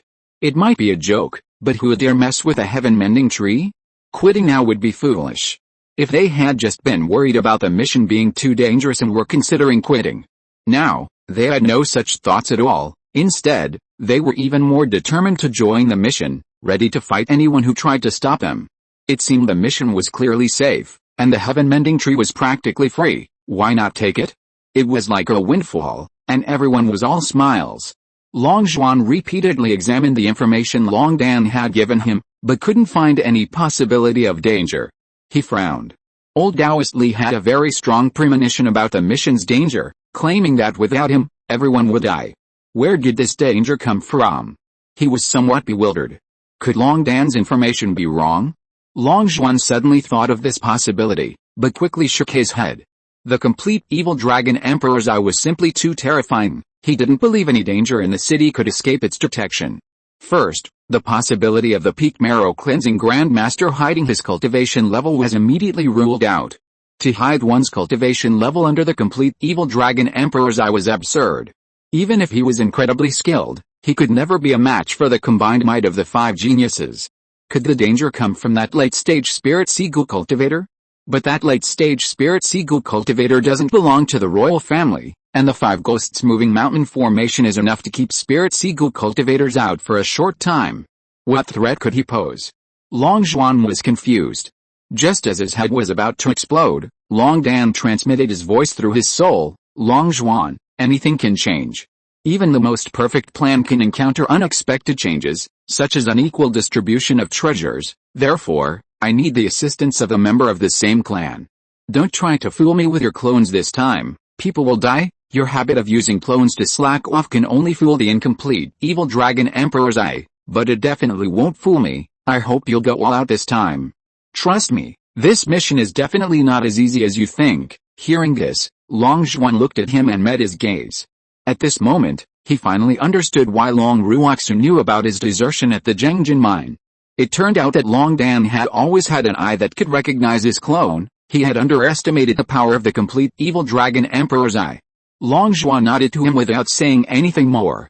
Even without Long Dan's request, he was determined to participate in this mission using his true body.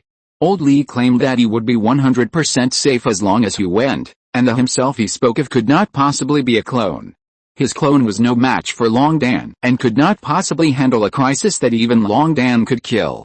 If he used a clone to participate in this mission, he would likely lose one of his clones. Refining an extra-dimensional clone required starting cultivation from scratch, which was far too costly for him. He couldn't afford the loss. Since this trip, although it was certain that there would be unexpected events, was 100% guaranteed that he wouldn't die, he decided to try using his true body. Seeing Long Zhuan not in agreement, Long Dan was overjoyed. He was confident that by joining forces with this person, he could basically ignore any risks. He had a certain understanding of Long Zhuan's true combat strength and even felt a sense of fear. Alright. Since no one is backing down, then it's settled. We need some time to prepare today, so I'll set the time for tomorrow morning. Everyone, gather in this private room tomorrow morning. I'll place the Suogu hut in this room. However, the matter of the heaven-mending tree is of paramount importance.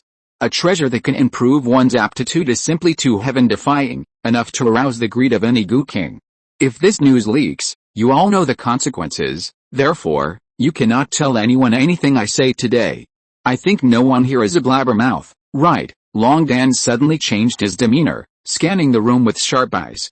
Hell, regardless of whether there are blabbermouths here, we must establish a rule. Anyone who leaks the matter of the heaven-mending tree will be executed by all the geniuses here. Shi Kun also smiled as he scanned the room, but his smile sent chills down everyone's spine. Alright, since Brother Kun proposed it, then this rule is established. It's not difficult to keep your mouth shut. I don't think anyone here is a fool. As for now, let's eat and drink to our heart's content. Today it's my treat. Long Dan raised his wine cup, and all the geniuses smiled, raised their cups together, and drank them down in one gulp. Long Zhuan scanned the wine with his heavenly eye, and finding it empty, he drank his cup dry in one go. He couldn't help but frown. What was this stuff? It tasted awful, a bit like horse piss. It was because his own wine recipes were all too exquisite that they had spoiled his palate. Since drinking his own wine, he couldn't drink anything else. The meal didn't last long, as they had important business to attend to the next morning and couldn't afford to be late. So the geniuses didn't overindulge in wine, they simply ate their fill and then dispersed, eager to prepare the supplies they might need for the next day. Everyone was filled with anticipation for tomorrow. The next day arrived in a flash. After a good night's rest, feeling refreshed, Long Zhuan got up, quickly washed up, ate a simple breakfast, and headed to the agreed-upon location. As soon as he stepped out of the Long family mansion, he saw old Taoist Li waiting at the gate. Long Zhuan was taken aback.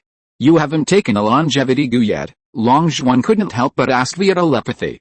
Old Taoist Li still looked as aged as ever, showing no signs of aging, and his progress showed absolutely no change, so Long Zhuan was certain he hadn't taken the longevity gu. Old Li smiled and replied, I've always been cautious. If I suddenly took the longevity gu and became younger, wouldn't the people around me be suspicious? Things that can increase lifespan are far too likely to arouse covetousness. So there's no rush to take the longevity gu. I plan to hide away for a while after this mission, so the sudden change in my appearance won't seem abrupt. However, for safety's sake, it's best to stay away from this area and develop in the eastern region. That way, no one will notice my sudden increase in lifespan. Long Zhuan nodded and said, You've thought it through. I haven't considered it carefully. Let's go together, don't keep them waiting. When Long Zhuan and Old Li pushed open the door, they found everyone in the private room already there. They were the last two to arrive. It wasn't that they were late, it was simply that the rest of the group had arrived far too early. Perhaps the treasure that could improve aptitude was too exciting for them, so they all arrived earlier than the last. Only Long Zhuan remained calm, unfazed even by the collapse of the heavens in the face of any extraordinary treasure. Seeing that the remaining two had finally arrived, Long Dan, without further ado, stood up and said, Now that everyone is here, let's set off. I'll go first, you can line up and follow. With that, Long Dan took out the gu hut and placed it in the center of the private room, then immediately went inside. This gu hut was rather small, requiring the gu cultivators to bend over to enter, but it was still much better than having to crawl in. Everyone looked at the gu hut with curiosity, some even reaching out to touch it. The reputation of the gu in the western lands was now immense, they had long heard of it. The gu hut had become shrouded in mystery in their minds. Now, with the opportunity to get close, everyone's curiosity was piqued, and they couldn't resist the urge to go up and study it. This kind of goo worm that could achieve long-distance teleportation by building houses everywhere was truly heaven-defying. All races envied it. The great Yin dynasty had suffered countless losses against these terrifying goo worms. Is this the little house built by the goo worm? It's truly amazing. I wonder which beast invented such an outrageous goo worm. With such goo worms, the Long clan will soar to the heavens, unstoppable. Lei Shun gazed enviously at the goo worm hut, sighing. Alright. Now is not the time to study this. The important matter is what we need to attend to. Let's teleport there first. Nothing is more important than the heaven-mending fruit. Shi Kun finished speaking and was the second to crawl into the goo worm hut. Upon hearing the words heaven-mending fruit, the others' eyes lit up instantly. They no longer cared about studying the goo hut and rushed in one after another. Chapter 222 Storming into the Empress's Palace. Long Xuan and Li Liudeo were the last to enter. When Long Xuan emerged, he found himself on a rooftop. The hut, known as the Straw Cloak Goo Hut, was situated atop a building. 4 array flags on the roof formed a protective barrier around the hut. This array also seemed to have an illusion effect. The patrolling guards below appeared blind, unable to see the dozens of living figures clearly visible on the roof. All 36 people had now arrived, but they didn't act immediately. Long Gan stood at the highest point, using his evil dragon emperor eye to survey the distribution of all the goo cultivators within the palace. At this moment, Lei Shun jumped onto the roof and said, I've already planted the array flags at the 4 corners. Sure enough, after this place was isolated by the 5 ghosts moving mountain array, no one inside or outside the city noticed anything unusual, but the premise is that no one can leave or enter the palace during this time. Although it's already morning court time and few people enter the palace, we should still finish this quickly. Aren't the 4 Vajras in the Imperial Garden and the Imperial Preceptor who is currently attending court the strongest? Let's rush over and kill them now. We don't need to worry about the remaining mortals. We'll divide the heaven-mending fruit and leave immediately, Lei Shun said eagerly, his eyes gleaming with anticipation. He was most skilled at speed, and in the short time it took for dozens of people to arrive, he had already circled the palace and set up the 5 ghosts moving mountain array. No, at this moment, Long Dan's expression turned serious, and he quickly stopped him, saying, Don't be reckless. The Imperial Preceptor who is currently attending court is not the real person, but an avatar he left there. Oh? Then where is his real body now? Lei Shun asked, stunned. Long Dan's expression turned strange. His lips moved, but he finally said, his true form is currently in the Empress's palace. Upon hearing this, everyone's expressions turned strange, and they exchanged lewd smiles. Hearing this, Long Xuan immediately used the far-sighted ability of his heavenly eye to look towards the Empress's palace. Sure enough, a lewd young man was lying on the Empress's bed, surrounded not only by the Empress but also by dozens of concubines and princesses, all completely naked. Their eyes were all glazed over, as if hypnotized, completely at his mercy. What a comfortable life. It's not easy for a powerful goo cultivator to control a group of mortals. This old emperor's decision to appoint a powerful goo cultivator as his national advisor was a mistake. He's got a vast grassland above his head. For a mortal to control a group of powerful goo cultivators is inherently unreliable. If he recruits someone with evil intentions, it's like inviting a wolf into the house, ultimately leading to self-destruction. Attempting to control powerful forces will only result in being devoured by those forces themselves. At this point, the old emperor's fate was already considered mild. If he had encountered an evil demonic cultivator, he might have been directly overthrown. Even a low-level goo cultivator who couldn't survive in the goo realm would be a huge disaster for mortals if they entered the mortal world and wreaked havoc. How could mortals possibly withstand the incredible power of goo cultivators? Ha ha ha. This grand preceptor certainly knows how to enjoy life. I'm even a little envious. Shi Kun looked towards the harem and laughed loudly. The others laughed, but Long Dan's expression remained serious. He said solemnly, alright, everyone be serious. He's doing that kind of thing, which makes it easier for us to launch a sneak attack. Now, listen to my orders. We'll split into 2 groups of 18 each. The strongest group will follow me to the Empress's palace to deal with the Imperial Preceptor and the dozen or so goo cultivators guarding it. The rest of you will directly attack the Imperial Garden and quickly kill the 4 Vajra guardians there. Don't worry about the other places. Once chaos breaks out in these 2 areas, the goo cultivators and body cultivators from other places will come to their deaths on their own. Once we've dealt with all the forces in the palace, We'll divide the fruits as quickly as possible and leave through the goo huts. Don't anyone think about hoarding all the heaven-mending fruits and running away. I warn you, those outside the 5 ghosts moving mountain formation can't get in, and those inside can't get out.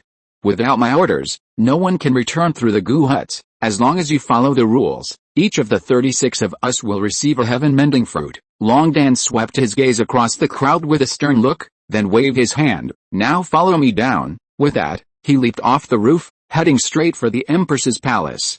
The others roared with excitement and jumped down as well, splitting into 2 groups and rushing in opposite directions. Long Dan, Long Zhuan, Lei Shun, Shi Kun, and Bioran, the 5 prodigies, chose to attack the Empress's palace, followed by 13 geniuses from various races. This group was clearly the strongest, containing all 5 geniuses on the prodigy ranking. Long Dan believed the imperial advisor was the strongest there, possibly feigning weakness, a trap set by Qin to kill him. Therefore, he took a lenient approach, gathering the 5 geniuses on the prodigy ranking to gang up on him. He believed that even if the imperial advisor was feigning weakness, he couldn't possibly defeat the combined might of the 5 geniuses. However, everyone thought he was making a mountain out of a molehill, taking the imperial advisor too seriously. But given that he was the one who initiated this mission, they could only let it go. The group had barely jumped down when they were spotted by the imperial guards. A flurry of footsteps erupted as a large number of armored soldiers charged towards them, accompanied by goo cultivators who had rushed to the scene. A fierce battle quickly ensued. Long Dan roared and transformed, tearing his clothes to reveal a half-dragon form. His claws ripped a late-stage marrow-cleansing goo cultivator in his path in 2. He then charged into the mortal imperial guards, wreaking havoc. Wherever he went, swathes of imperial guards lay dead in pools of blood. Their armor was like paper under his claws, ripped to shreds. Seeing Long Dan transform into his half-dragon form, the geniuses behind him all showed fear. In the war against the great Yin dynasty, the Dragon Blood War Goo of the Long clan had displayed incredible power, its reputation truly renowned. Once the Dragon clan's Goo cultivators transform, they become unstoppable, slaying gods and Buddhas alike, striking fear into the hearts of all Goo cultivators in the great Yin dynasty. Therefore, the Dragon Blood Battle Goo is now infamous in the Western lands, the subject of countless discussions. The geniuses were astonished that Long Dan also possessed a Dragon Blood Battle Goo. He was revealing such a powerful trump card in this battle, using his full strength from the outset, without holding back. Everyone was somewhat bewildered. Could the Imperial Preceptor truly inspire such fear? Seeing Long Dan's caution, the other geniuses finally took it seriously, putting in even more effort as they charged towards the Empress's palace. Mortals are cannon fodder on the battlefield of Goo cultivators. Long Dan's claws cleared a path. The Imperial guards in his way either lay sprawled on the ground or were sent flying high into the air by his immense force, crashing down and crushing many more. He was utterly invincible. Shi Kun, clad in petrifying goo, was covered in a layer of stone armor, completely ignoring the attacks of the mortal soldiers' iron weapons. He violently charged into the crowd, sending the Imperial guards who stood in his way flying several meters into the air before crashing down and knocking over other people, eliciting screams of agony. With each punch he threw, an Imperial guard's head was smashed open, their iron helmets offering no protection whatsoever. Lei Shun, his body crackling with lightning, shattered any iron weapons that struck him. Dozens of swords and blades couldn't penetrate his defenses. He too, like Shi Kun, rampaged through the crowd, exploding into bloody mist wherever he went. Compared to the others, Bioran was much gentler. His spiritual sword severed the mortals' weapons and instantly slit their necks, leaving at least the Imperial guards who died by his sword with intact corpses. The other Goo cultivators also charged into the mortal army, wreaking havoc. Each one seemed to be a match for 10,000 men, possessing the courage of 1,000 men, capable of single-handedly fighting against 1,000 troops. The nation's elite Imperial guards were utterly helpless against them, suffering a crushing defeat. Before long, the ground was littered with corpses, and the road leading to the Empress's palace was soon a river of blood. No matter how many Imperial guards there were, they couldn't withstand such a slaughter. In a short while, the Imperial guards and Goo cultivators in this area were all wiped out by these dozen or so people. It was a bloody massacre. These 18 people not only didn't lose a single one, but they weren't even wounded, nor did they even utter a sound. The difference between mortals and Goo cultivators was evident. Hearing the fierce shouts of battle outside, the Grand Preceptor was startled, almost losing his erection. Enraged, he rushed out. "Damn it, you're asking for death? Who's disturbing my good time? I'll tear your souls out of your bodies." He kicked open the door, and seeing the dozen or so people almost at the entrance, a ferocious look appeared on his face. He charged straight at them. Seeing the Grand Preceptor charging directly at them, Long Dan's heart sank. The goo cultivators and body cultivators guarding this area had all been swiftly and decisively eliminated. If he dared to charge in now, it would be a 1-against-18 fight. He was either foolish or incredibly confident, possessing deep trump cards and utterly unafraid of these 18 people. Long Dan narrowed his eyes, secretly sighing. This Imperial advisor was indeed suspicious. He couldn't possibly be a rogue cultivator who couldn't survive in the goo world. He must have a significant background. His origins were definitely not simple. Be careful, everyone. This Imperial advisor is no ordinary person. However, as soon as he finished speaking, several screams rang out from the crowd. 5 goo cultivators suddenly collapsed into pools of blood, each with missing limbs, as if torn apart or even eaten, their deaths extremely gruesome. Even the 5 strongest prodigies were suddenly attacked from nowhere.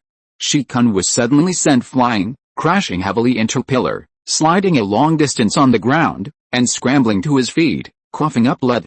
Fortunately, his stone armor provided incredible defense. This injury was barely a minor one for him.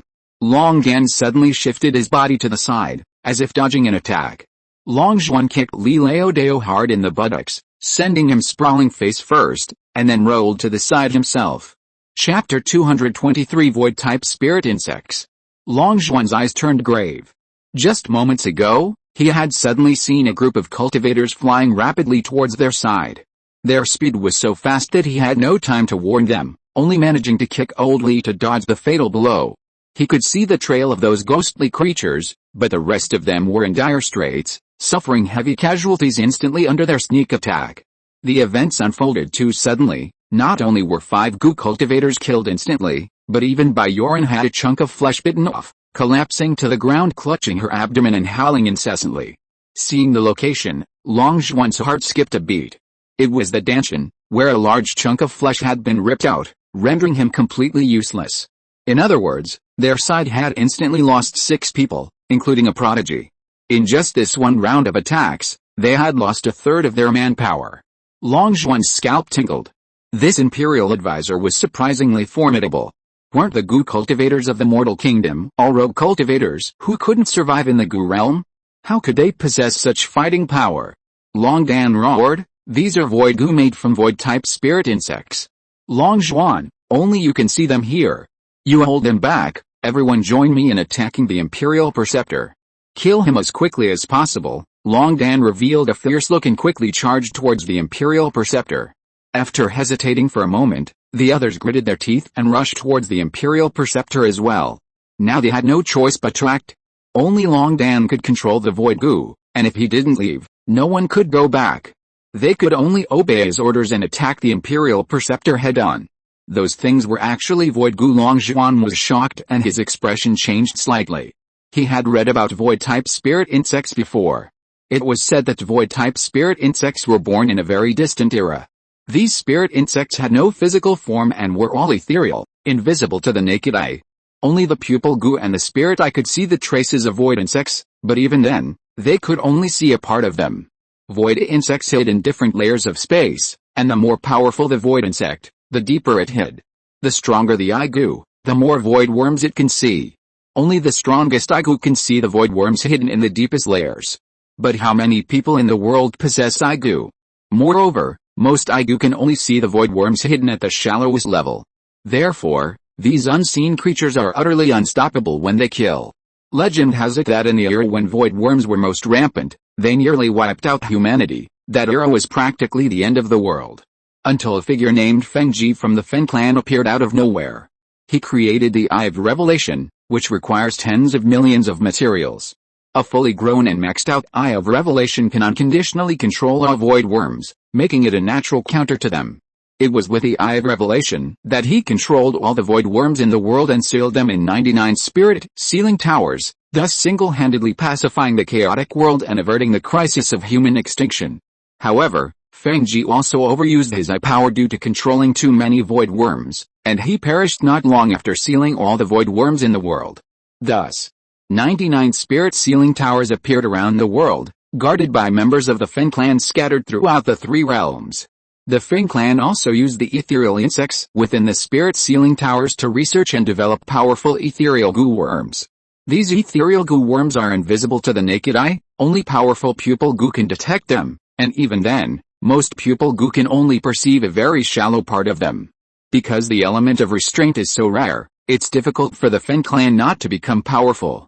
By controlling the ethereal goo, which few can see, few forces can rival them, and they have gradually become one of the strongest clans in the world. There is only one spirit sealing tower in the Gu realm, located in the very center of Zhongchun in the central region. The Fen clan, guarding this tower, is also one of the strongest clans in the entire central region.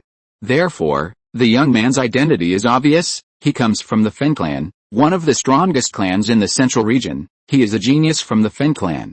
However, he is most likely an outcast or a traitor. Otherwise, a genius of such origin would never stay in a mortal country. Long Zhuan's pupils suddenly contracted. Could it be that he betrayed the Fen clan and fled here because he stole the heaven-mending tree? After all, the Fen clan was one of the strongest clans in the world. How could they not recognize the heaven-mending tree? The heaven-mending tree in the Imperial Garden was most likely brought by this person. Long Zhuan's heart sank. This was a super genius from the world's strongest clan. He wouldn't be so easy to deal with.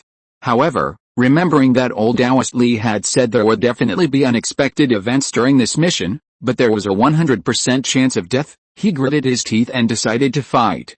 He quickly created 5 clones, and the 6 of them intercepted all the void goo, allowing the other geniuses to concentrate their efforts on dealing with that Fen clan traitor.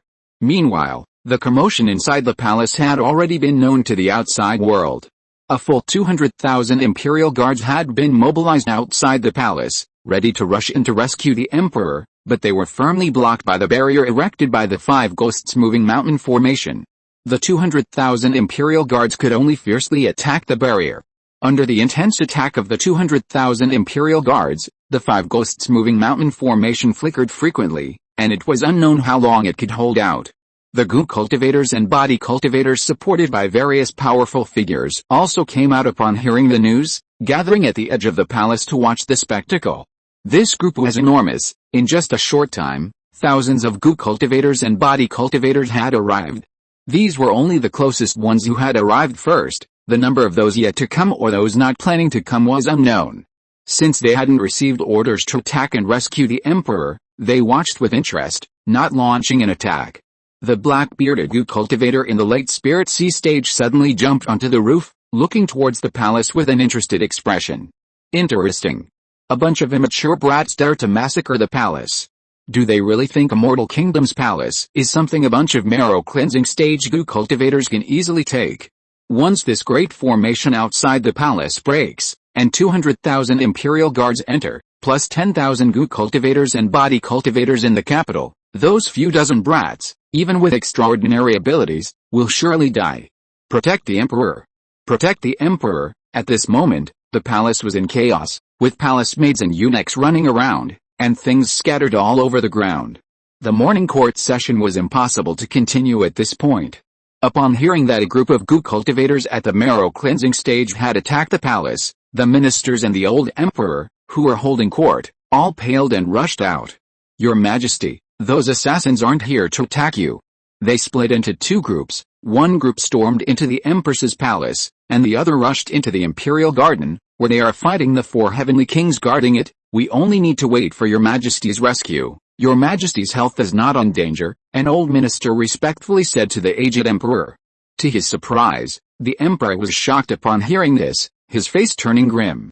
There in the Empress's palace, oh no! My beloved concubine! The old emperor's eyes widened, and he rushed anxiously towards the Empress's palace. Your Majesty, it's dangerous there. Think carefully. A group of old ministers chased after him, their aged faces filled with anxiety. Not long after, the old emperor arrived at the Empress's palace, where the battle had reached its climax. Long Zhuan created a group of clones and several goo worms to hold back all the void goo. The rest of the group then launched a siege on the Grand Preceptor. However, the Grand Preceptor's combat strength exceeded everyone's expectations. Even though Long Zhuan alone restrained all his void goo, he still managed to hold off more than 10 Western geniuses and even killed one of them. But even a genius like him is still human, not a god. Without the void goo, he could only maintain his invincibility for a short time. It was impossible for him to kill established geniuses like Long Dan single-handedly. He was already gradually losing ground under the siege of many geniuses, and his defeat was only a matter of time. At the same time, the combat strength of these Western geniuses was also beyond his expectations. He hadn't expected that a group of geniuses who could threaten him would suddenly emerge from this remote and impoverished place, and one of them could even hold back all his void goo. His face darkened. He knew that if he didn't find a way to break the deadlock, he would probably die here today. In the end, he could only fight the Western geniuses while moving towards the Imperial Garden. He understood that the sudden appearance of these geniuses was most likely due to the trouble caused by the heaven-mending tree. At this moment, he could only hope to reach the tree in time to deter them from attacking, using the threat of destroying the tree to force them to stop. This was the only method he could think of. As the battlefield receded, the old emperor and his ministers finally arrived. The old emperor rushed anxiously into the empress's palace, and when he saw her lying there, he was stunned. The old emperor pointed forward with trembling fingers. PFFT, suddenly, he coughed up a mouthful of blood and collapsed to the ground. Your Majesty, Imperial physician. The ministers panicked and rushed in. Meanwhile, the Grand Preceptor's plan was good. If he could reach the heaven-mending tree in time, the Western geniuses, fearing the destruction of the tree, would indeed choose to stop. He would then have leverage to negotiate and would likely save his life. But the current situation is that there are also geniuses from the Western lands there, and quite a few of them, 18 in total. Even if the 4 heavenly kings guarding the Imperial Garden are strong, could they withstand the combined attack of 18 geniuses? They were wiped out in a very short time. The Imperial Preceptor, running in this direction, ran headlong into those 18 geniuses. If he had run elsewhere, he might have survived, but if he ran this way, he would surely die. So, just as he was about to reach the heaven-mending tree and showed a hint of joy, more than 10 geniuses rushed towards him, joining the encirclement. The Imperial Preceptor was shocked, despair flashing in his eyes. How could he possibly have the strength to deal with these newly joined geniuses? With these geniuses joining the battle, he could no longer defend himself. Dragon Dan seized an opening, its dragon claws suddenly grabbing the back of his neck, snapping his neck. Dragon Dan released its grip, and the Imperial Preceptor's body crashed heavily to the ground, kicking up a cloud of dust. At the same time, all of the Grand Preceptor's goo worms died instantly, including the various void goo worms that were entangled with Long Zhuan. Not a single one was left, they all died suddenly. If you are listening to this novel on a channel other than Fanfic World, it means it was downloaded and re-uploaded without effort. We warmly invite you to visit our channel, Fanfic World. There you will find the original version of this story and many other novels of various genres. We look forward to seeing you dive into a world of incredible novels. Chapter 224 Divide the Treasure. Damn it. How can he be so difficult to deal with? Even with so many of us attacking together, it's still taking so long. He's definitely not some rogue cultivator who couldn't make it in the goo realm. He must have a powerful background, Shikun said with a gloomy face. At this moment, cracks had appeared on his stone armor, and blood was seeping from the cracks, clearly indicating that he had suffered some injuries in this battle. Lei Shun said with a grim expression, Long Dan, your thinking is correct. Fortunately, you were overconfident this time and sent 5 geniuses from the prodigy ranking, otherwise this would have been a huge problem. Without us, especially Long Zhuan, no matter how many goo cultivators in the marrow cleansing stage came, they would have all died. That guy's abilities are just too bizarre. Long Dan finally breathed a sigh of relief. He knew that Qin Bian's dying words were probably a trap, trying to lure him with a heaven-mending fruit that could improve aptitude. No one can resist the temptation of improving aptitude. Fortunately, he had predicted that the trap was this mysterious Grand Preceptor. He was overconfident and finally managed to break through Qin Bian's last resort with absolute strength. Otherwise, even bringing just a few fewer people today would have had unimaginable consequences. However, as he glanced at the number of people present with a smile, his heart sank. 36 people came, but now only 24 remained. To attack the palace of a mere mortal kingdom had resulted in such heavy losses. Those he had chosen were all renowned geniuses from the Western lands, each invincible at their level, each capable of taking on multiple opponents single-handedly. Why did you bring so few people?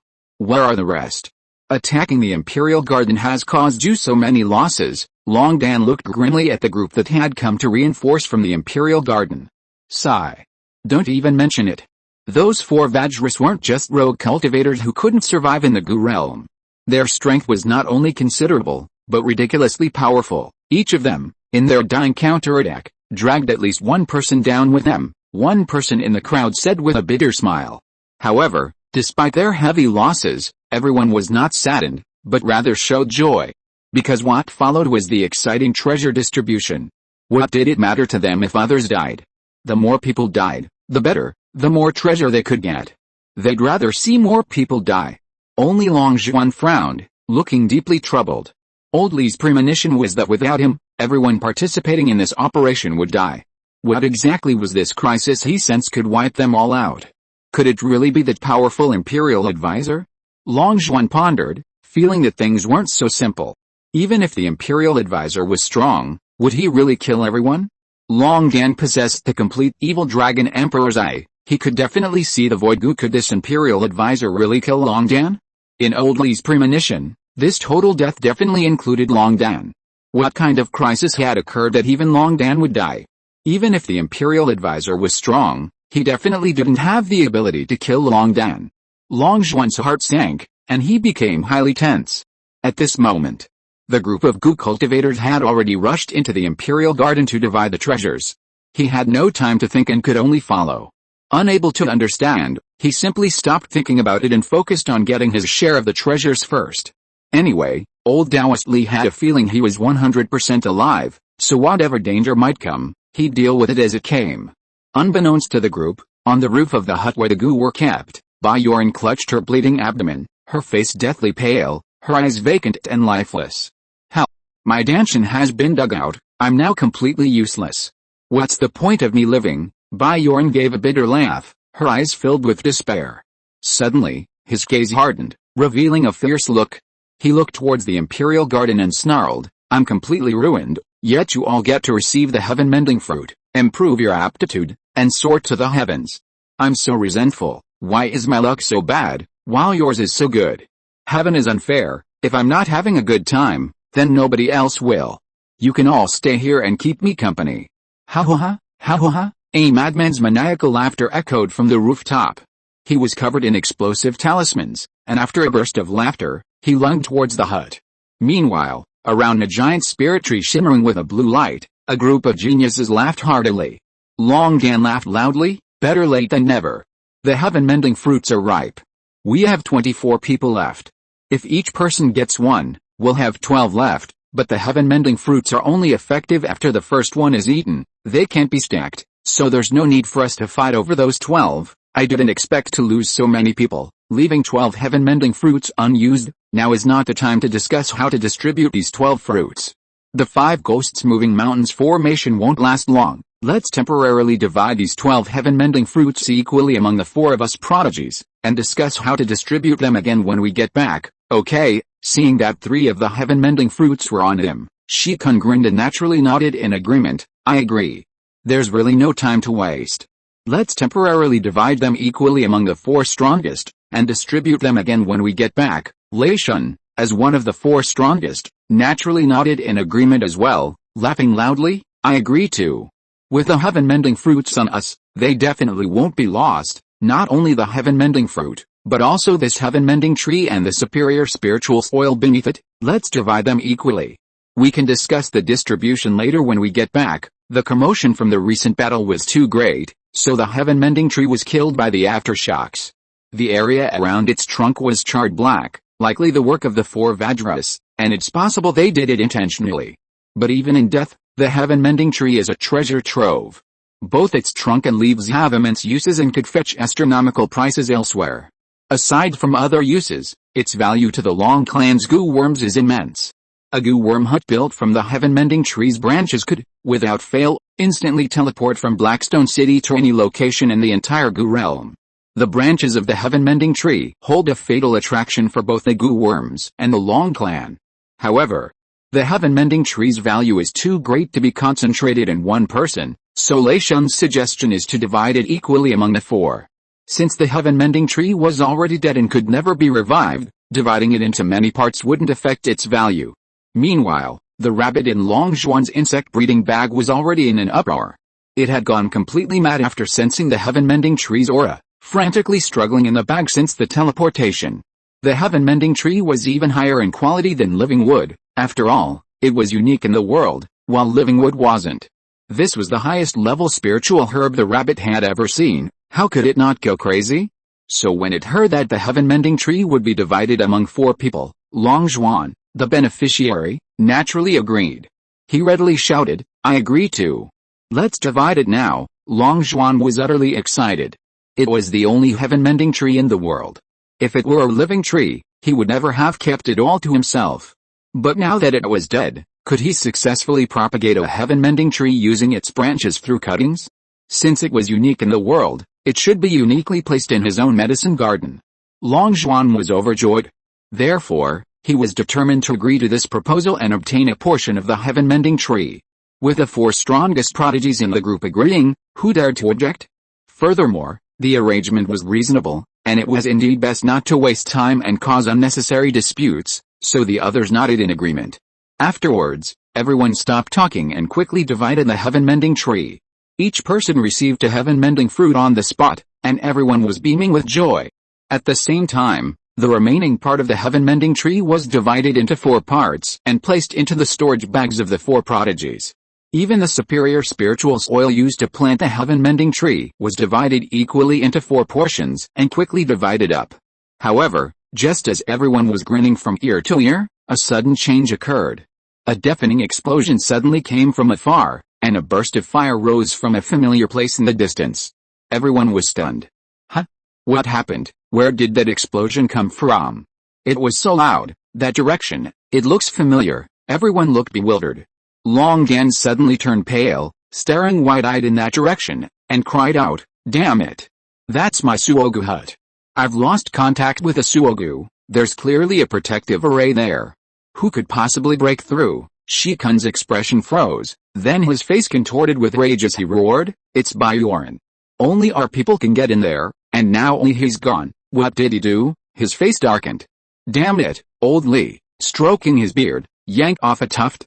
"That Bioran, he wouldn't have blown up the Suogu hut, would he? I'll fucking kill him," Lei Shun cursed, rushing towards the hut like a madman. Everyone else also went berserk, frantically running in that direction. They were now gripped by panic. Ever since the Great Yin Dynasty had recklessly detonated a boundary pearl, all teleportation arrays in Gu huts in and around the western lands had been disabled. Only Long Dan's Gu, which had already broken its limits, could pass through the Gu huts normally. If this Gu were to fail, they would be trapped in this remote place, unable to return. They would face 200,000 Imperial Guards and 10,000 Gu cultivators outside.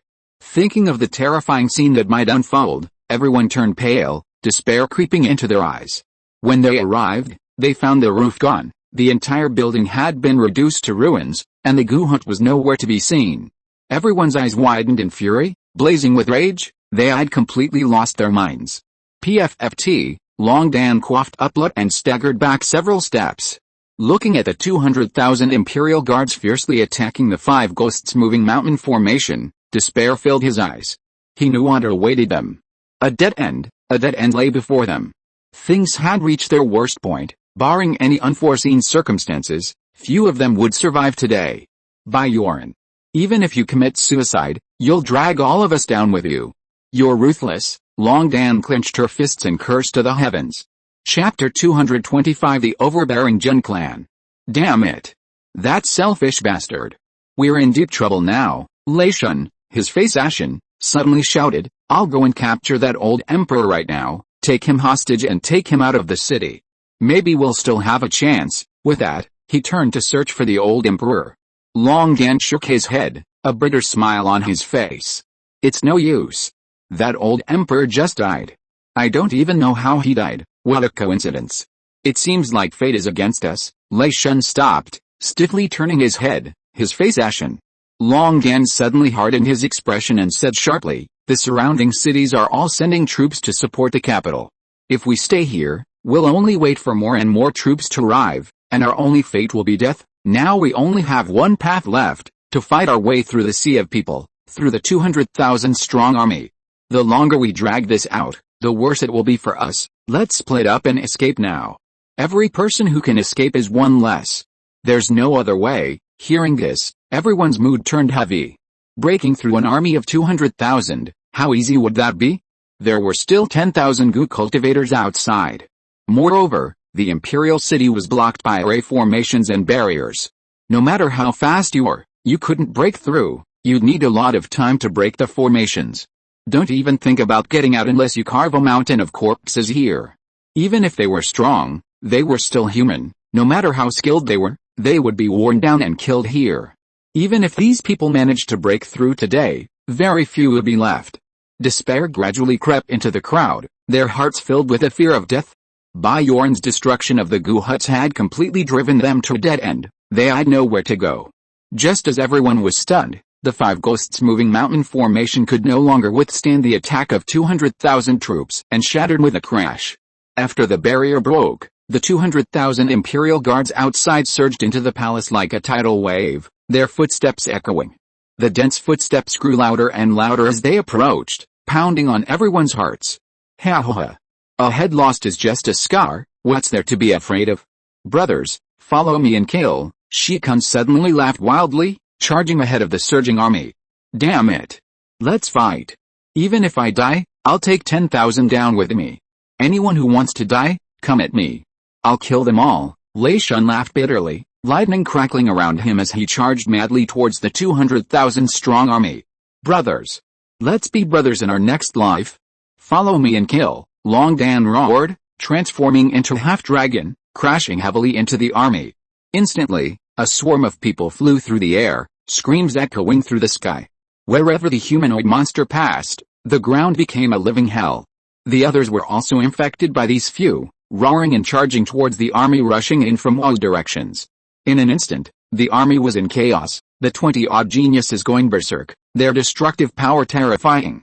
The mortal army was slaughtered like dry weeds, dying in droves, the ground littered with corpses in the blink of an eye. 200,000 troops were forced to fight their way through several long tunnels by these geniuses, which were rapidly approaching the city's defensive array. Kill them all. Under the command of the mortal nobles, the recruited goo cultivators and body cultivators joined the battle, blending into the army to encircle and annihilate the 20-odd geniuses. This group was far stronger than the mortal imperial guards, and their addition significantly increased the pressure on the geniuses. Long Zhuan punched a body cultivator at the peak of the marrow cleansing stage, unleashing a massive surge of internal energy that instantly shattered the cultivator's heart. The body flew backward, knocking down dozens of imperial guards and clearing a path ahead. At that moment, a long sword slashed at his shoulder from behind, but thanks to his soul armor, the attacker couldn't break through. Instead, Long Zhuan slapped his neck, sending the attacker crashing to the ground. The goo cultivators and body cultivators mingling in the mortal world were simply too weak, none of them could withstand a single blow from him. In just a few breaths, Long Zhuan had easily dispatched more than 10 goo cultivators and body cultivators, their corpses lying haphazardly on the ground. Heavenly demon devouring god technique. Die, all of you, Long Zhuan roared, his divided soul flying wildly from his body, instantly seizing the bodies of goo cultivators in the early stages of marrow cleansing whose soul power was weaker than his divided soul. He then lured them into the crowd to self-destruct. With more than 10 deafening explosions, the goo cultivators and body cultivators surrounding him were almost all dead. The survivors were all pale-faced, their eyes filled with terror.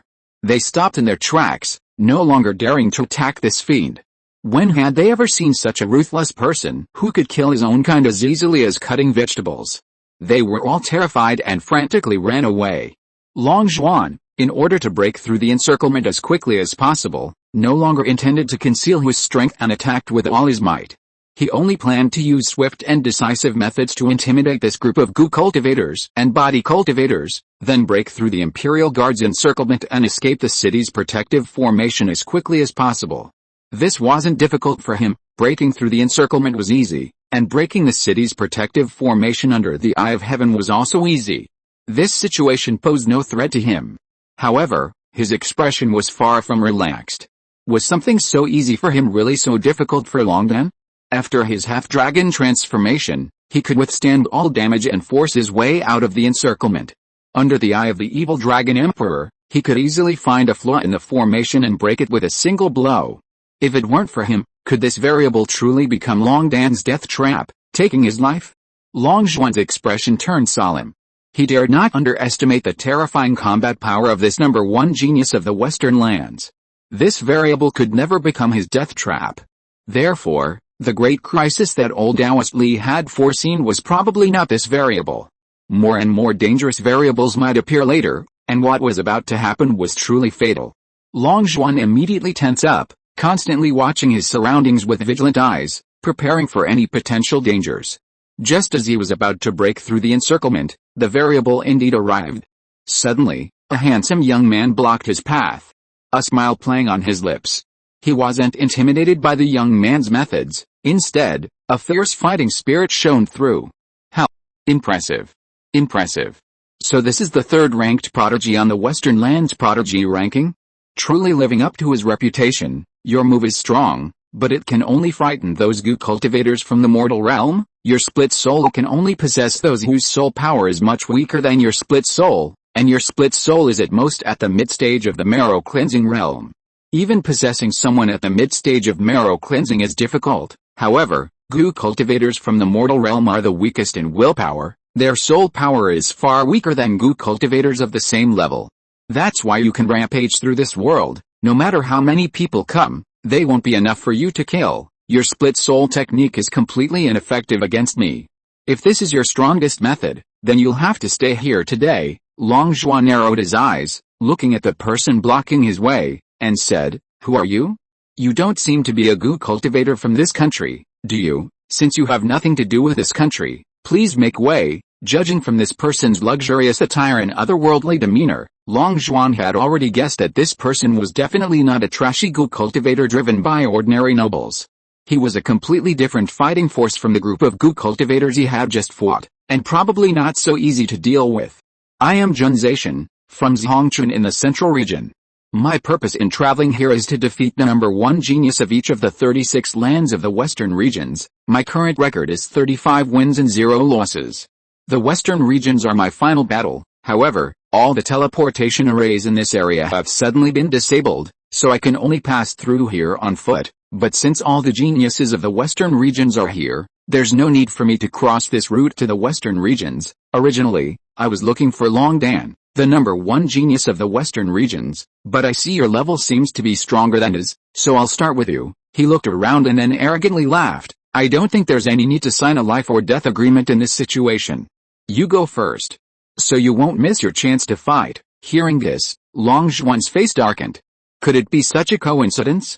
How could he encounter something like this, and at such a crucial time? Was he shielding Longdan from disaster? This person had actually traveled to every major region, defeating all the top geniuses in those regions. Just how strong was he? Had he forgotten to check the almanac before going out, inexplicably encountering such a terrifying existence? At this moment, Longdan, after snapping the neck of a peak marrow cleansing Gu cultivator, turned to look this way and hurriedly shouted, "Be careful. This person is ruthless in sparring. Most of the geniuses who have fought him have been crippled by him. When you fight him, don't hold back. Use your strongest trump card to kill him directly. Don't worry about the forces behind him seeking revenge. The Jun clan's rule is that every genius must travel around and challenge geniuses from all sides after reaching adulthood. The one with the most victories will become the core genius of the clan. If you die, you die. Blame it on your own incompetence. Every year, quite a few Jun clan geniuses are killed due to failed challenges. If you dare to hold back against this ruthless character, then you will definitely be the one who dies. Don't blame me for not warning you." Hearing this, Long Zhuan couldn't help but curse inwardly. He had come to him just to spar? He really knew how to pick his time. He was currently facing a life or death crisis. How could he have time to spar with him? But was this person truly a variable capable of taking Longdan's life? Could he really defeat the complete version of the evil dragon Emperor's Eye? Longdan possessed a limit Gu, and who knew how many Gu worms on his body had already broken through their limits? Could this variable be another feint, with even bigger variables to come? Long Zhuan took a deep breath. There were too many variables, it seemed endless. You've already seen my current situation, I don't have time to spar with you. How about we find a quiet place to have a proper match after I break out? Long Zhuan asked tentatively. Zhen Zhaishan revealed his impatience, saying impatiently, there's no need for that. You're going to die whether you leave today or not, so there's no need to waste time. If you want to get out of here, you'll have to kill me first. I gave you a chance to strike first, but you were useless. If I strike first, you won't have a chance. Kneel down. Suddenly, a black eye split open between Zhen Zhaishan's brows, emitting an eerie light. Under this eye, Long Zhuan felt as if a mountain was pressing down on him. His knees buckled, and he almost collapsed to the ground. It was only because his Purgatory true demon art required him to jump into lava, resulting in an exceptionally strong body refining effect, that he could withstand this sudden gravity. Otherwise, he would have been humiliated today. Long Zhuan finally lost his temper and directly used the divine power of the Purgatory true demon art. With the release of the divine power, the divine dragon and the golden crow suddenly appeared in the sky. The divine dragon exuded boundless pressure, and the golden crow flashed with dazzling golden light. As the golden crow spread its wings and appeared in midair, the temperature of the entire arena instantly soared. Under the scorching heat, the massive imperial guards shielded their eyes and retreated frantically. The area around Long Zhuan vanished instantly. With the empowerment of the two Dharma images, Long Zhuan immediately felt two immense forces surge into his body, causing his power to rise rapidly. The overwhelming gravity that had just made it hard for him to breathe suddenly disappeared. He now felt the surrounding gravity as light as a drizzle, having no effect on him whatsoever. Gazing at the two Dharma images, a divine dragon and a golden crow, that had suddenly appeared in the sky, radiating boundless power, Long Dan was shocked. Wasn't the Long clan's clan protecting technique, the reverse dragon technique, only allowed to summon one Dharma image? How could he have two? How did he do it? Zhen Zhaishan also showed a slight look of surprise. His gravity eyes altered the gravity of the terrain within their field of vision, and the closer one was to him, the stronger the gravity became. Long Zhuan had been incredibly close to him just now. It was already astonishing that he could withstand the gravity with his basic physical strength. But he hadn't expected Long Zhuan to be able to summon two Dharma bodies so inexplicably, making his physical strength negligible to gravity. Interesting. Interesting. Every time I activate my gravity eye, most geniuses are crushed by the gravity. Even the few geniuses who focus on body tempering struggle to move under the gravity, their movement slow, leaving them at my mercy. You are the first genius to completely ignore the effects of my gravity eye. In terms of physical strength, among all those of the same rank in the entire Gu realm, no one can surpass you. I call you the strongest. I'd like to see how many moves you can withstand on me. Zhen Zhaishan's excitement grew, his expression becoming increasingly crazed. After a wild laugh, he charged towards Long Zhuan. End of this chapter. Thank you so much for reading until the end. Don't forget to give it a like. Looking for more exclusive content and immediate access? Subscribe to our Patreon. Remember, every like, subscription or donation encourages us to continue. Thank you all. See you in the next video.